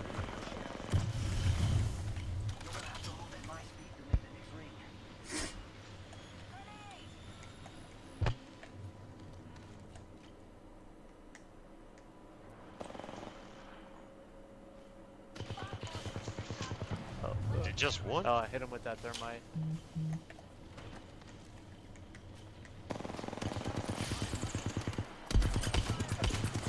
Got a little bit of ammo left in this guy. Shit, coming up behind you. Oh! Down there! Up, both sides. I'm falling down. Yeah, I think another team rolled up on us. DJ, I'm all the way down. Oh, this guy's down here with me, DJ. Ah.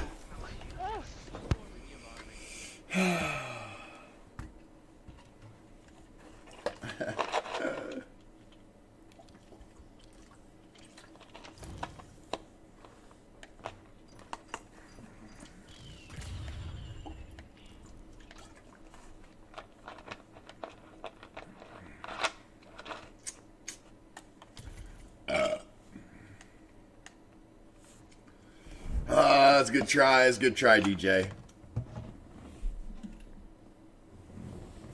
Hey, you muted? You muted, boy?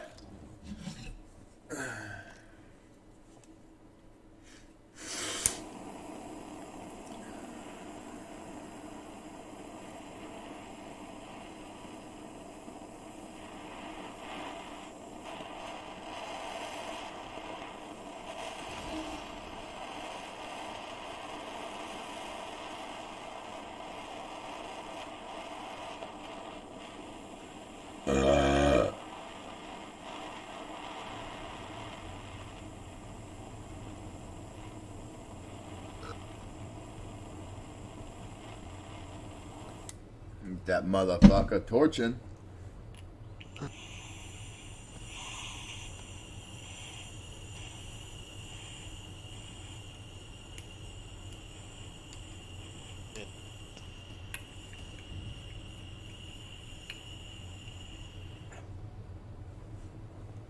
What's going on? What's going on? I'm like frozen. What the hell? I can't do anything. Frozen.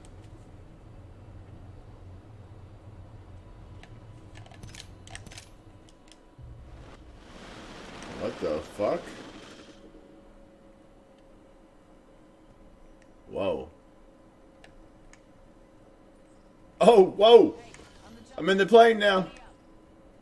That was crazy. That was weird. You guys there?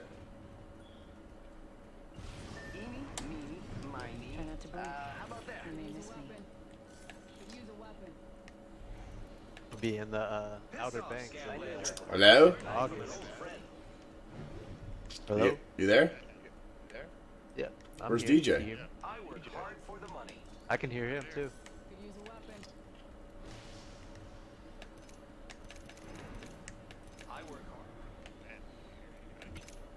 Hello, DJ? Hello, DJ. Hello, man. Alright. Alright. Yeah, yeah, yeah. It's a bad lobby, dude. Yeah, I'm lagging. Should we go hot? Should we go hot? Nah, it'll work its way out. Yeah, it should.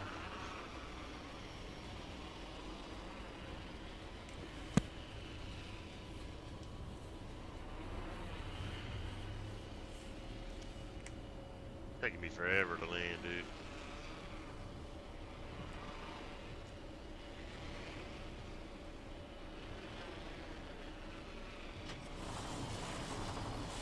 Oh, this is one of them lobbies. God damn you, Chris. It's one thing, I'm already slow. Another thing, you jump on the same building I go to. I couldn't control it.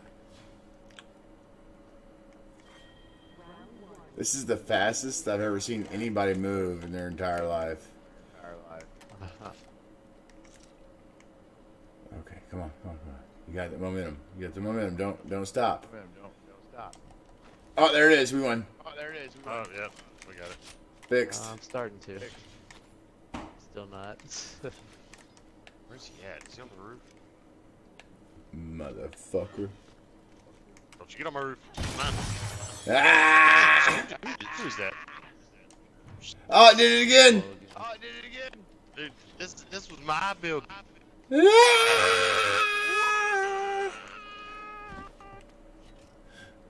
the hell is going on?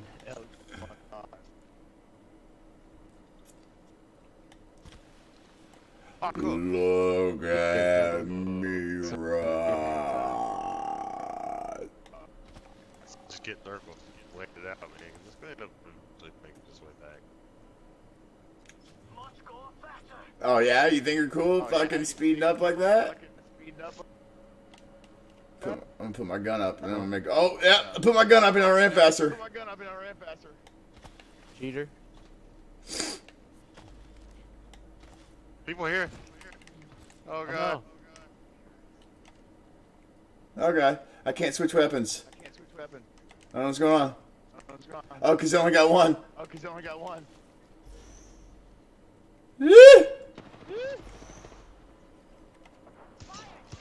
Oh, broke one.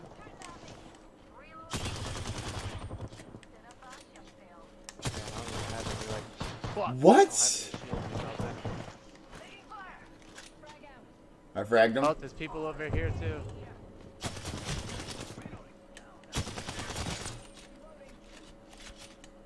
Yeah, man, I got no wheels or nothing. Alright.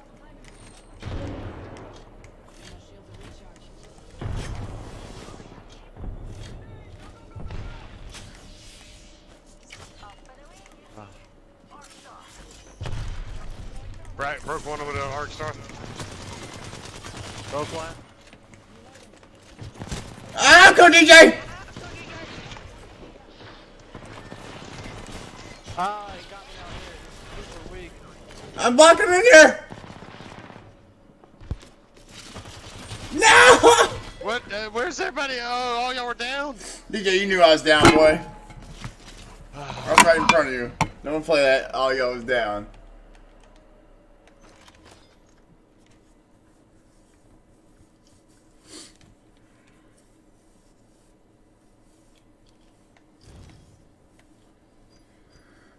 Damn, boys.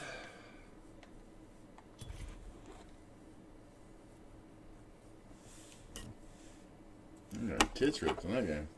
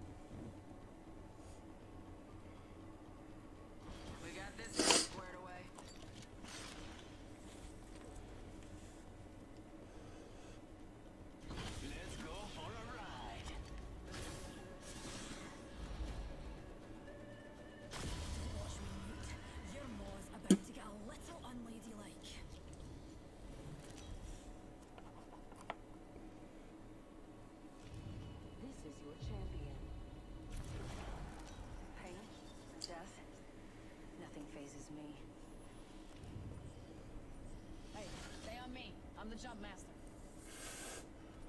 Miane, this may be the last time you compete.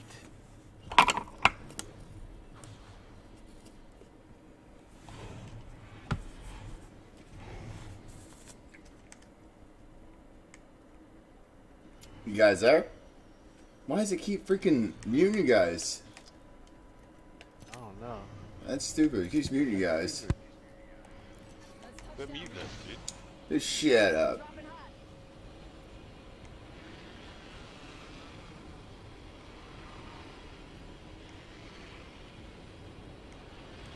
You gonna land on the ship? Nah, we're good. Alright.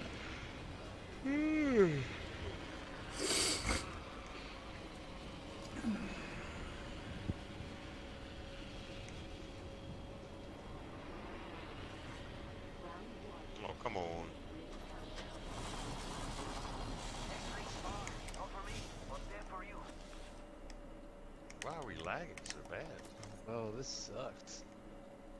I'm gonna restart my shit after this game, y'all. Yeah.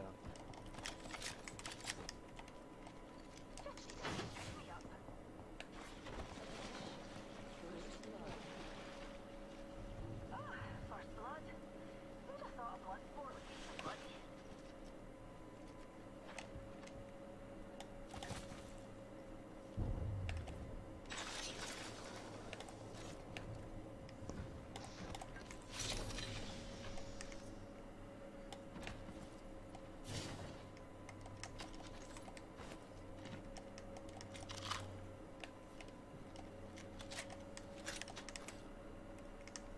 How the hell do I have 2 Havocs? I don't know. How you have 2 Havocs? I didn't realize I picked up 2 of them.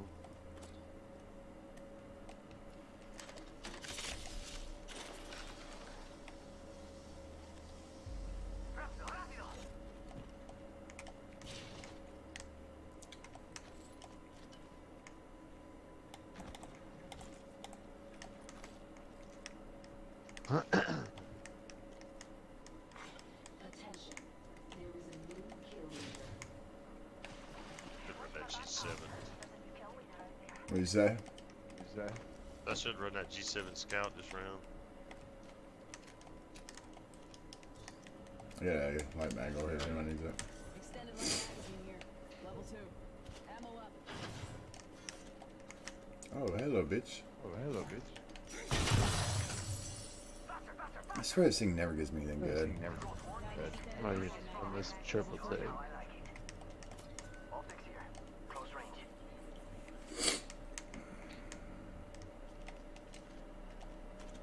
Alright, 301 over here. 301 over here. Whoop. Bolt SMG here. Optics here. Mid-range. Level 3.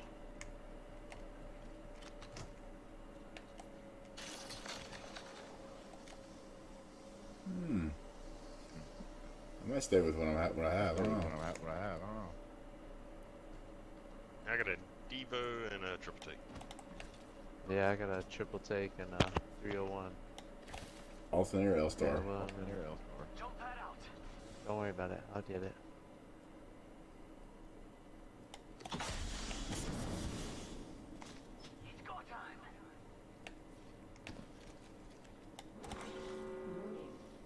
Oh, he's been here. Who's moving? Hustle up.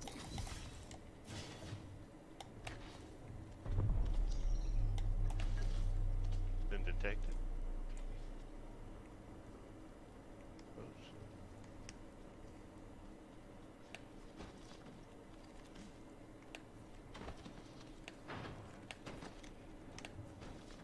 Dude, I have not seen a turbocharger this whole time we've been playing.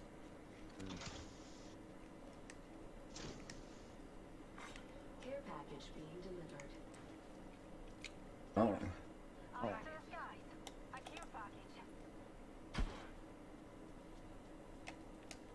Hmm.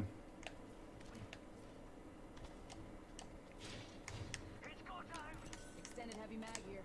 Level 3. Ammo up. Oh shit! Good. Whole team right there, boys. I cracked one. Gotta watch each other's back. Throwing ice stuff. Throwing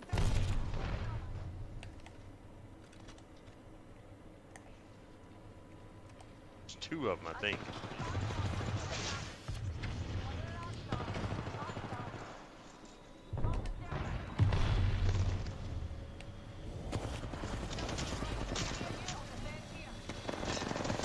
Gold shield right here. Oh, another behind. Oh, she's lagging too, John. No! I fucking botched that so bad. I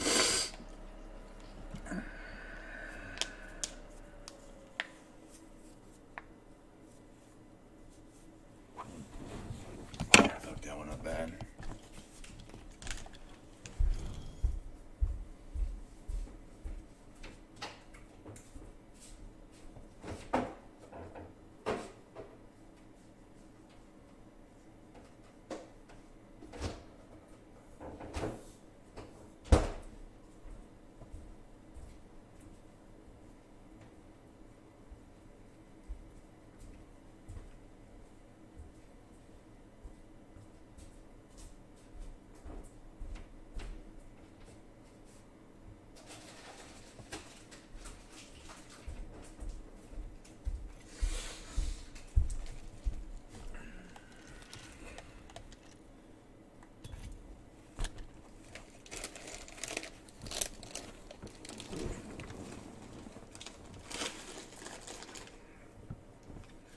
Oh, what's going on?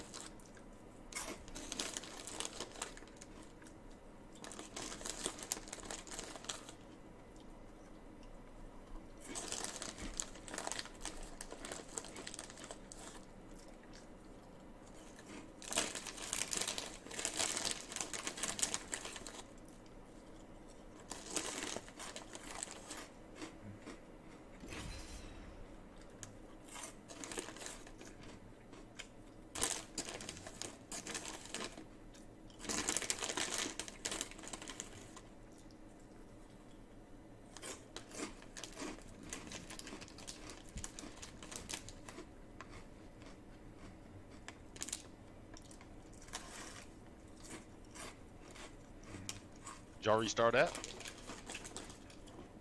Huh? Did you restart your app? I forgot. No wonder my shit's fucking up. It's another slow lobby. Is it? Yep. Now we joined your host. It's that South Carolina shit. Yeah, I know. No. I'm not on South Carolina.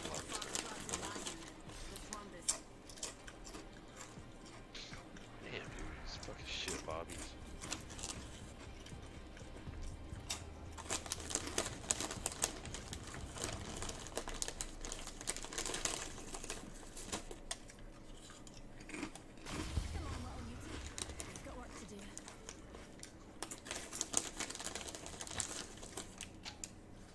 Damn, she said best body chick?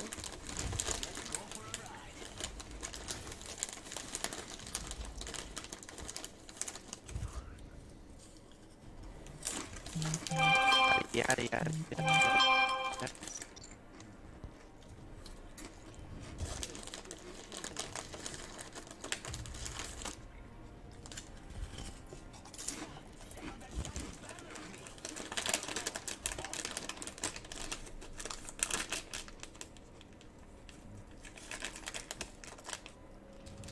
Tear this beef stew up.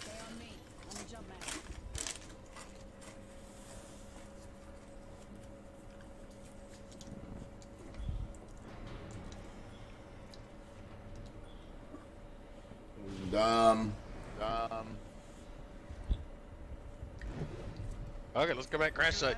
Looks like fun. I love this place.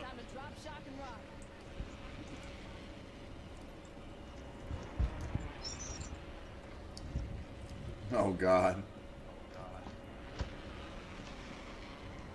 I love this. I'm place going. so much. I'm going in the front, DJ. Like in front middle. Right here? No. No, up top. Right here? Yeah. Oh my God, it's so slow. Got a team right here. Maybe I'll backside. wait about 15 minutes.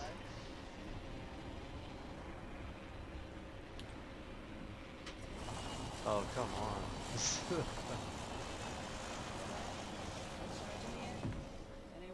Oh my God! I can't get to the gun quick enough. I know. I'll let you behind me. Come on, baby. Come on, baby. Run.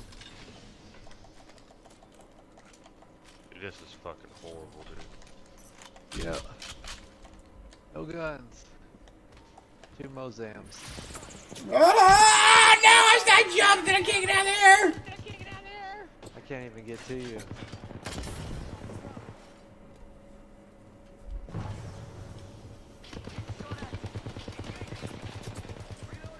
I'm trying.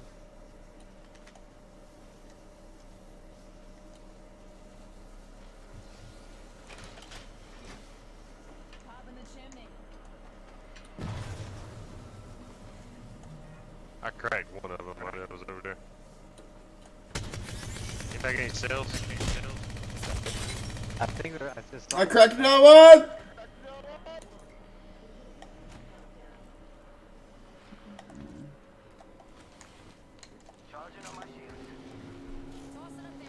Just flinging a thermite over there. I don't know what to do, dude. I can't even move. I know. Oh, they're coming. They're coming. I can't get away. I can't get away. Is this the worst one yet? This is awesome.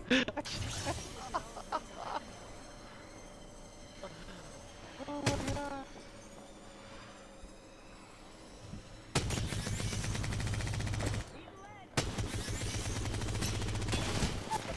No, I broke one.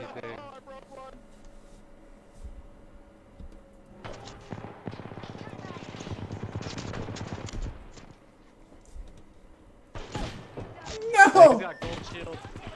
Gold shield. Crazy.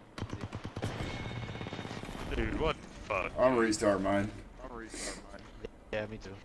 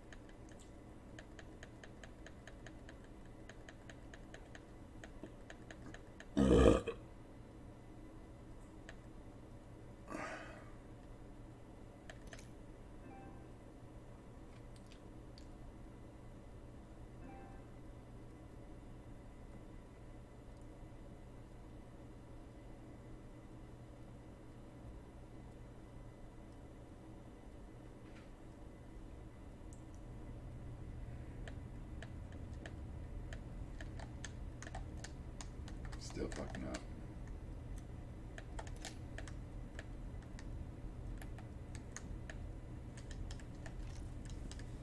Alright, step to Apex.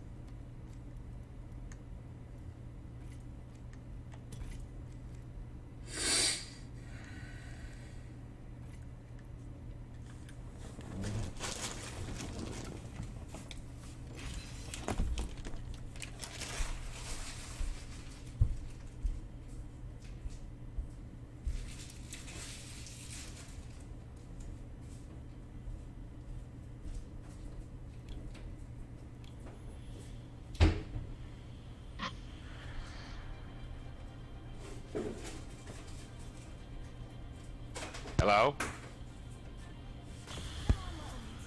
Hello? I hear Chris. I hear Brad. It's working. Present. Suck it. Ah! I thought you was gonna run costume this round. Who?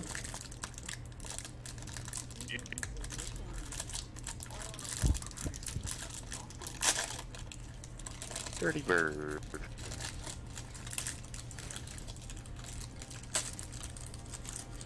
Ooh, pick me, pick me. Kinda like this spot. Looks like fun. Alright, watch out, Busy. What's up, boy? I wish I could push my little boost speed thing and like fucking like shoot her straight down, you know? It'd be awesome. I didn't enjoy that. It doesn't feel super slow. Yeah. I know, right?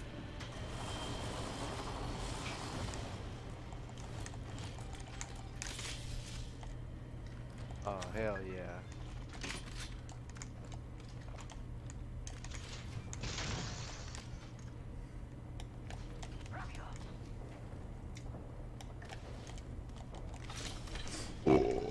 Light mag over here. Extended light magazine here. Level 2. Ammo up. Nobody gets it, I'll take it. Nobody else picks it up. Shit. Oh, you. Here's another one. Sweet. Extended light magazine here. Level 2. Why does it have to do this to me? Never mind, y'all take that light mag. There's two of them. I'm running Bolt and a Mozambique. There's a blue shield.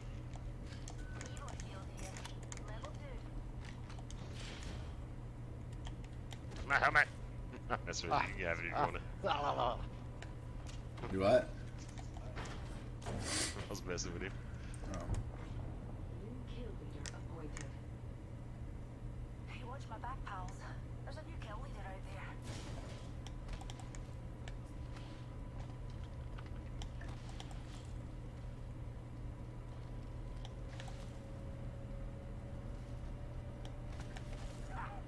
Or 301. Bolt. I need energy mag. I'll see. Gotta hop up here. Skull piercer. I just got detected There you from go. west.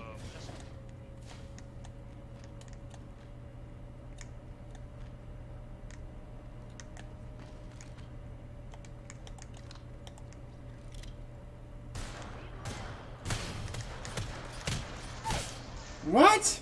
What?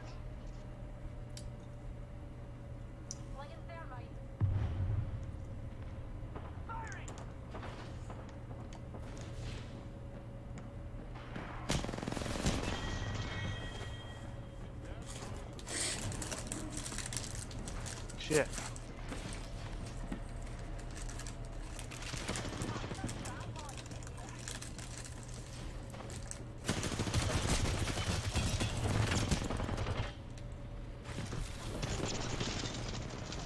Got that one?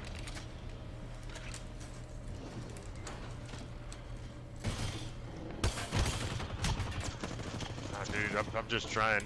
One of them's cracked in there, the other one's not. He's not cracked no more, probably.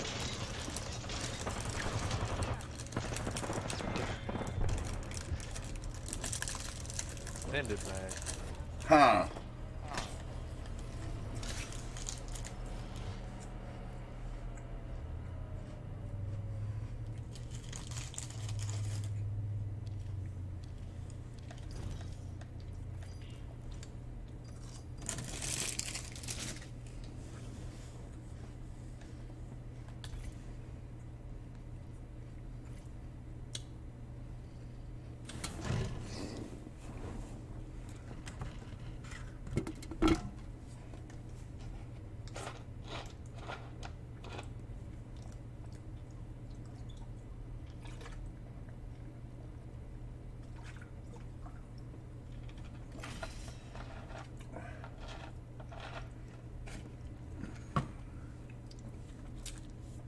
me stop ego challenging.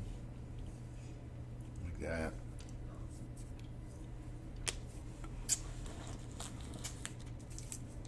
DJ.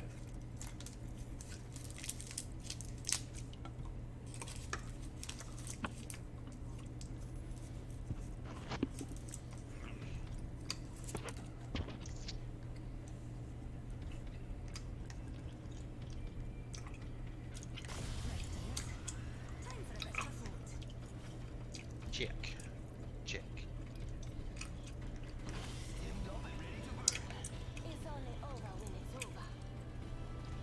Ooh, Lifeline?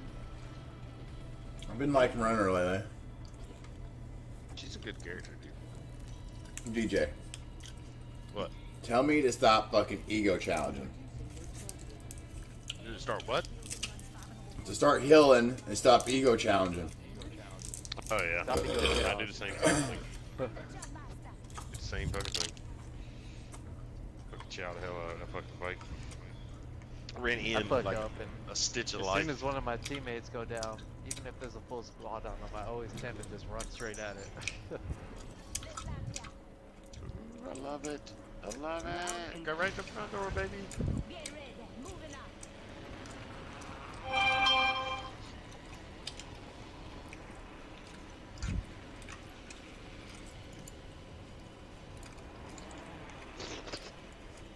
Don't look like nobody's coming over here with us.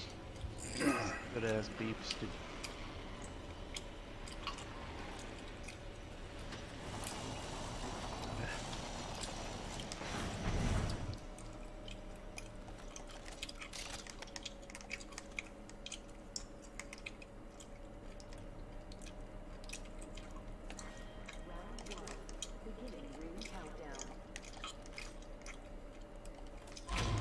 Two P2020s. Oh yeah. Yeah, bad you need that.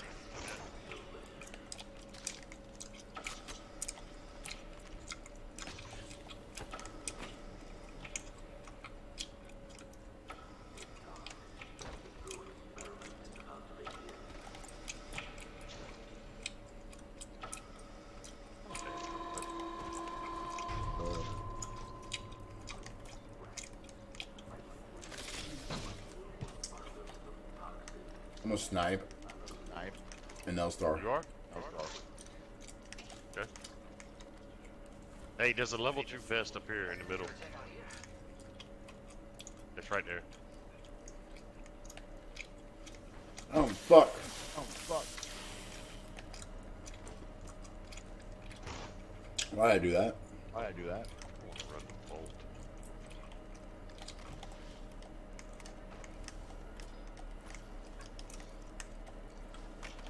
Alright, what can I get out of this replicator here? Nothing I want. No.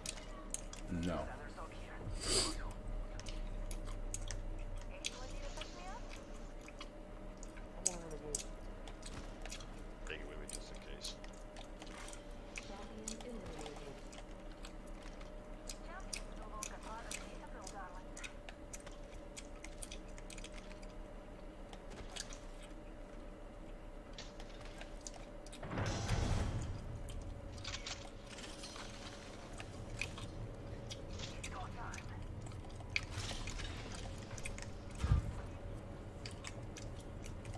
I got a blue vest over here for somebody. People here, people here, people here. See. Oh shit. Coming.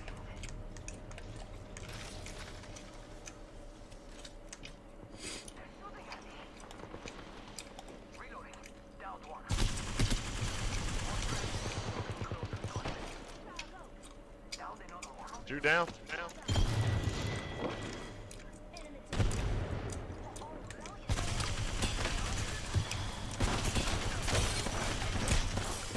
DJ!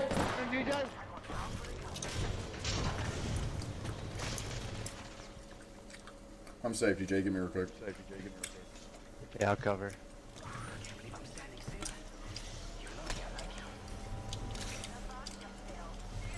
I got a heal, boys. He's got no shield.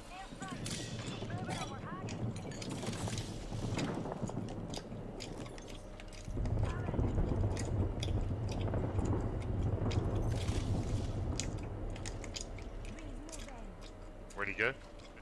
He took off running hard this way. Oh shit, Chris, you all the way over there. He's right near me.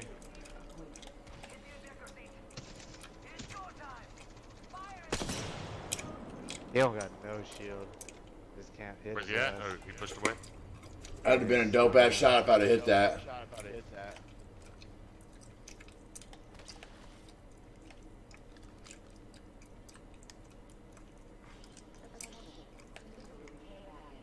Over here.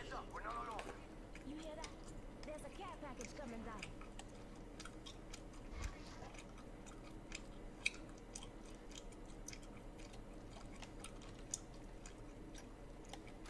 Shield recharging.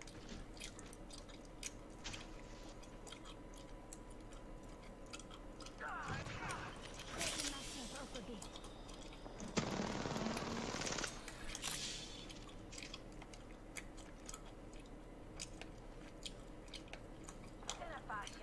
Get out of here, baby.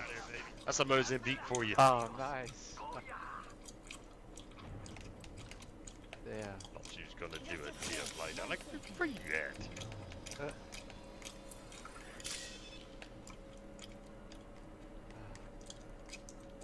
need some energy. Dude,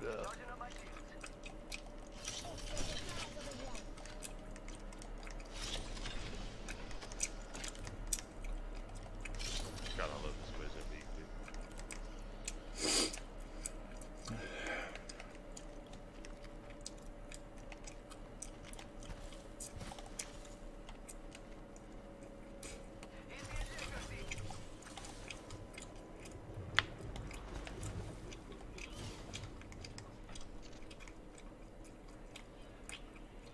Energy right here. Hell yeah.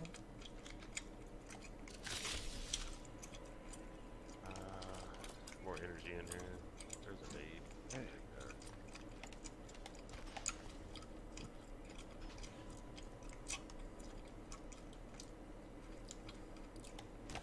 Damn it. Found an extended energy mag here. Level 4.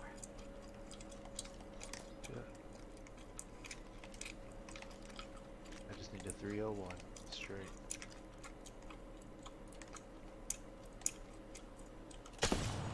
You have people flying up top of there. Oh! Oh my god. Yeah.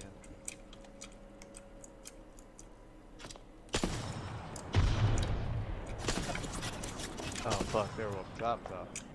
Yeah. That spot. This ain't a fight. Kinda wanna take.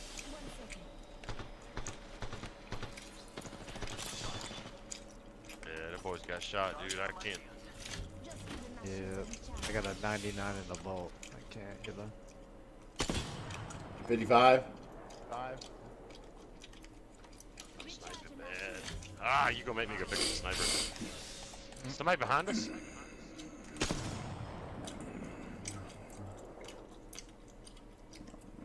Boy, you don't want to poke the head, I promise. Someone close? Close? Oh shit. Yeah, right here, coming at us.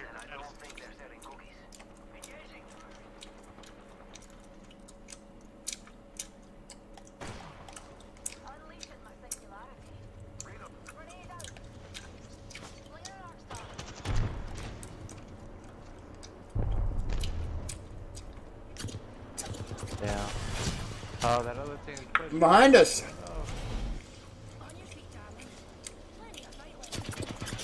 Oh, fuck. He's on the roof.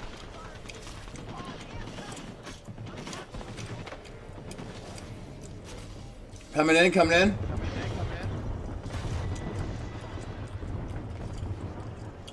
Ran back out. On my body.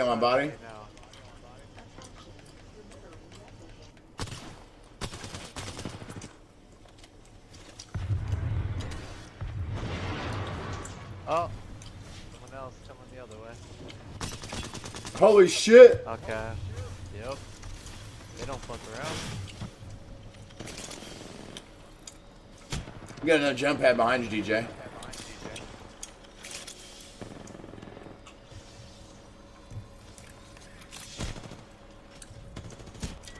God damn, dude. Fight the other team. No shit.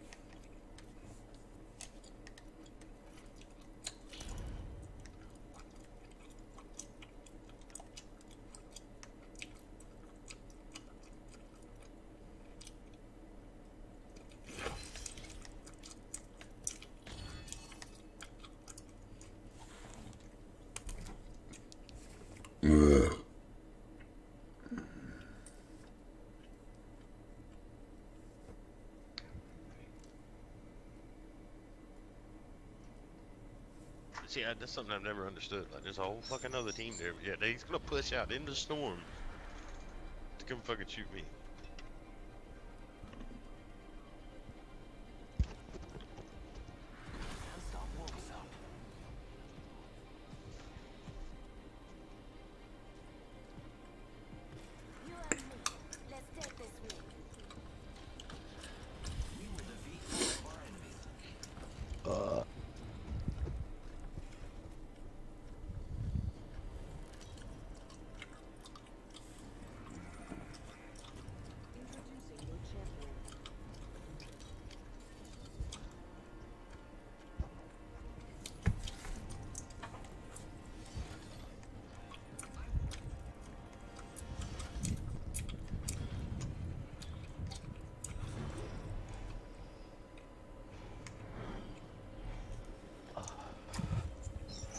Dude, I'm so excited about this week. Oh yeah? Yeah. Good, dude. Can you feel the speed? Yeah, baby. Alright.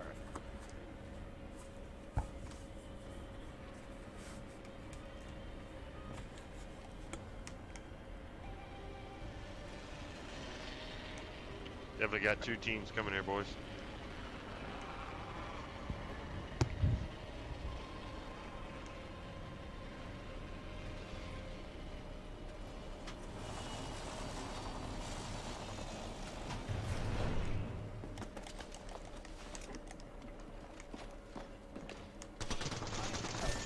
Oh, okay. I think he's the best player in the world, maybe. Granted, I didn't have a shield, but fucking melted me with like 3 bullets.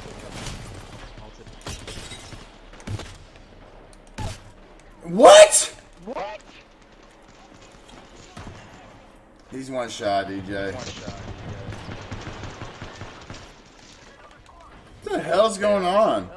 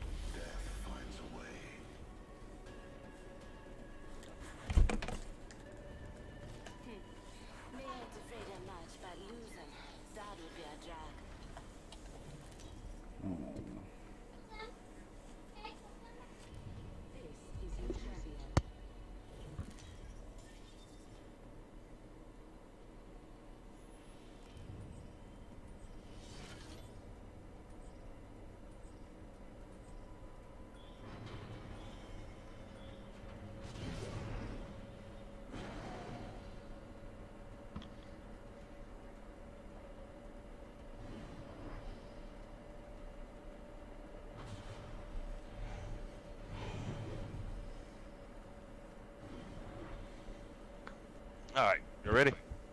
Mm-hmm.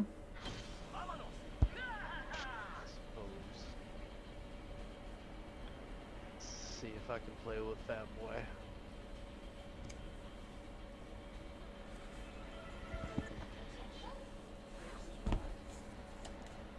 The battle happens quick. Be ready.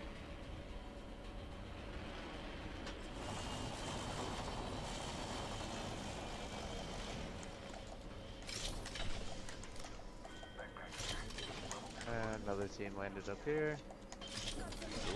They went down. Next ring's not close.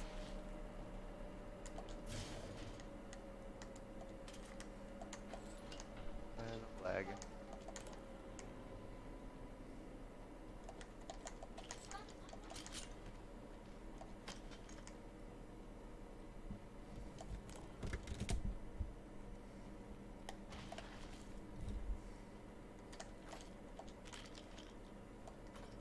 Backpack here. Level 2. Don't worry, it won't slow down. Y'all see a hammer pointing around, let me know. Longbow here.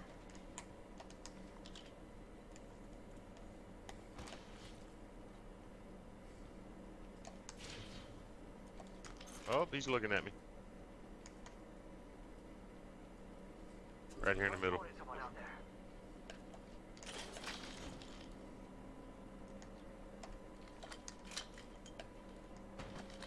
Start pushing up here. Over here.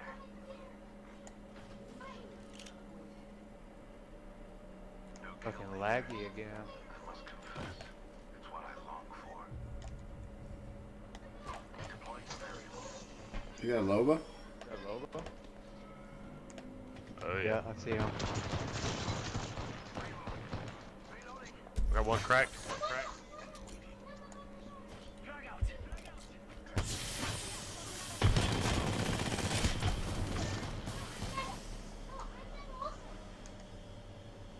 Hit Dylan.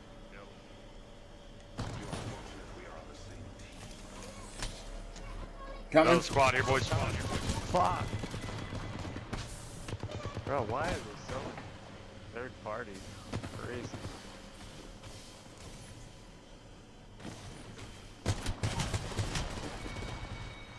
Fuck, dude.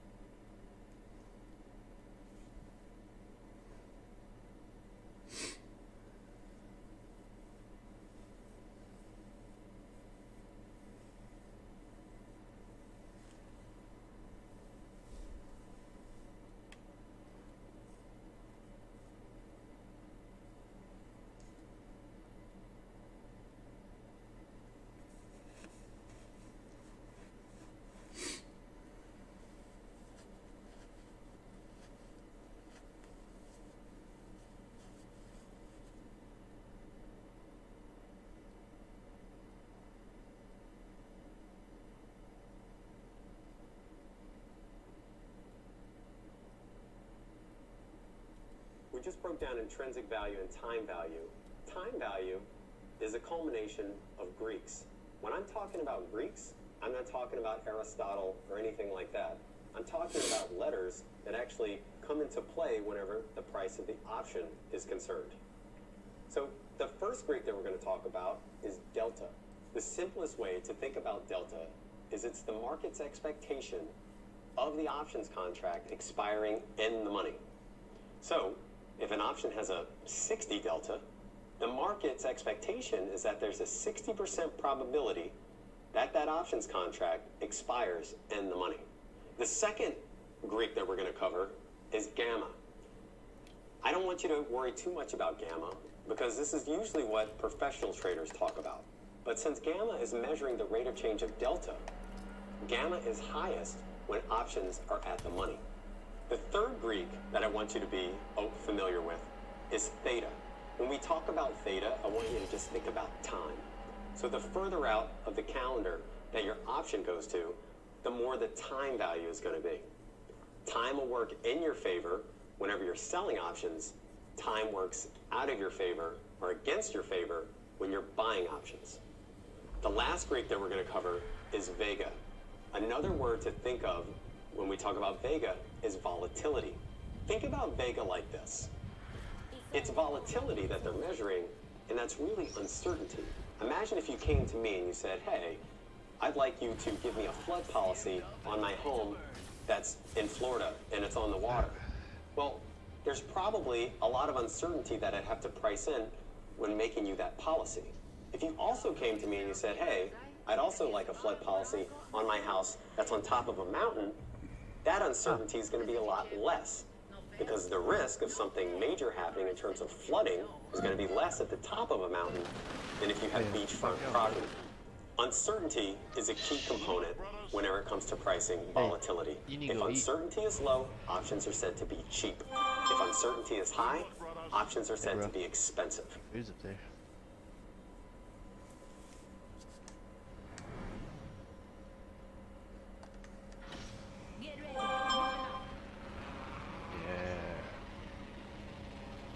Oh, are we playing duos? Fuck yeah. I know what it is, honestly. Oh. I'm straight with some duos.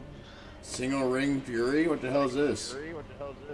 It's like an extra ring that can like hurt you, but you get like shields that fucking help you or some shit. It's weird.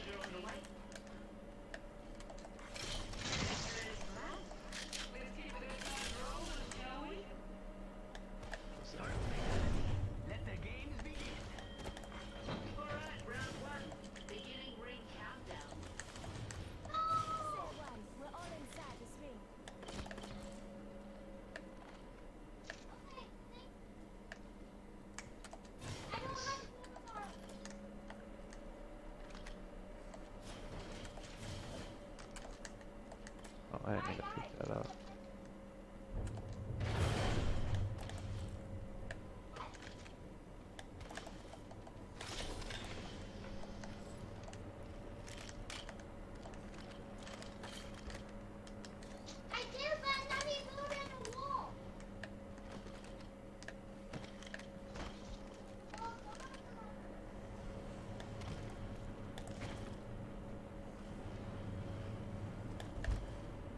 You seen someone jump off? Alright. Yeah, I see you going. Broke him. They're one shot right here somewhere. Oh my god, I'm safe, but there's like 3 teams. Oh shit, there's another person shooting at me now. 2 teams? Nice. Oh shit. And I missed it. 2 teams that aren't shooting at anybody but you? Yep.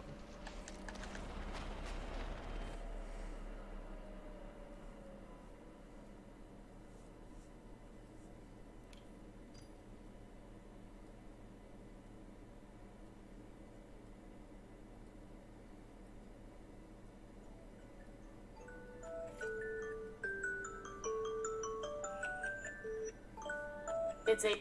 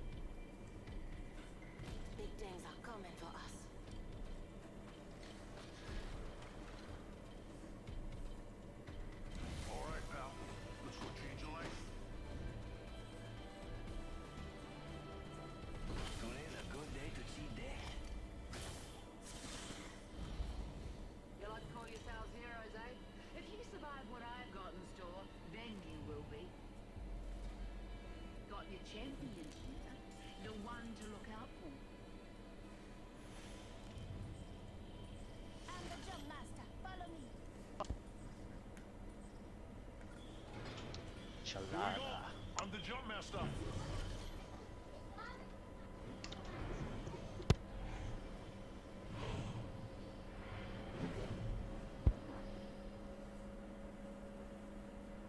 My legs are ready to go. Some assembly required. We should land there. Looks like fun. Heard that? I love this part.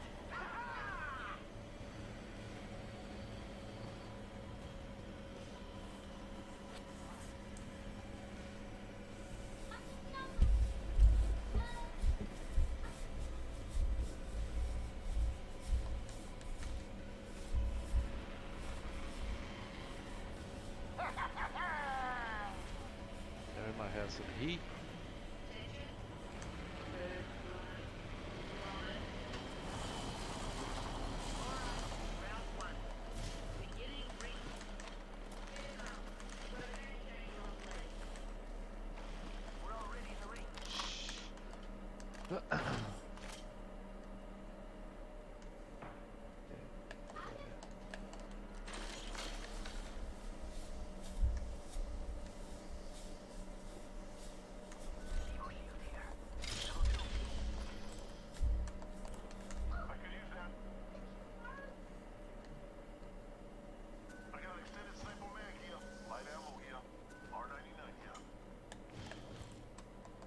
Oh, mercy.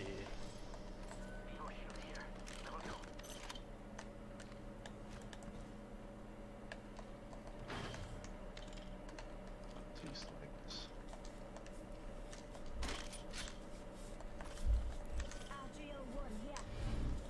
Yeah.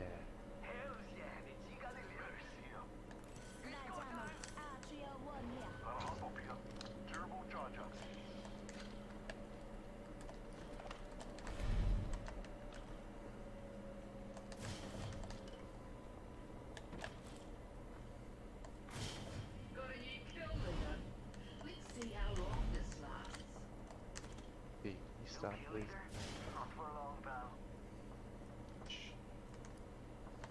I know, you're doing it like right next to me, so it's gonna block the TV a little.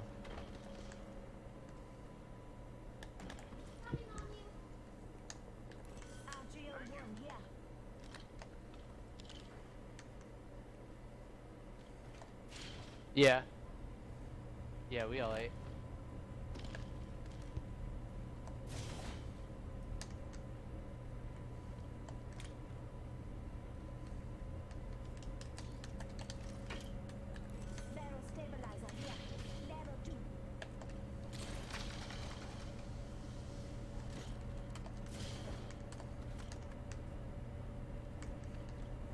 Extended sniper mag. Got a hop up here. Skull piercer.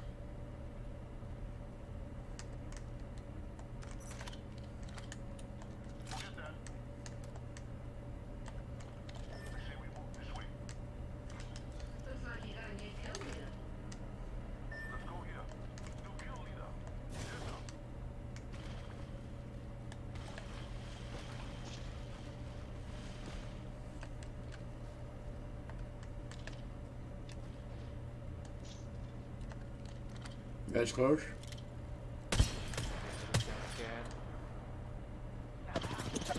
Yeah. Yeah.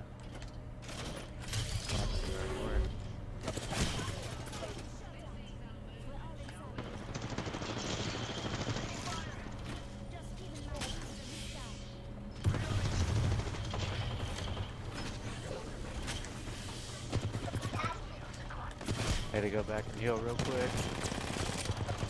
Healing. Down one. I just got scanned from behind, didn't I? Yeah. Okay.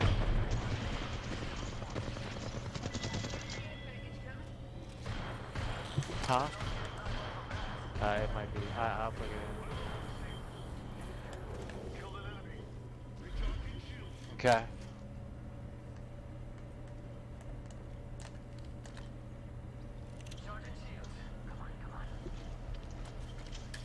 God damn, that was an intense battle.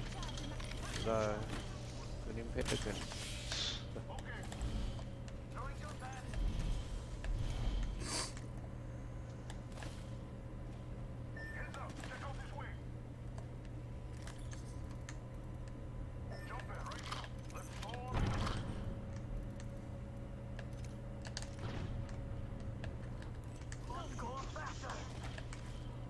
I fucked up. I fucked up. I'm the stupidest motherfucker there is.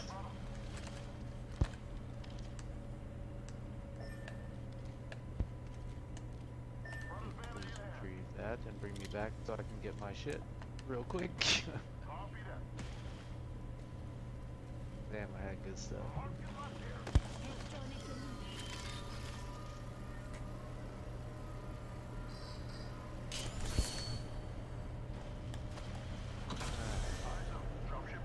Goddamn, where'd I put my thing at? Here. I don't know why I hit that jump pad and jumped straight out, so off the side.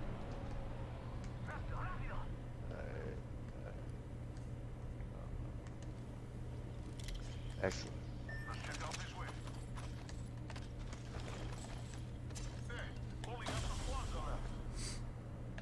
Give me all that. Give me all that. Oh, baby girl.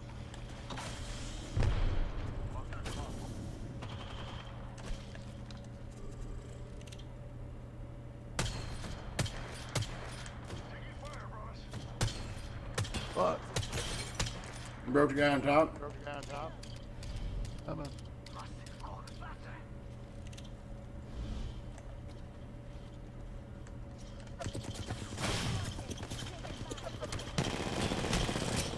God damn, I'm stuck behind this tree.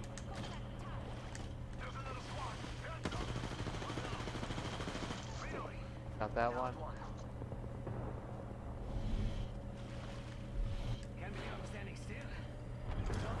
I see him. See the other one.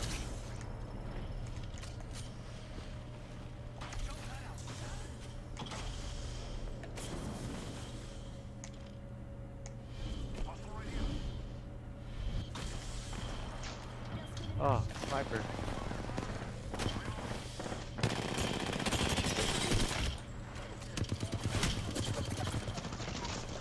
Got that one. There. Oh, they're everywhere. He's healing. He's healing. Got that one. Coming in the back door.